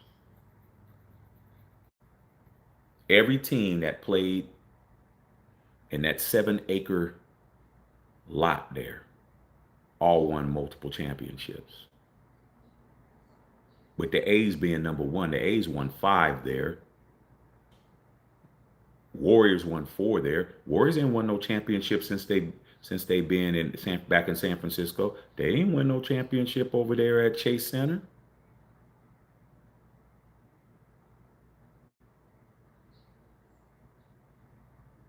Patrice with that silver ring, 11 months. Go ahead, Patrice. The Warriors have 5 titles, all won at the Oakland Coliseum. They won in 74 and then the rest with Kerr. They won 4 with Kerr, 1 without Adams, all in the same lot. That's 5. Raiders won 2, Al Davis. Super Bowl 11, Super Bowl 15, same lot. A's won 5. So you give up 12 championships because Libby Schaff tells you that we don't want to do nothing. We shouldn't have to. Pay for your own shit. She's stupid as fuck. They shouldn't have never elected her. Should have never listened to her. Now they don't have nothing. And they ain't never get nothing back. Ever since that shit went down, ever since the crime became just unbearable in Oakland now. It's horrible. It's even worse than it was before. Okay? It's worse than it was before. Yeah, there was always crime in Oakland. Always, dog. Hustlers, pimps, drug dealers, and hustlers. We didn't have gangs in there. There wasn't no gangs. Gangs got ran out. You ain't run no gang up here. We ain't doing that shit. Okay? We had factions, but we didn't have no gangs. And we had 6ix9ine mob, shit like that. You know? But there wasn't going to be no Bloods and Crips. They tried to come up there. They got ran out. He was running them fools back. Like, you can't be up in there doing that shit. Ain't gonna be no banging. Ain't gonna be no colors set tripping. That ain't working. That ain't gonna work. Crime is worse than ever. Why? Because they don't have nothing to do but rob you, bro. What else do they got to do? You don't got no distractions in Oakland now. You ain't got no Warriors. You ain't got no A's. And you ain't got no Raiders. You're stupid. Because they thought they can do better, bro. Thought you can do better, bro. You thought you could be player from the Himalayas, man. Now you ain't got nobody. Now you sick to death. Nobody won't even bring you no chicken soup to the house. You don't got nobody to do nothing for you. It's that simple. Rachel, I said Mark's definitely going to smarten up now. Direction will be blowing in the wind. Worst football team. Well, are you the worst football team when your revenue doesn't reflect that? Bank don't say that. The bank don't say that at all. The bank this week, Allegiant just had the HBU bands, Battle of the Bands in there this weekend. Stephen A. and all them dudes was there. It's not what his bank account says. Bank account don't say that shit.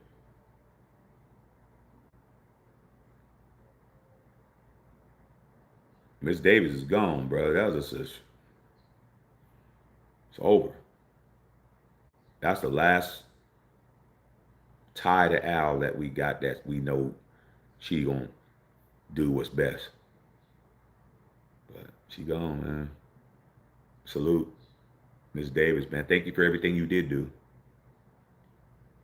But as long as you got non-Raiders running shit, you're gonna be where you are. You got non-Raiders running shit, that's what it is. Sorry, y'all. Nothing we can do. That's why I'm not getting emotional. I just, the way I deal with it is I understand that you're not me. You're not a Raider. You're not a Raider. You're a Las Vegas Raider fan. You are a fan of one particular 5-year period out of 65 years. You are only this much of a Raider. You're a 5-year Raider fan. You only care about what's going on in Las Vegas. You don't have nothing to do with Oakland or nothing to do with LA. You're not us. We are Raiders, bro. Like we got things that we can look at and say, we did what we supposed to do. Every city we brought a championship that's still hanging up to this day. Oakland ain't never getting no more Super Bowl champions ever. They got 2. They ain't getting no more. That's more than everybody else. They got more than Las Vegas got.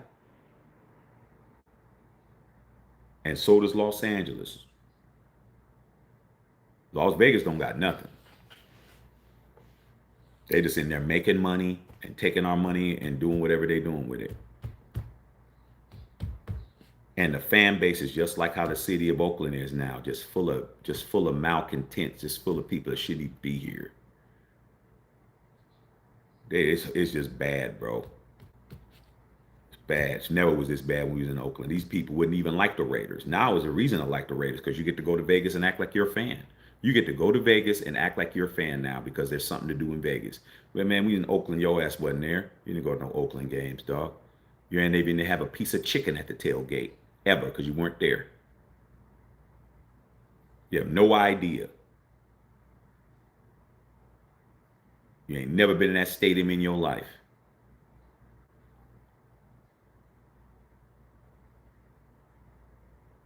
It is what it is. Now you are expert. Now you're an expert. Now you got a channel. Now y'all mugs. I mean, it's just sickening to me now how Raider out you guys are.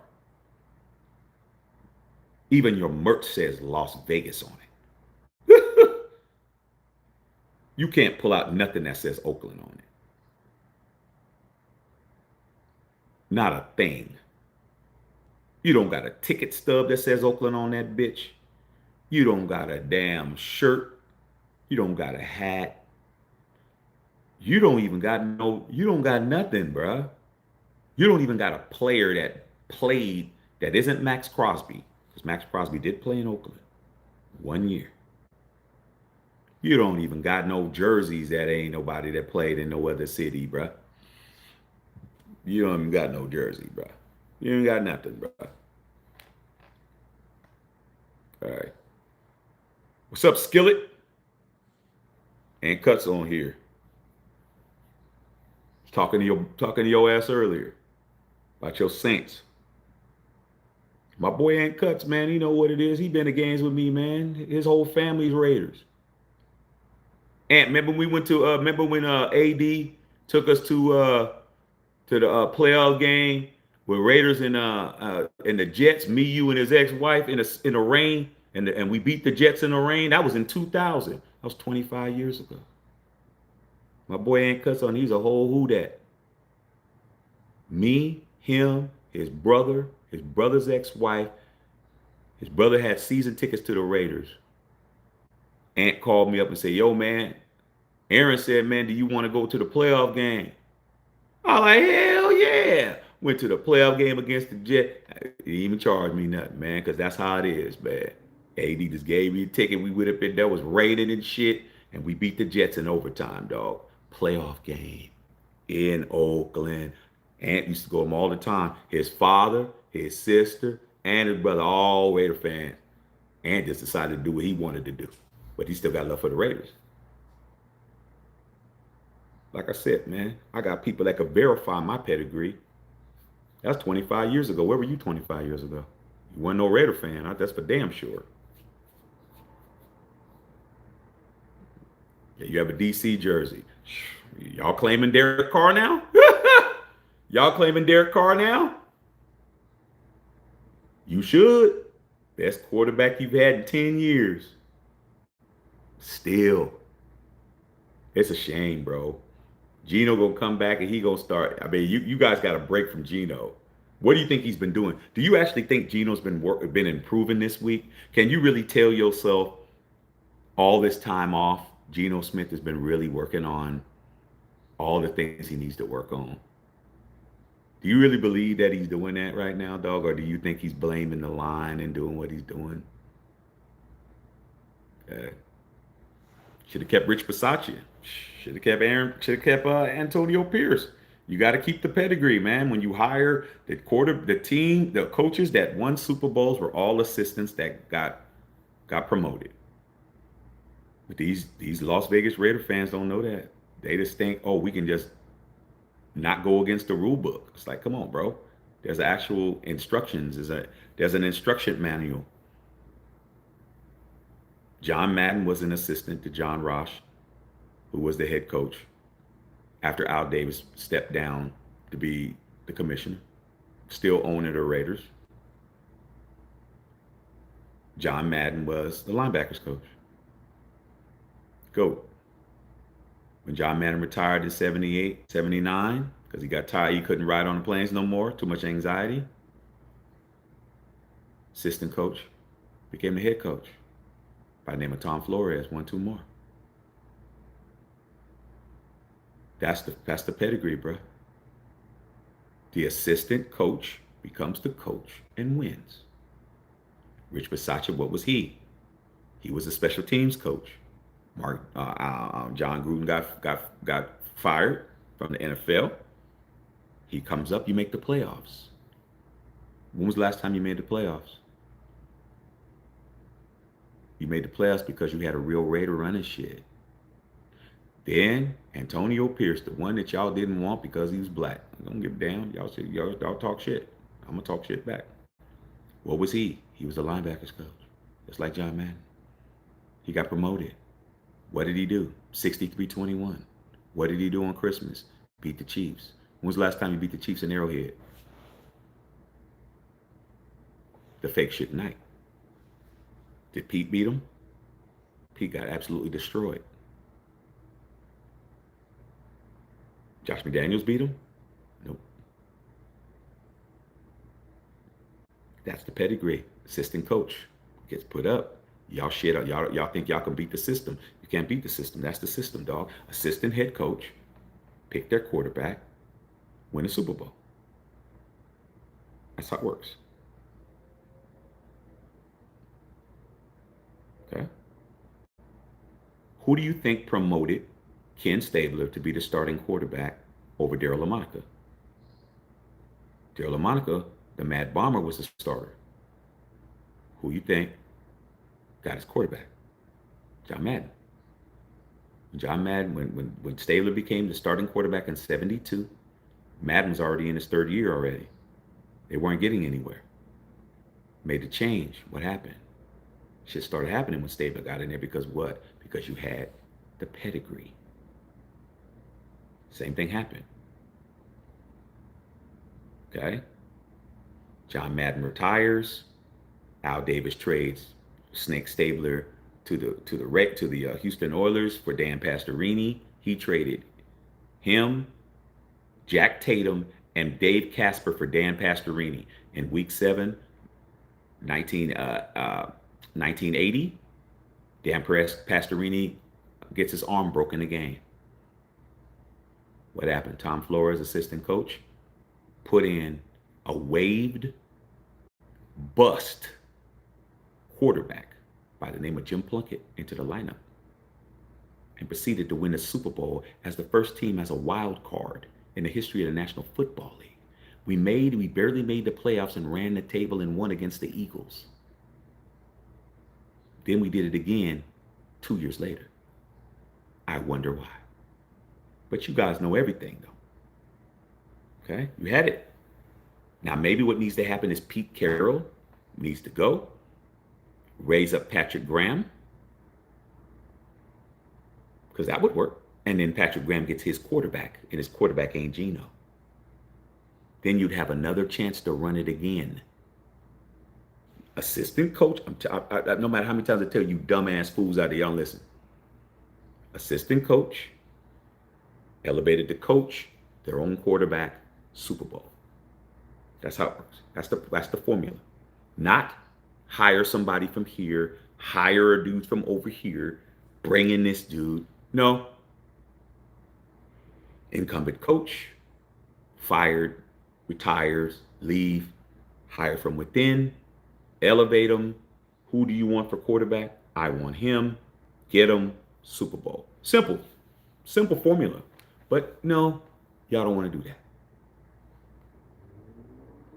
Who would Patrick Graham get as a quarterback? You need to ask Patrick Graham. It would be his quarterback. It would be his quarterback. That's the point. I just gave you the formula. How many times do I got to give it to you? It's that simple, bro. Okay? Y'all don't want to listen. I didn't make the pedigree up. I didn't make what the parameters are. I just telling you what it is. Okay. What do you think about Pete Carroll and Tom Brady? What do I think of them?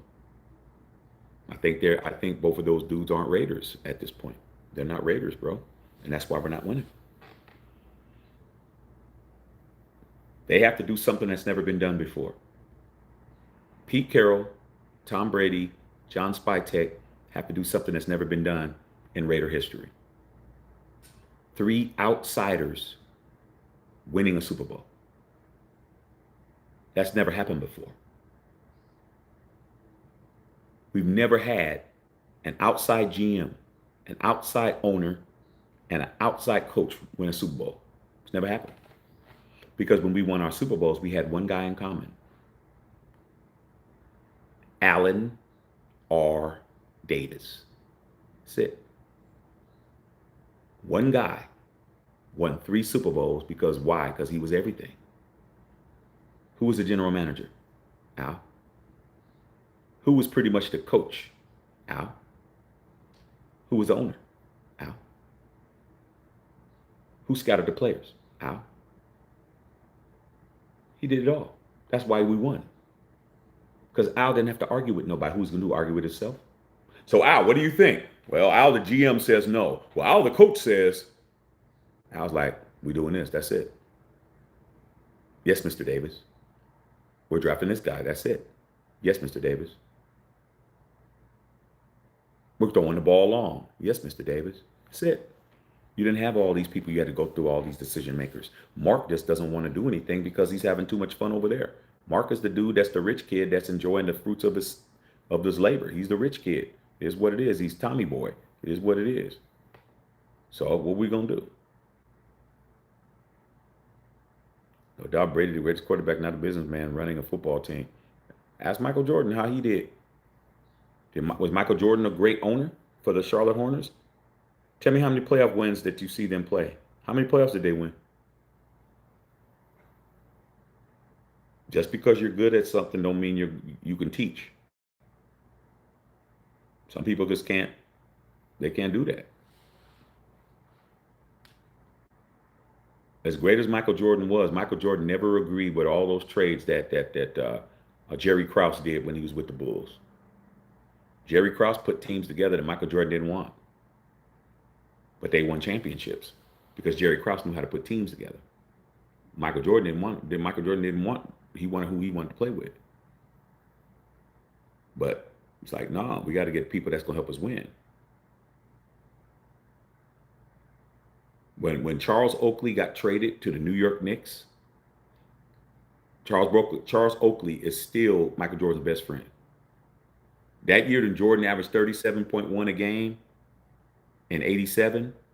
Charles Oakley led the NBA in rebounding. He was averaging like 13 or 15 a game or something like that. When they traded him for Bill Cartwright, Michael Jordan was pissed. And he tried to abuse Bill Cartwright the first day he was there. He tried to humiliate him. He was throwing the ball all messed up and was talking about, you can't catch the ball, this, that, and the other, yelling at him and stuff. Bill Cartwright pulled him aside, said, you ever do that to me again, you'll never play basketball again. I guarantee you won't play no more. And Michael Jordan backed up off of him. What did they do? They won championship with Bill Cartwright. Did Charles Oakley win anything? No.